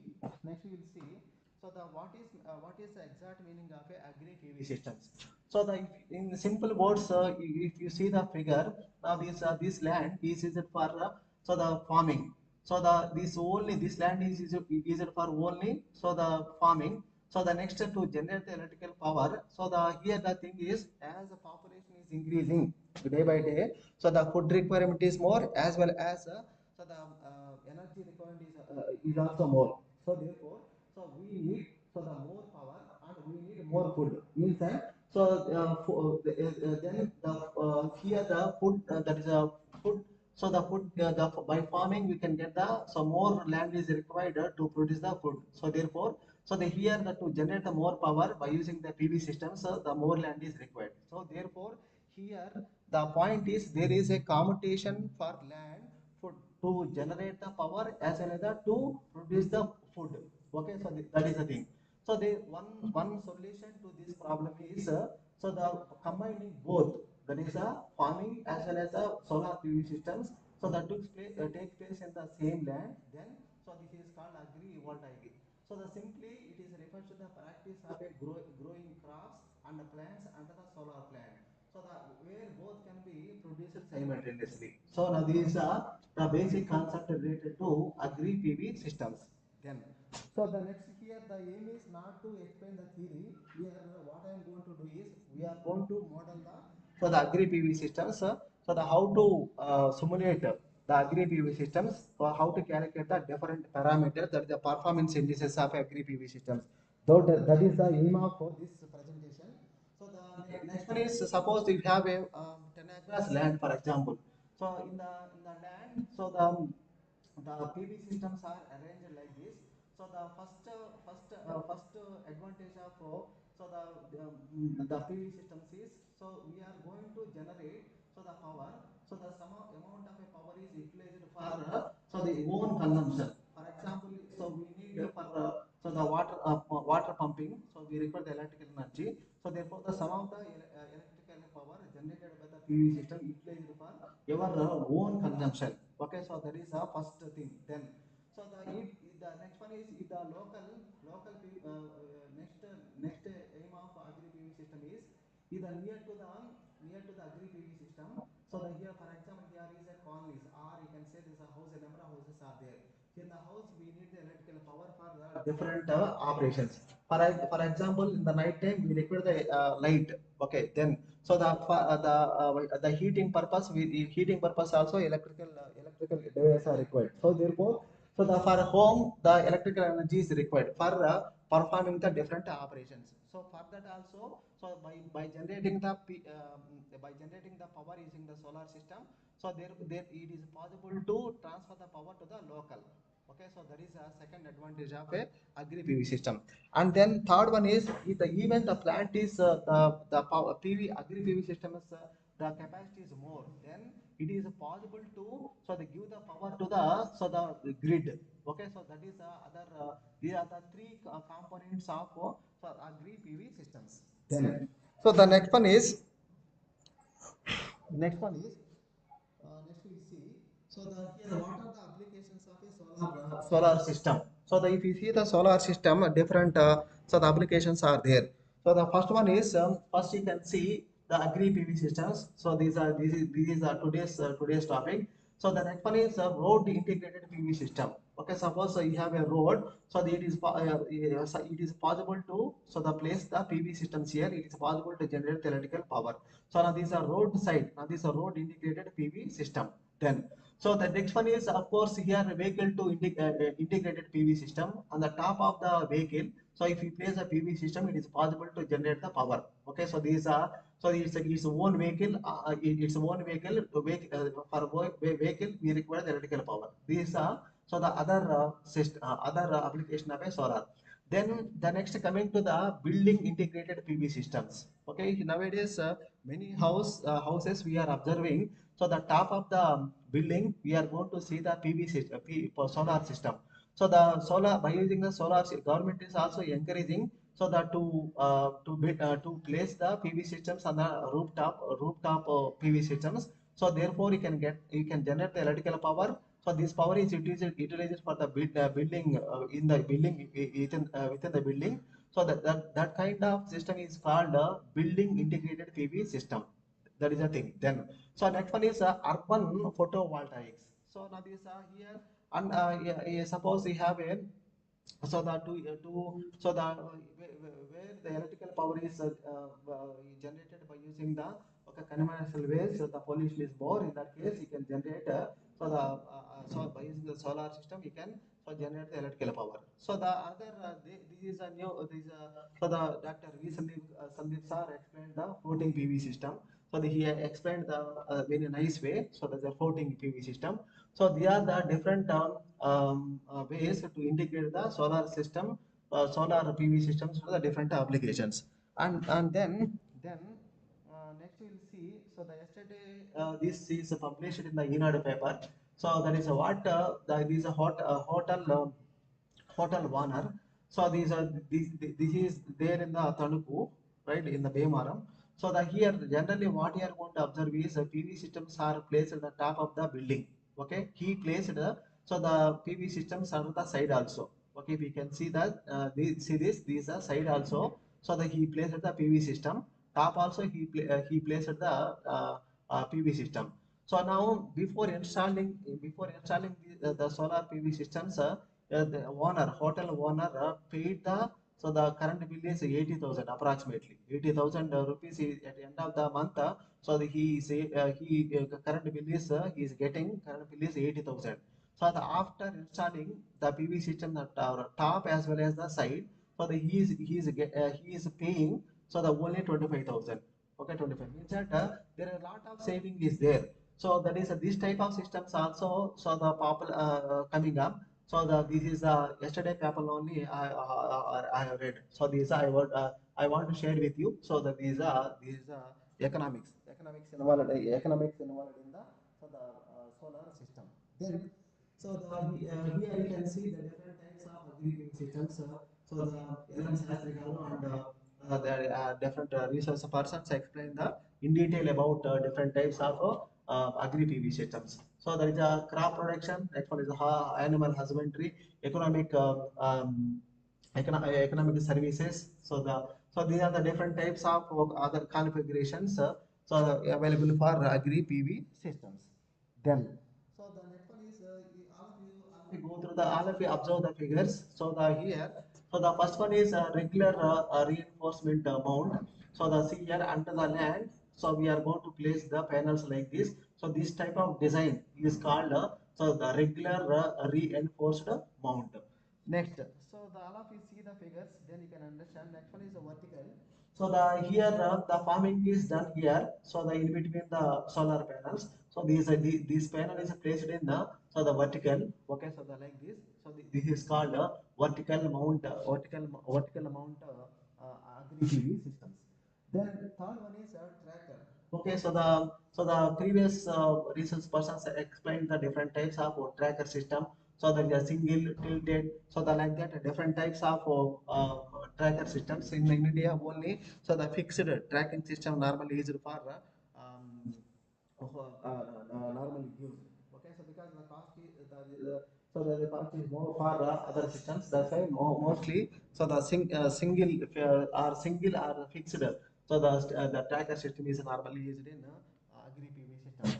Then so the now the next one is agri voltaics modeling. So this is what I want to explain to you actually. So the here there is a clear compromise to be so they are respected in order to obtain the good agriculture production at the same time. So there is high energy production. So as a number of modules present in the area is increases, so the less soil will be available for agriculture activity. But so the above all hours of a solar radiation available to the plantation will be decreases. So the here here the two things are there. So what are those things? So the first one is that is a PV modeling. How to do the PV modeling? So the next one is how to do the crop modeling. So the combining with these two, we are going to get the performance indices of agri PV systems. So that is a main aim.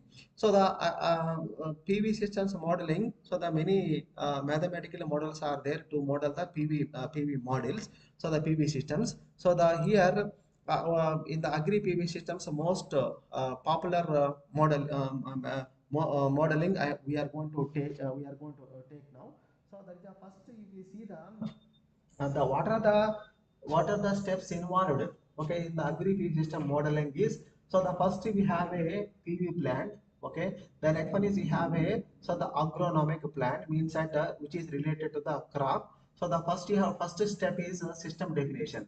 So the what kind of so the PV plant is installed. Okay, so what is the capacity? So the what are the parameters you can take? So these things are this is not this is called as a system definition. System definition. So the whether we are using the so the interspace. Okay, so like that you can first you have to define so the PV plant. You have to do the PV plant modeling. So next you can do the crop modeling. Okay, so combining these two we are going to use. So we have to calculate the performance indices related to so the land saving. Okay, that is so that these are the steps to be followed to modeling of a agri PV systems. So the first one is system definition. Here also the PV plant, what kind of plant, what is the capacity, what is the rating. So like that you have to first you have to decide the PV plant so system definition. So the here what are the crop features? Okay, so the whether we are what kind of crop we are using. So these tomato or olive oil. So what kind of crop is it taken? So that is a system definition. That is the first step. So the next one is layout definition. So the here layout means so the here we have seen the different types of systems. There is a agri systems. So these are the different types of systems. That is a regular reinforcement. So vertical mount. Next one is a tracker mount. So this is a definition. That is the second point is this. So the second point is related to so that is a layout definition. So the here also layout variations of a crop means that so whether you are taking the 70% 30%, so the 50% 50%, so the like that you can define the layout of a crop also. Okay, so these are second step.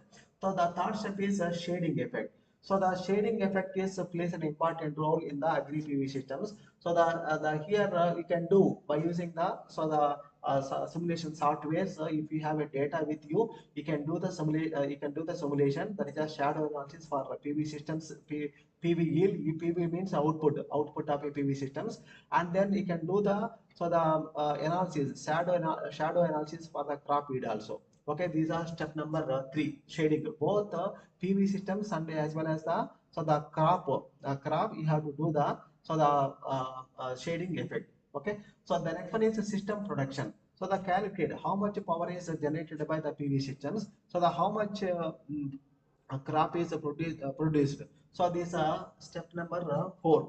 These are step number 4. And the last one is fifth one is economic output. So the what is economic means that whether so the power generated is so the economic is it feasible or it is a costly thing or not, or so the what is the rate of return. So like that you can calculate the so the fifth point economic output. So the next these two are combined. Here also you can calculate the economic evaluation. So the next one is you have to calculate land use evaluation. Here the factors are there. So the Dr. V Sandeep Gaur explained the different performance indices of a agri PV systems. So by using the performance indices, you can decide our you can evaluate the the economics. So that is these things are there. So next one is that is a system definition. Now I already explained in the bill. So the next one is modeling. Coming to the modeling of a PV system, behavior of a photovoltaic cell is analyzed by. So the here we have used the software, that is a PV system. So the program, so that to know the what is the output of a production of a PV systems. So the generally this equivalent circuit is available in the literature. This is popularly known as a single diode model. So the single diode model is used in this analysis. So the different dynamic models are also available. So the for simplicity, we have taken the single, that is a single diode model. Single diode model. So if you see here, so now these are first, these are current. So now these are volt output of a PV system. These output of PV system. So the simply the last lecture so in the Saturday also the sir explained the different how to get the model, mathematical model for so the PBL. Dr.B Vinay Kumar explained so the single diode model. So now these are this system, this single diode model taken to the account. So the next one is now these are the different equations related to. Now these are different equations related to the the solar PV system. So the first one is the fill factor. Fill factor. So the next one is these are the MPPT different MPPT algorithms. You can calculate the the output of a PV system. So these are the mathematical equations. So the all these are explained to the previous research sponsor. That's why I'm not explaining. I'm showing. I am explaining the mathematical equations. So the here these are equation here. Finally, what you are going to do is so you have to get the open circuit voltage. Okay, this equation is very important in the analysis of a PV systems. That is a open circuit voltage is very important. So the next one is a short circuit current is also very important. These two equations play important role in the modeling of a PV systems. Next, these just like a MATLAB. So then we have a software that is a PV sim. So software to model or to simulate the agri PV systems. So if you open is a freely available software. If you open this, so we are going to get so the software for the if you open the MATLAB, so we are going to get so the symbol. So like that here also if you open so the PV system this is 7.2. So the MATLAB also we have a 2016A to 16B. So the like that versions are there. Similarly, this software we have so the 7.2 like that. So the 7. This is a so the version of a software. Okay, if you click so the software, if you open the software, you are going to get so this type of window will see. So that is a grid connected. So next one is a standalone. Next one is a pumping. So the next one is measure data. Next one is a different tools. So the databases you can see. So that by using this software, you can design, you can simulate agri PV systems. Now you can see you can here if you click so the I am not explaining the each and every stepwise process. So there is an initial window. Now there is an initial. There is an initial window. So the after entering all the data. So if you click, so the finally we are going to get the output like this. So we are going to get the output like this. So the simulation. This is called a simulation results window. So there you can see the different parameters. Okay, there you can see the different parameters. So you can get you can get so the PR PR performance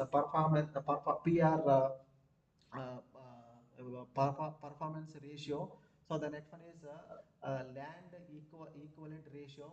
So these things are so the simulated easily in the this software.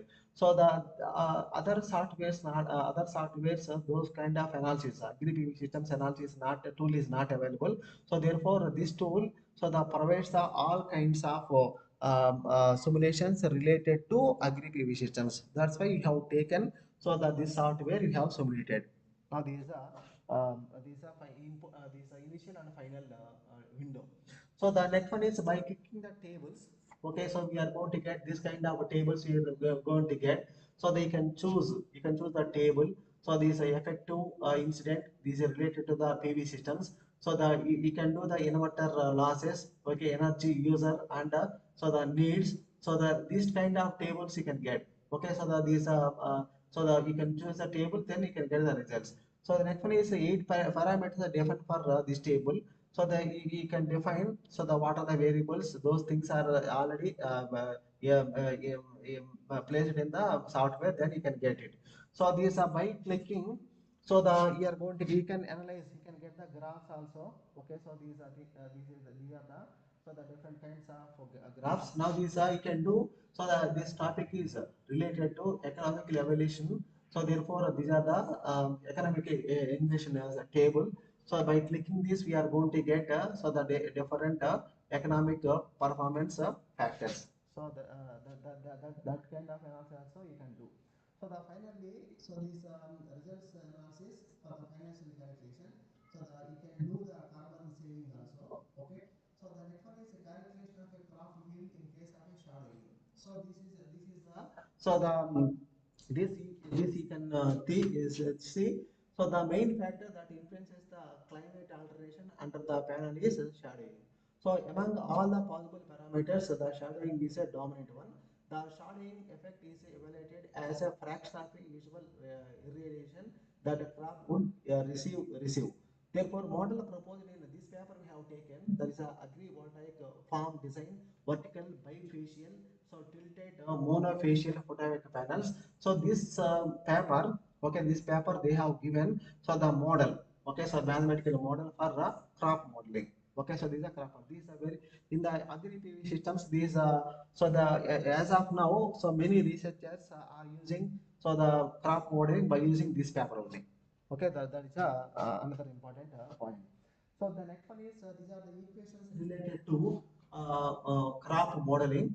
So by using these equations, we are going to get a crop modeling. That is this crop yield. Okay, how much? So what is the output of a crop? Okay, so these are you can express in terms of a so the YC. So in terms of a so in terms of these are AV means agri PV system. So now these are in this way, M is a crop sensitivity to the shadowing. So here you can see the shadowing effect also by using this software. So these are crop production modeling. Next you can see. So this yes, this type of graphs you can get from the software. So here if you see here shadowing sensitivity. So here you can take 1, 0.9, 0.8, 0.7, 0.6, 0.9. So it is varying from 0 to 1. Okay, so this is the x-axis. So the y-axis you have taken the so the crop yield. Okay, so if you see here as so this shadow sensitivity is increasing. So so the crop yield is going to decrease. Okay, so this is the so one of the important analysis. So the agri production as a fraction of a traditional. Now then, so the next coming to the next point, that is a land saving calculation. So the land equivalent ratio. This is another important performance index of a agri PV systems. So this there is a land saving calculation. So this is a formula to calculate the land equivalent ratio. So the here Dr.B Sandeep Gaur explained so the very clearly how to calculate what is importance of a performance indices, how to calculate the performance indices directly. So I don't want to waste your time. So the directly so that take this equation so they can calculate the land equivalent ratio. Then so the next coming to this what is this? So here it is possible to calculate so by using this PV system software. So that is So the land saving, how much land is saving? You can calculate the land saving by using so the land equivalent ratio, okay, minus. So these are land is used for PV systems. Okay, so by using this equation, we are going to get land saving. So the land saving parameter. Then the next one is these.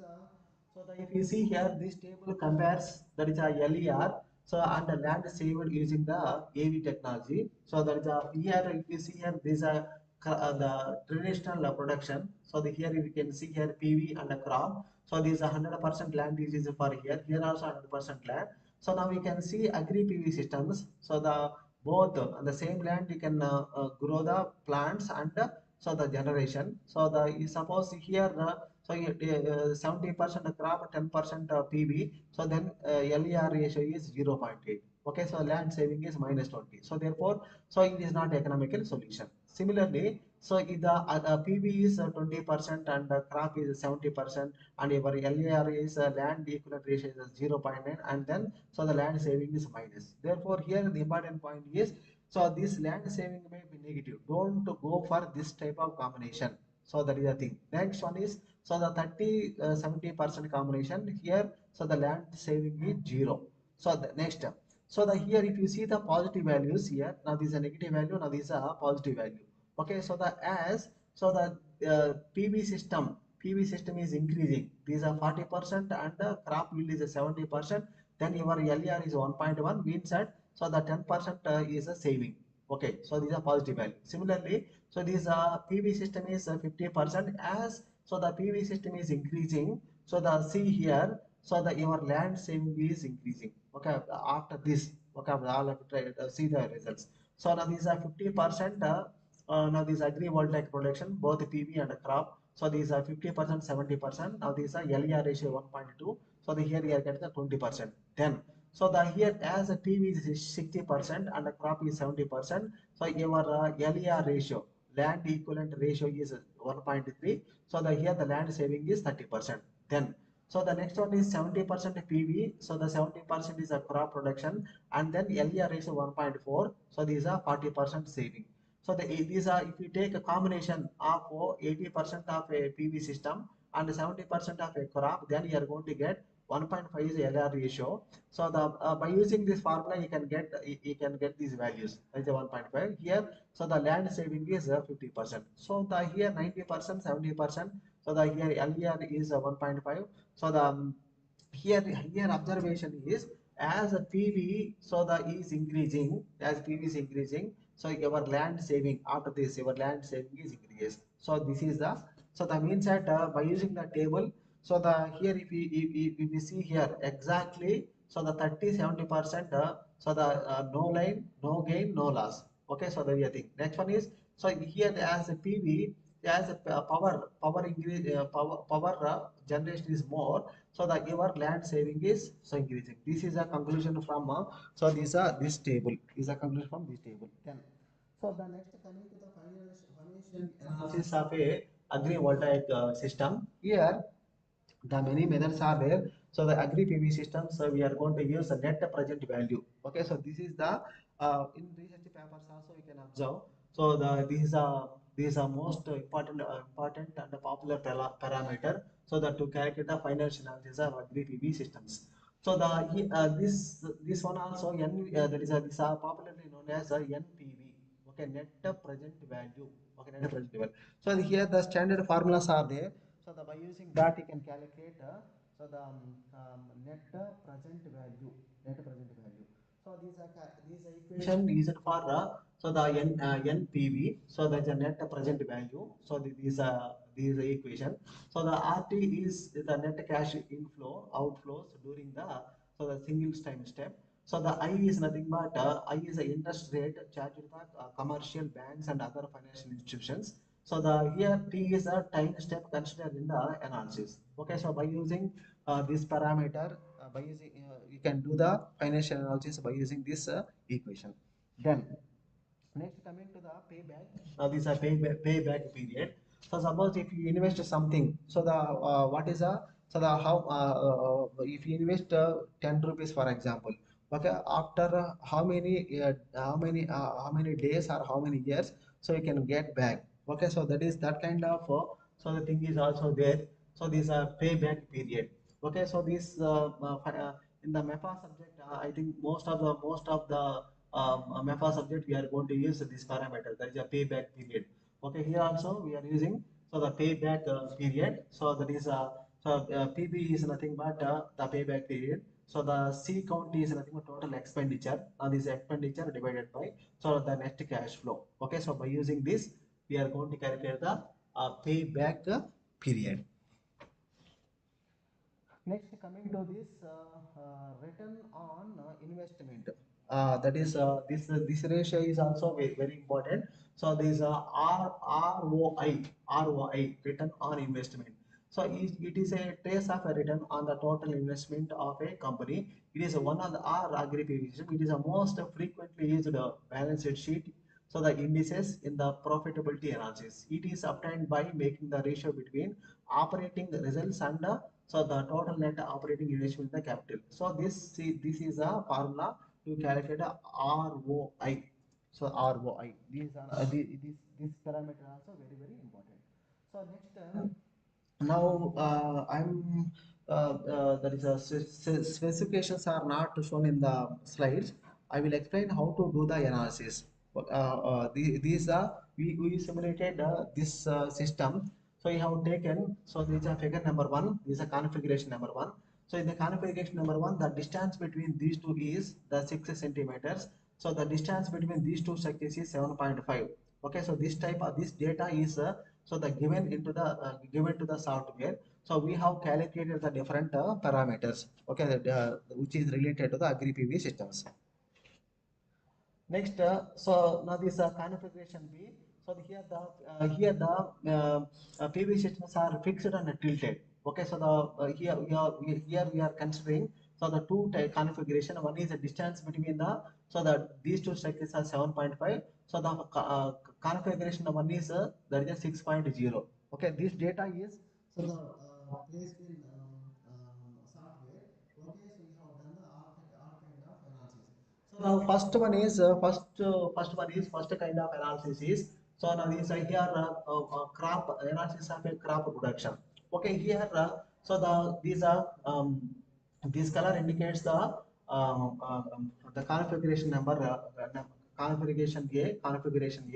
So this color indicates the configuration B.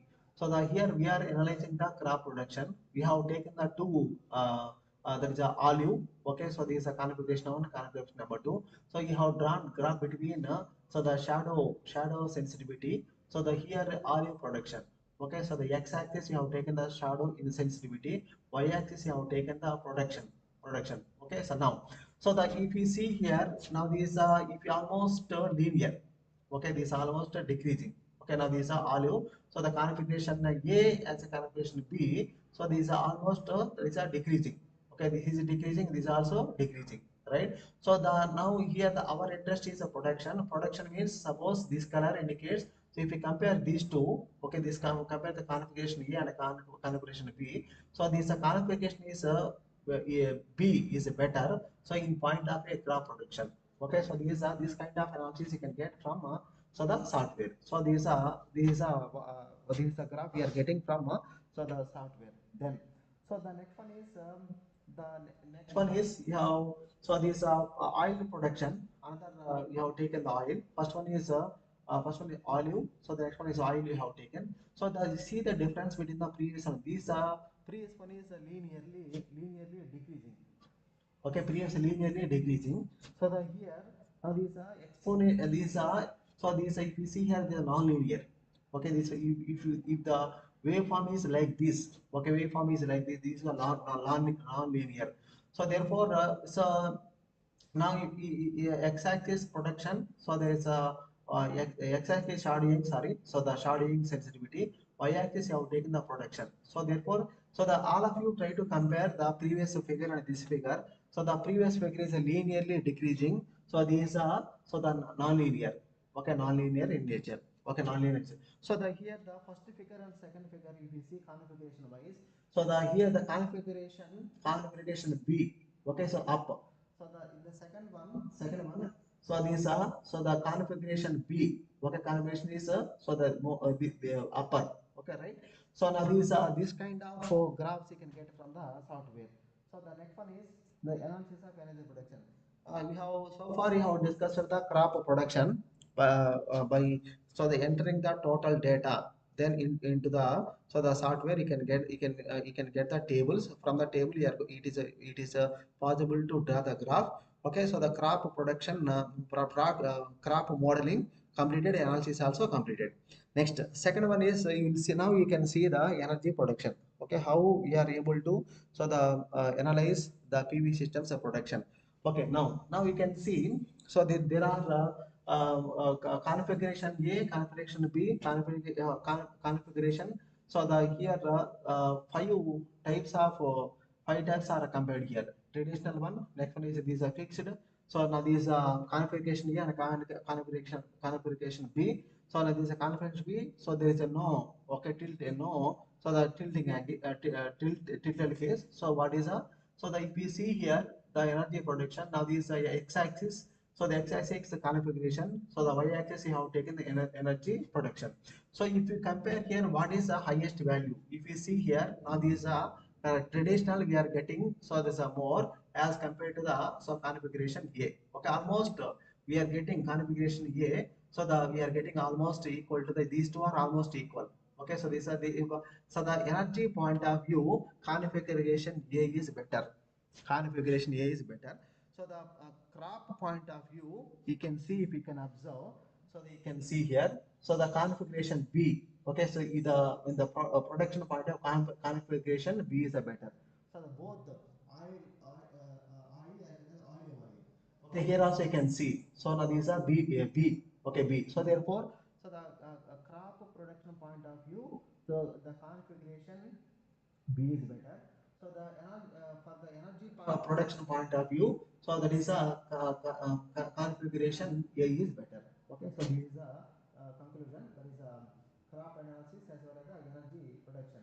So the here economically, if you see here the economical losses, okay, economic it is possible to get so the economic losses also from that software. So if you see here bifacial temperature losses, what are the shading losses? So if we compare these are fixed one, these are configuration B. Now these are configuration with no tilting. So the configuration A. Now these are traditional method. So the if you see here, so the temperature losses. So our temperature almost all the cases. So these are temperature loss is constant.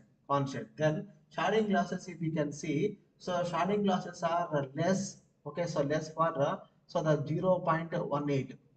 Okay, so this value is less, means that configuration B is in the configuration B. So there is a shading loss is less. Okay, this is the conclusion you can make. So the next one is if you see the bifacial concept. So the configuration B value is 10.6. So the configuration is 9.7. So the traditional 9.1. Okay, now these are bifacial. Okay, these are the different types of losses we have compared. So the traditional configuration A. Okay, like that five systems are compared. Next, so the yes, so the Sandeep sir also explained how to calculate the performance ratio. Okay, performance ratio. Performance ratio is one of the important parameter in the agri PV systems. So the here, so the traditional fixed. Next one is so this is a configuration A, configuration B, configuration B. So these are fixed one. Okay, so these are fixed one. So these are tilting angle is tilting. So the if you see here on the x-axis you have taken the different system, five systems. On the y-axis you have taken the performance ratio. So the here if we observe in the traditional performance ratio is 0.6 we are getting. So the configuration B almost traditional and 8.81 the fixed as well as the configuration. So these two are values are almost same. So now coming to the configuration B, performance ratio is more for configuration B. Okay, 0.904. Okay, now these are PR performance indices. So the comparison. Then next one is it is possible to see the so agri land use saving due to the agri PV systems. So the here we have taken the 5 systems. Okay, 5 systems. So this is a normalized saving rate of a land. So the if you see here configuration A, okay, configuration A, configuration B. So these are fixed. Okay, so like this you can see the so all types that is so the here we have taken m value is changing from so the 0 m is equal to 0, m is equal to 0.5, m is equal to 1. So the you can see here. So that is a configuration A, configuration A. So the here you if you see the total graph, so the highest one is configuration A 0.47, 0.47. This is the highest one. So now these are related to m is equal to 0. Okay, m is equal to 0. That is a land saving. So the land saving. Then so that now the next one is these are 0.5. Now these are m is equal to 1. Okay, now this m is equal to 1, 0.91. So the other this kind of analysis also you can do in the software. Then so the next one is these economic another factor, that is so the ROI comparison for the 3 systems. ROI comparison for the whole crop is olive. So these are the different values of m values. So these here this kind of analysis you can done using so the software, right? Then so these are performance indicators comparison. So the here payback in years. So if you see here this NVP. So the here NVP configuration A, configuration B, and the fixed. So the these three configurations are compared. So the here these are 10 payback. There is a NVP is 10 years. Okay, so 10 years here. So 5. So these are 6. So next one is the payback year. Sorry, in rupees. So the payback in the years. So if you observe here, see this configuration takes a more years. Okay, so more time. Okay, so more time. This is a don't go for that. Okay, so the configuration B. So then configuration A, so the 5.4 we are getting. So the here if you see ROI, so these are 274%. Now these are kind of 163%. Now these are 270, 257%. Means that so RO rate of return means that this is highest. So therefore configuration A. Next one is that is so there is a IRR value also calculated. So this configuration 18%. This one is 18%. So this one is a 22%, and then so LCOE parameter also calculated. There is a configuration A 0.02, configuration B 0.02. Here also there is no change in this parameter, right? So the finally, if you compare, then what is the best system?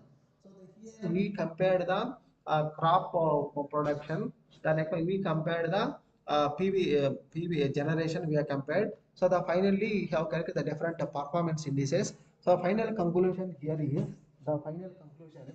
So the here is so this paper presented the simulation and analysis of a production of agri-wildlife system to generate both the energy from the photovoltaic activity and the implementation.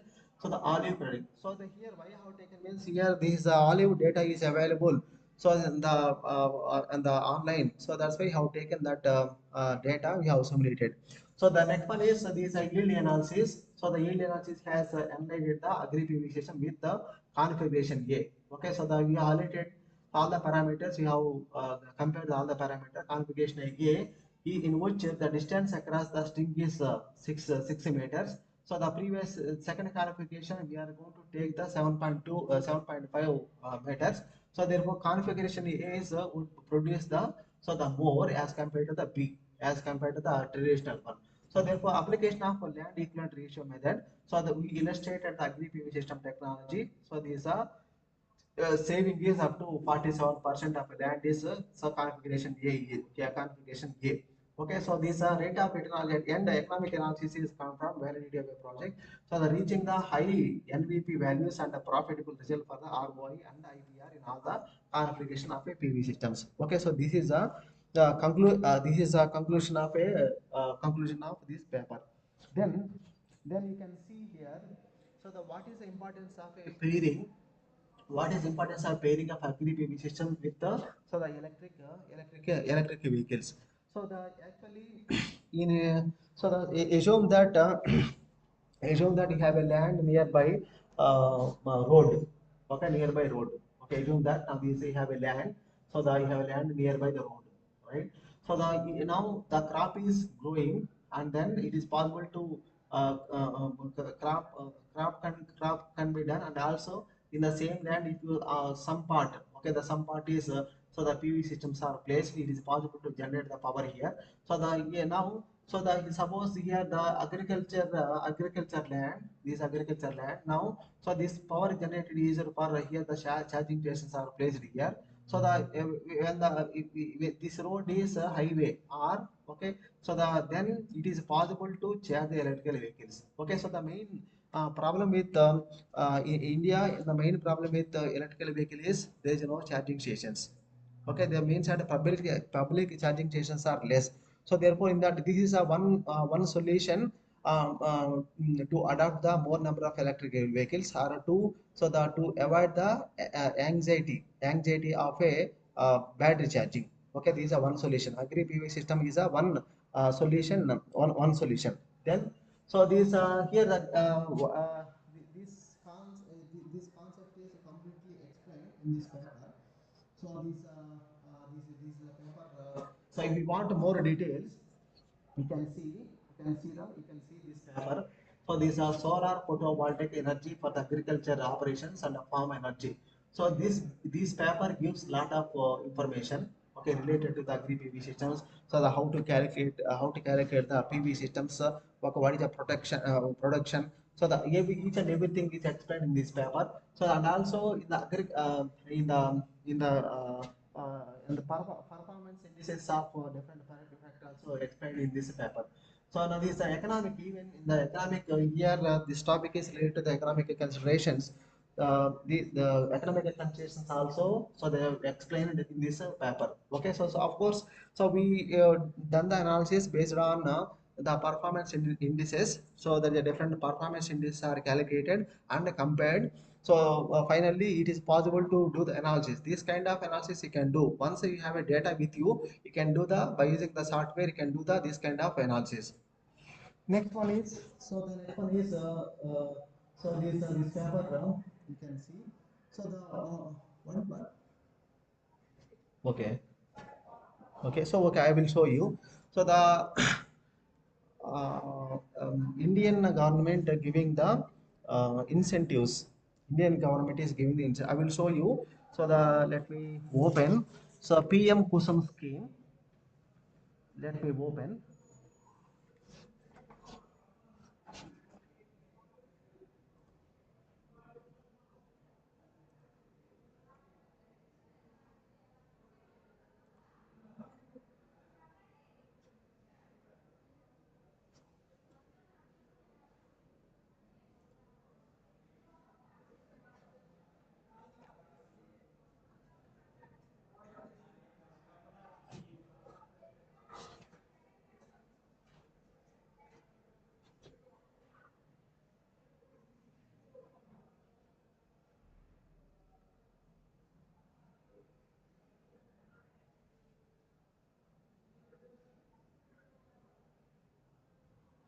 Okay, about the PM Kusum scheme, about the PM Kusum scheme.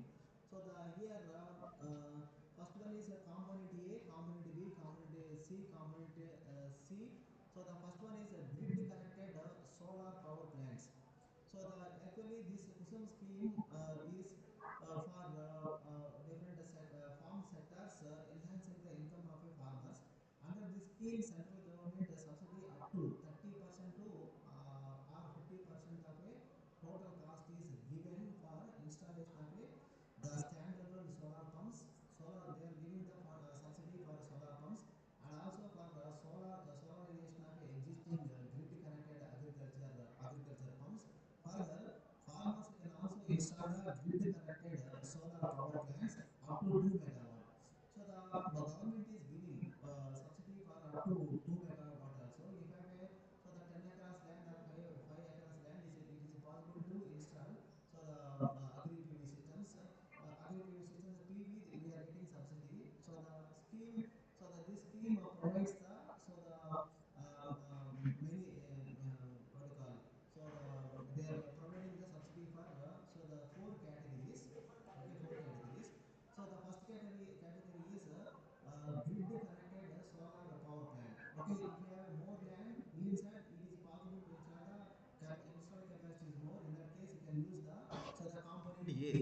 component A. So the next one is off-grid solar pumps. Okay, this comes under the component B. Component B. So the next one is third one is a grid connected solar pumps. So they are giving so the subsidy for grid connected solar pumps also. So the solarization of feeders. So this category is component C. So the PL crucial scheme. So here four components are here. So the mainly, so the government is ready, okay, to provide the funds for funds for research as well as farmers to install the agri systems and all.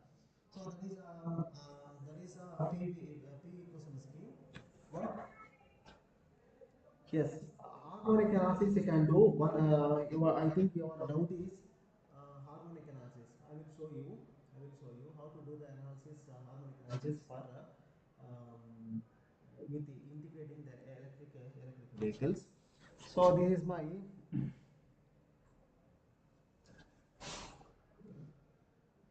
not coming. Wait.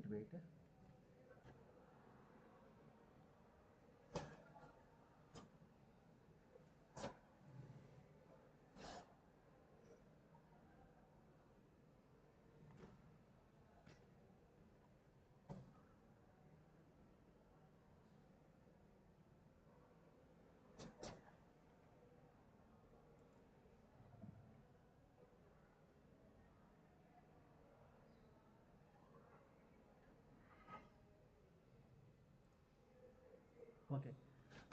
So now you can see your doubt is how to do the harmonic analysis. So I will explain how to do the analysis for residential distribution system. I published the more papers on harmonic analysis. So the here PV systems, the main advantage is, so if you adopt the PV system, the THD, total harmonic discharge, is going to reduces. So I will show you how to do the harmonic analysis for the given residential distribution system, so with different electrical vehicles. So the first we will see the figure number one.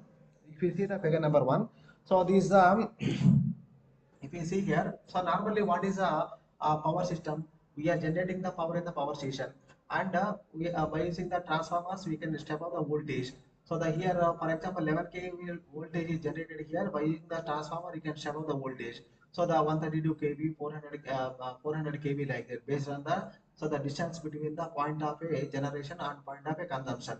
So here this is a transmission line. Through the transmission line we are getting the power to the distribution substation. From the distribution substation, so by using the feeders, we are going to supply the power to the different houses. Okay, so these are, so this network is without electrical vehicles. Okay, these are distribution network. So there is a distribution network without electrical vehicles. So now the more number of electrical vehicles are adopting. So therefore, so there is a need to charge the electrical vehicles. So now now the scenario is changed now. Okay, this is a conventional. Now this is a, if you see the distribution network, so here the houses, in addition to the normal loads, so it is possible to charge the your electrical vehicles, maybe two-wheeler or three-wheeler or four-wheeler. So you can charge your the EV owners would like to charge their vehicle in the home itself. Okay, so therefore this is the this kind of distribution network. Now these are distribution network. So these are without electric vehicles. Now these are with the electrical vehicles, right? So then next one, now how can because, so that because this needs the DC, battery needs a DC, but available supply is AC. So therefore there is a need to convert the AC to DC. So then converters are required. So the power electronic device produces the harmonics. Power electronic device produces harmonics. So therefore, because of the harmonics, heat losses will be more. So the heating is more. So these are the undesirable effects of a harmonics. Okay, so pure sinusoidal waveform will be distorted. So the now, so the that is yeah, how to do the analysis means that how much of electrical vehicles could be charged in the residential distribution system. So without affecting the without affecting the THD. So that is total harmonic distortions. So now first what you have to do is you have to know, so what are the advantages of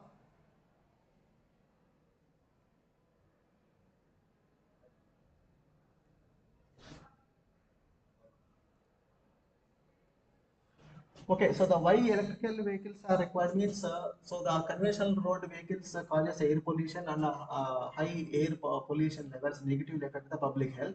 So they according to the Greenpeace research quality air quality in India is poor. So the 22 out of 30 most populated cities of the world are in India.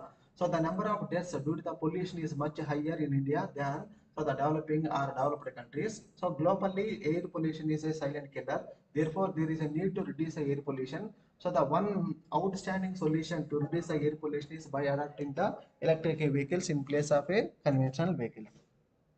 Then, so the if the electrical vehicles are used, then what is the so the challenge to the power system network? So the widespread adoption of a plug-in electrical vehicles improve the air quality. However, the electrical vehicle is a new type of load for the grid. So the existing grid was not designed for the new kind of load. So the without a dedicated infrastructures, EV are expected to be charged at home, represent the significant amount of new load to the residential grid. So this is main one way electrical vehicle is solve the problems of a pollution, but when electrical vehicle is connected to the network, so the power is increasing, and that is one problem. So the in the all the electrical vehicles are connected at the same time, evening or for example 6 to 7 o'clock. So your peak demand is increases, but yeah, your transformer is not designed for that. Okay, that is a problem. Next one is if the charger is connected between the AC to okay, it basically converts the AC to DC. So therefore, harmonics are generated. That is another problem. So here now, if you see the literature in the electrical vehicles, so the harmonic impact was there. So the next one is planned charging and unplanned charging. Next one is demand side management. So the next one is a vehicle to grid. Okay, so these four areas are there in the literature. So the first, let me explain the harmonic, how to do the how to perform the analysis, harmonic analysis with the electrical vehicles. So the now compare them with the electrical vehicles without electric vehicles. What is the total harmonic distortion? So now from that you can conclude. So the how much of how many electric vehicles are so the should be charged for the residential distribution network without affecting the total harmonic distortion. Now first you have to get so the first you have to get the load residential data. Okay, so now this system you have simulated. So now this source, or you can say that the transformer. So these are node number one. Now these are node number two. Now these are node number three. These are node number four. These are node number five. So the here node number one near to the source transformer. So here 380 houses are there. So the node number two some distance. Okay, now you can include so the your the resistance and inductance between the node number one, node number two. So the next at node number two we have a 450 houses are there. So the here node number three have a two houses are there. These are one fader. Okay, going from source to the so these are glass houses. So this kind of system you can simulate in the MATLAB. So the here first you have to get what kind of what is the total load. So the from that you are going to get what is the average of each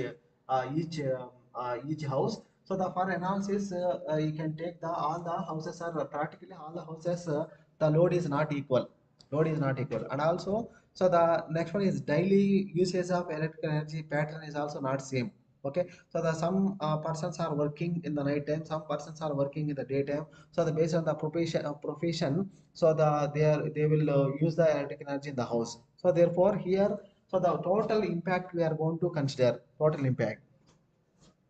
Now these first you have to get the model. So these are at a fundamental frequency. So the first try to get the model. So the here node number one and node number two we have a impedance Z1 and 2. So the here you have a load here. At node number one you have a load. So the node number two you have a load. So that is represented by admittance. Node number three have a so the load is represented by Y3. So now these are node number four. Now these are admittance.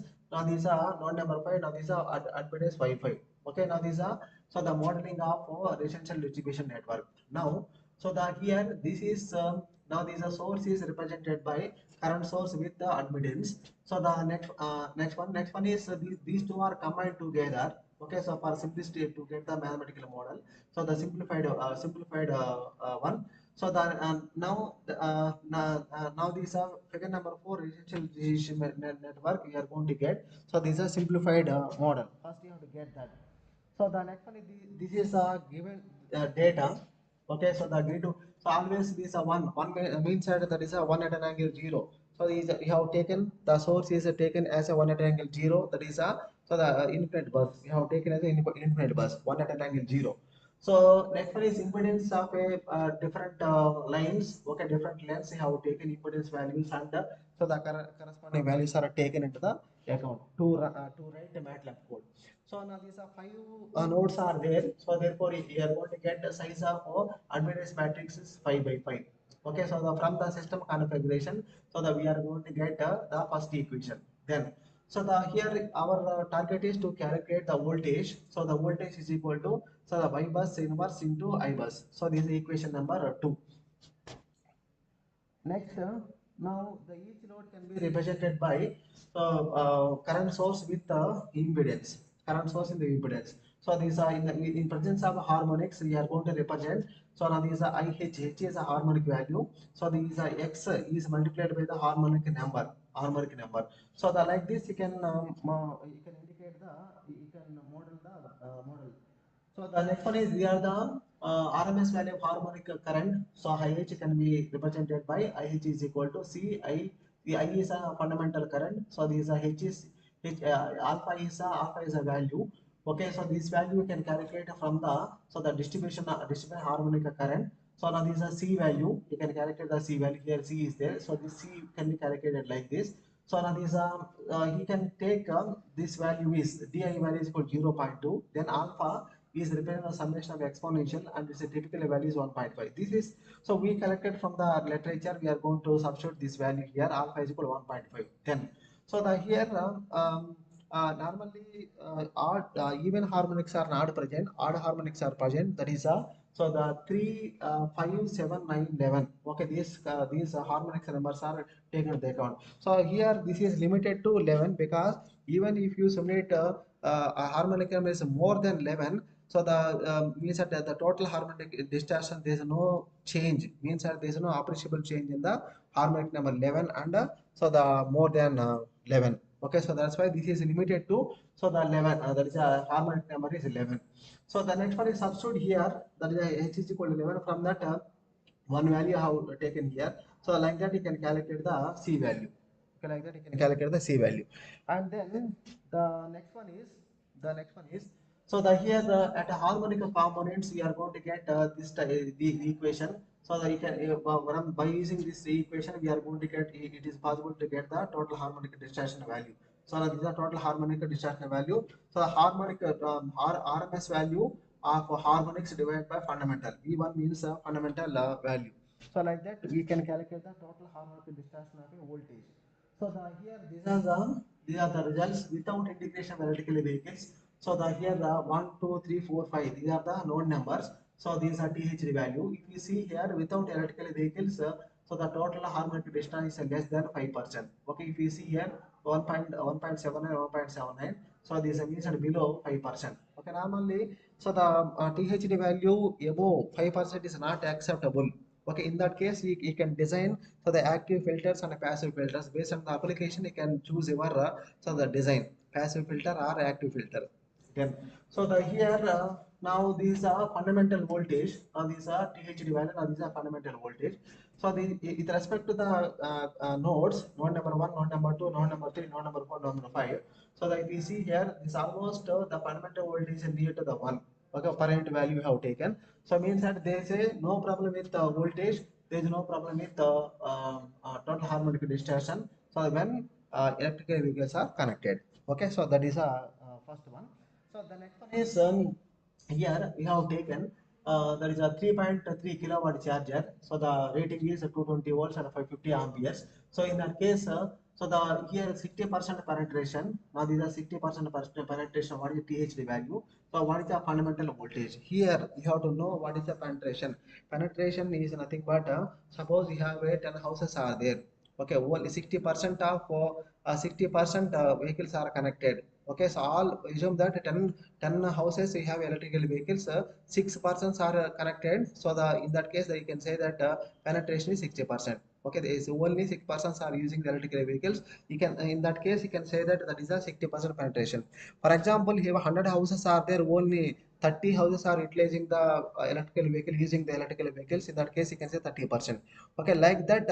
So the here we analyzed by taking a penetration level. So from the 10% to 100% we increase. So finally, you have calculated the THD value, total harmonic distortion, and the fundamental voltages. Is there any what penetration level the distribution network is able to without affecting the THD? So what level that is our target of this paper. Okay, next one is next you can see these are 60%. So the here 60% if you see here node number one is near to the source. So therefore you are getting the THD value is less value. So node number two, this is a 5%, just increase the 5% THD value. So the here the THD value is below 5%. So the is approximately, so in this case, that is a 60% case, total harmonic distortion is exceeding. Okay, all the 1, 2, 3, 4, just that is a 5% we are reaching. Okay, so that is a, so that the 60% level. Next, coming to the 60% penetration level. Okay, penetration level is a voltage. Okay, this is a voltage. So that is a node number. So that if you see here, is a node number one is near to the source. That's why. So the total value, there is a fundamental value, there is a in per unit. So almost 1. Okay, 0.96 almost 1. So in other cases, node number 2, 3, 4, 5. So we are getting less than number one. Of course, there is no problem in the voltage, but there is a problem in the THD value. Okay, see at a 60% level. So the next one is these harmonic analysis integration with the 3.3 charges. So that is node number one, node number two, node number three, node number four, node number five. So if you see here, this is a penetration level. So the penetration level is varying from 10 to 100%. So the if you see here, this is a 10%, 20%. So now is a node number one. We have presented each node. So the fundamental voltage and the THD value. Now these are a fundamental value. Now these are THD value. Node number one. So the similarly node number two. Now these are fundamental voltage. So now these are THD value. Now if you observe here, so the 60%. Okay, more than 60%. Your THD value is increasing. Okay, your THD value is increasing. So the similarly node number three also. So the at a 60%, so the THD value is increasing. So the next node number 4 also 60%. When so the penetration level is 60%, so now this node THD value is increasing more than 5. Okay, more than 5%. So the node number 5 also 60% penetration. So node number 5 also THD value is in. So therefore here conclusion is up to below 60% of a penetration a distribution system, you can there is no problem with the harmonic. Okay, harmonics. So therefore up to that, okay, there is no problem. But if so if it is a penetration level is more than that, so there is a problem with the THD value. So in that case you need to design the filters, that is active filter and or so the passive filter based on based on the system parameters. So you can design. Okay, actually design by using the passive filters, you can eliminate a particular type of harmonic. So it is possible to eliminate the third harmonic. It is possible to eliminate the fifth harmonic. It is possible to eliminate the means what try to find what is a dominant harmonic. If you remove the dominant harmonic, then so the your problem will be solved. Okay, so that is all harmonics are will not be eliminated by using the passive filter, but passive filters by passive filter you are going to eliminate one particular harmonic only. That is a point. So that is and that way you can do the analysis. So that is a 3.3 kilowatt charger. So for the same residential distribution system, in now the charger rating is more, because if the charger rating is more, then your time to the charge electrical vehicle is going to reduces. So therefore if you all the EV users use the 6.6 kilowatt charger, in that case what is a harmonic analysis. So if you see here, now this is a 6.6 kilowatt charger. So the voltage is 220. In the residential distribution system, voltage is normally 220. So here the current rating is more. Okay, if you use this one, the current is 30 amperes. Previously there is a 15 amperes. Then so the here you can see penetration level. So the node number 1, node number 2, now these are node number 3, node number 4, node number 5. Now these are fundamental voltage. Now these are THD value. So the here also if you can because node number 1 is so the near to the source, the infinite bus. That's why. So the voltage there is no appreciable change in the voltage. There is no appreciable change in the voltage. That is the point. So next node number 2, if you see here, so the 40% penetration. So that we are going to get the 5.3 means that at a 40% penetration. So the except node number 1, except node number 1, node number 2, node number 3, node number 4, node number 5. So these total THD value is increasing. Okay, these are more than 5. There in that case, so that we need to design the filter. Okay, if we not able to design the filter, we not there is no filter, then your the heat losses are more. Okay, then there is a mal operation of a circuit breakers. Okay, that is a so it will create a problem to the distribution system, power system network. Okay, so that is another important point. So the next one is and now these harmonic analysis with combination of a, for example, so these are 20% combination. That is some users utilizing the 3.3 kilowatt charger, some users utilizing the 6.6 kilowatt charger. So then what is the in that case what kind what is THD? Okay, so like that also you can analyze. So the we have taken that is a 80% 20% basis. So it is possible to do the analysis with 50% 50% also, but so the I have presented only so 80% 20% basis. So the you are getting so that this is the analysis. Okay, so like that you can perform the harmonic analysis with electrical vehicles. So the next one is so the how to plan the electrical vehicles. Okay, in the residential distribution network. Okay, what is the charging methods?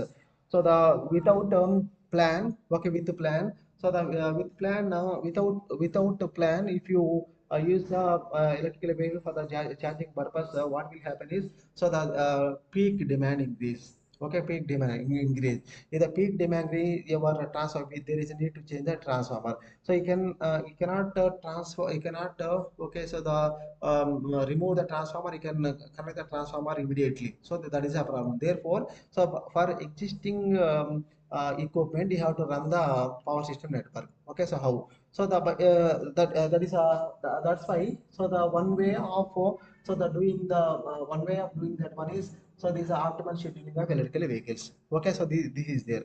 So the here we have done so this scheduling without a plan. Okay, without any controller. Okay, have executed the electrical vehicle, then we are going to get the overall daily curve. So the next one is based on the PSO algorithm. Okay, so if you schedule the electrical vehicles, so you are going to get the optimal scheduling. So then you are going to get the overall so the daily load curve. Okay, now compare these two. So then you are going to get so the one conclusion means that which one is better. Okay, so that is object of this one. So the next one is so the here we have to know the constraints of a distribution network. The first one is voltage constraint. So the voltage always you have to maintain the voltage between the minimum value and maximum value. Okay, if you take so the transmission network 10% plus or minus 10% you have to maintain voltage. So the that is a minimum value maximum value. Okay, so this is the first thing. So next one is the second constraint equation is the current carrying capacity of a line should be less than the so the load is always less than the line current. Okay, so these you have to maintain. Suppose if load current is more than line current, so that therefore heating effect is more. Okay, so means that should not happen. So therefore you have to maintain. So the load current is always less than the line current. Okay, so that is a second equation. So next one is a total load demand is so the less than the power transfer. If the transformer capacity is 100 kVA, if you draw more power, okay, the problem. So therefore you have to maintain so the power limits also. So then now these are residential distribution system we have taken. That is these are transformer. So these are distribution system operator side. So now these are the 10 houses. Sorry, 20 houses we have taken. Okay, 20 houses. These are house number one numbering. All of you see the numbering. So these number 1, 2, 3, 4 like that. Okay, so these are two faders are running. So these are fader number 1. Now these are fader number 2. Okay, so two faders. Now these are total the two faders supplying the power to the 20 houses. Okay, then so for example here electrical vehicle charging takes place here. Okay, so maybe here. Okay, so the charging of electrical vehicle in the residential distribution network, it may happen any time. Okay, so you may connect the electrical vehicle in the 5 o'clock. You may connect electrical vehicle to charging purpose in the 10 o'clock. So we may connect like that. Means that here these are dynamic one. Okay, these are dynamic one. So the here the distributor system operator don't know. So where the electrical vehicle are connected. Okay, where electrical vehicle is connected. Right. So now these are connection disconnection is so the very important parameter in the scheduling of electrical vehicles. Okay, now so the here we are as a teaching faculty, so the we are coming to the institution or college at 9 o'clock. We are leaving the return, so the 5 o'clock or 6 o'clock. So the means that suppose assume that institution there is no electrical vehicle charging station. So the then so to means that to charge the battery. So we after so the after 5 o'clock or 6 o'clock we need to connect the your vehicle to charging purpose. Okay, that is our based on the performance, based on our profession you can select the connection disconnected. Okay, for example, so the some people work in the night time. Okay, night time for example they will work for so for example 8 o'clock morning 7 o'clock. Okay, so in that case, so there is no possibility to charge the battery in the night time. Okay, so in that case, okay, they will charge the electrical vehicle in the daytime only. Okay, so this based on the profession you can take the charging that is a connection and disconnection of electrical vehicles. So in this problem, so the we have taken, okay, so this distribution system data. So the is 60, that is 20 houses are there. So the distance we have taken, the resistance we have taken, the reactance we have taken. So the based on that now this is the system data. So the next one is here 4 EV profiles are considered here. So the EV user number 1, EV user number 2, number 3, number 4. Okay, for example, so to understand these graphs, okay, let me explain the okay user is a night user. Okay, so see here. So these are last one, okay, night worker. So this user is connected to the network. So the only daytime only morning. Okay, so the morning 7 p.m. to okay, so there is 19 p.m. 19. Okay, so these are possibility. So therefore, night time is there is no possibility. Okay, so these are profile 4. Okay, profile 4. Similarly, suppose if you take this, so this is a normal family with a frequent and unpredictable EV usage. So this user is connected to the network from so the evening. Okay, so these are 16 minus 12. So that is a 4 o'clock to 6 o'clock. Okay, so this again, so the 10 o'clock to 5 o'clock, right? So these are the so the 4 types of users: EV user 1, EV user 2, user 2, 3, 4. Okay, 4 users profiles are considered here. Okay, so 4 user profiles are considered here. So next one is we have selected. So here you have selected the distribution network parameters. Next one is EV selection completed. So the next one is so here we have given the probability to connect the distribution network. So this is based on the probability. So therefore here EV number 1, EV number 2, 3, 4. So EV number 1 probability to connect the distribution network is 50% you have taken. So the EV2 user, so the probability to connect the distribution network is 35%. So EV3 user, so connection possibility is 10%. EV4 user, so connection possibility is 5%. Okay, so like that, so you have given the probability. Based on the probability, you have constructed so the user profile matrix. User profile matrix. So if you see here, there is a 20 houses are there. Okay, 20 houses are there. So we are given the EV1 50% means that so there is a 10. Okay, so the 10. Okay, so if you see here 1, 2, 3, 4, 5, 6, 7, 8, 9, 10. So this one is given to so the first 10. Okay, 50% EV1. So similarly, number 2, if you see here 35%, 35% of 20. So we are going to get these are the values. You have to enter in this matrix. So the next one is 10%. So the 10% of 20 is 2. So these are 3, 4. These are EV3 user 3, 3. So next one is EV4 5%. So that is a 1. Okay, 5% of 20 is there is a 1, that is a 1 EV4. Okay, like this you can construct the user profile matrix. Okay, like this you can construct the user profile matrix. Then, so the next one is these unplanned charging. So these are transformer, these are system, these are control system. The system basically collects the transformer data and residential load data as well as EV load data. So then selection of a number of EVs. So then placement of EVs in the network and so the select the type of user profile. Okay, EV1, EV2, EV3, what kind of profile is connected. So then so they try to calculate what is a total daily load profile. Daily load profile. So now these are daily load profile. Now these are daily load profile. These are the equations. So here you have selected the so the profiles. Okay. So these are the values. Now these are here house number 5 and house number 9. So they have calculated. So the individual house number 5 and house number 9. So the next one is a total graph. If you see here, now these are 24 daily load curve. So now these are y-axis you have taken the power. So these are limit of a power transformer. Okay, red color. So now these are actual load profile of a load profile. So if you see here this duration, okay, this duration. So the power demand, so the power demand is more as compared to the transformer. So therefore, these are unplanned charging. There may be a peak, maybe. So the peak demand may increase. Okay, so these are conclusion from unplanned charging. Next, coming to the second one. So we say for this thing, so we applied the PSO algorithm. Okay, for the scheduling of electrical vehicles. So the Dr. P. Sankarkar explained so the particle swarm optimization. So the in detail stepwise. So I don't want to discuss those steps here. Okay, directly I am explaining the PSO algorithm. Okay, after applying PSO algorithm, so now we can compare so the load profile without planning and with planning. Next, these of course these are flow chart. So these are the equations related to PS algorithm, right? So now these are weight factor. These are the population you have to select initial weight. So the 50. Now this here minimum value, maximum value, acceleration factor. Next one is the number of iterations. You have taken 100 iterations are taken. And then next one is so these are results. Okay, results.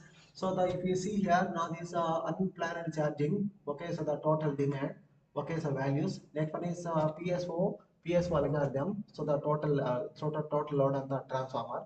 Okay, so the if you see here, so the if you see here after applying the PSO algorithm, so the your peak will be so the suppose here if you see the values that is 65%, 65. Okay, this duration. So the value is 65. Okay, value is these are highest value. But here, so the if each duration so the 165 is not it means that these are shifted. Okay, load is shifted. Okay, if we see here, so this duration, these are house number 5, house number 9. So here the charging takes place. Two EV charges, EVs are charging here. But here is house number 5, house number 9. After applying the schedule, the PSO based algorithm, so this is shifted to other times. So that's why we are getting. So now if you see here, now there is a comparison between so the unplanned scheduling and the PSO based scheduling. Okay, so the now they see the difference between the so charges unplanned charging. These are more value. So these are PSO based scheduling algorithm. These are less value. Okay, this duration is more. So therefore, after applying so the PSO algorithm for scheduling, so we are getting the less value. Okay, the means that load is shifted to other times. Okay, so that's the conclusion. So next one is here it is possible to implement so that is demand side management also. So the demand side management so the different in the previously, so we are controlling the electrical vehicle from the distribution system operator side. Okay, so there should be a communication between the distribution operator and the electrical vehicles. So therefore there is a communication between them, so it is possible to control. Okay, that is one kind of controller. So the here distribution and demand side management, what we are going to do is, so the according to our demand limit, we are going to adjust our loads. Okay, so that is a concept used in demand side management. Demand side management. So the see here, some kind let me explain now. So the demand side management with the with both in the house. So the base load will be there and EV load will be there. Okay, so next one is, so the here we are comparing both the base load and EV load is shifting. So the next only EV load is shifting. So the what is the effect? Okay, what is it? That kind of analysis you can do. So the with the help of a MATLAB. So the here you can see this algorithm. So the what you call, that is a DSM algorithm. So the in the these are the equations. These are 20 houses residential distribution you have taken. So these are load data. So the next one is the specifications of EV. So the battery capacity and energy consumption, draining distance. So the range of a power range of a charger, 3.3 kilowatt charger efficiency. So these are the parameters I have taken into the account. That is a battery capacity, energy consumption, driving distance, and power rating of the charger, and the charger efficiency. So these values are taken into the account.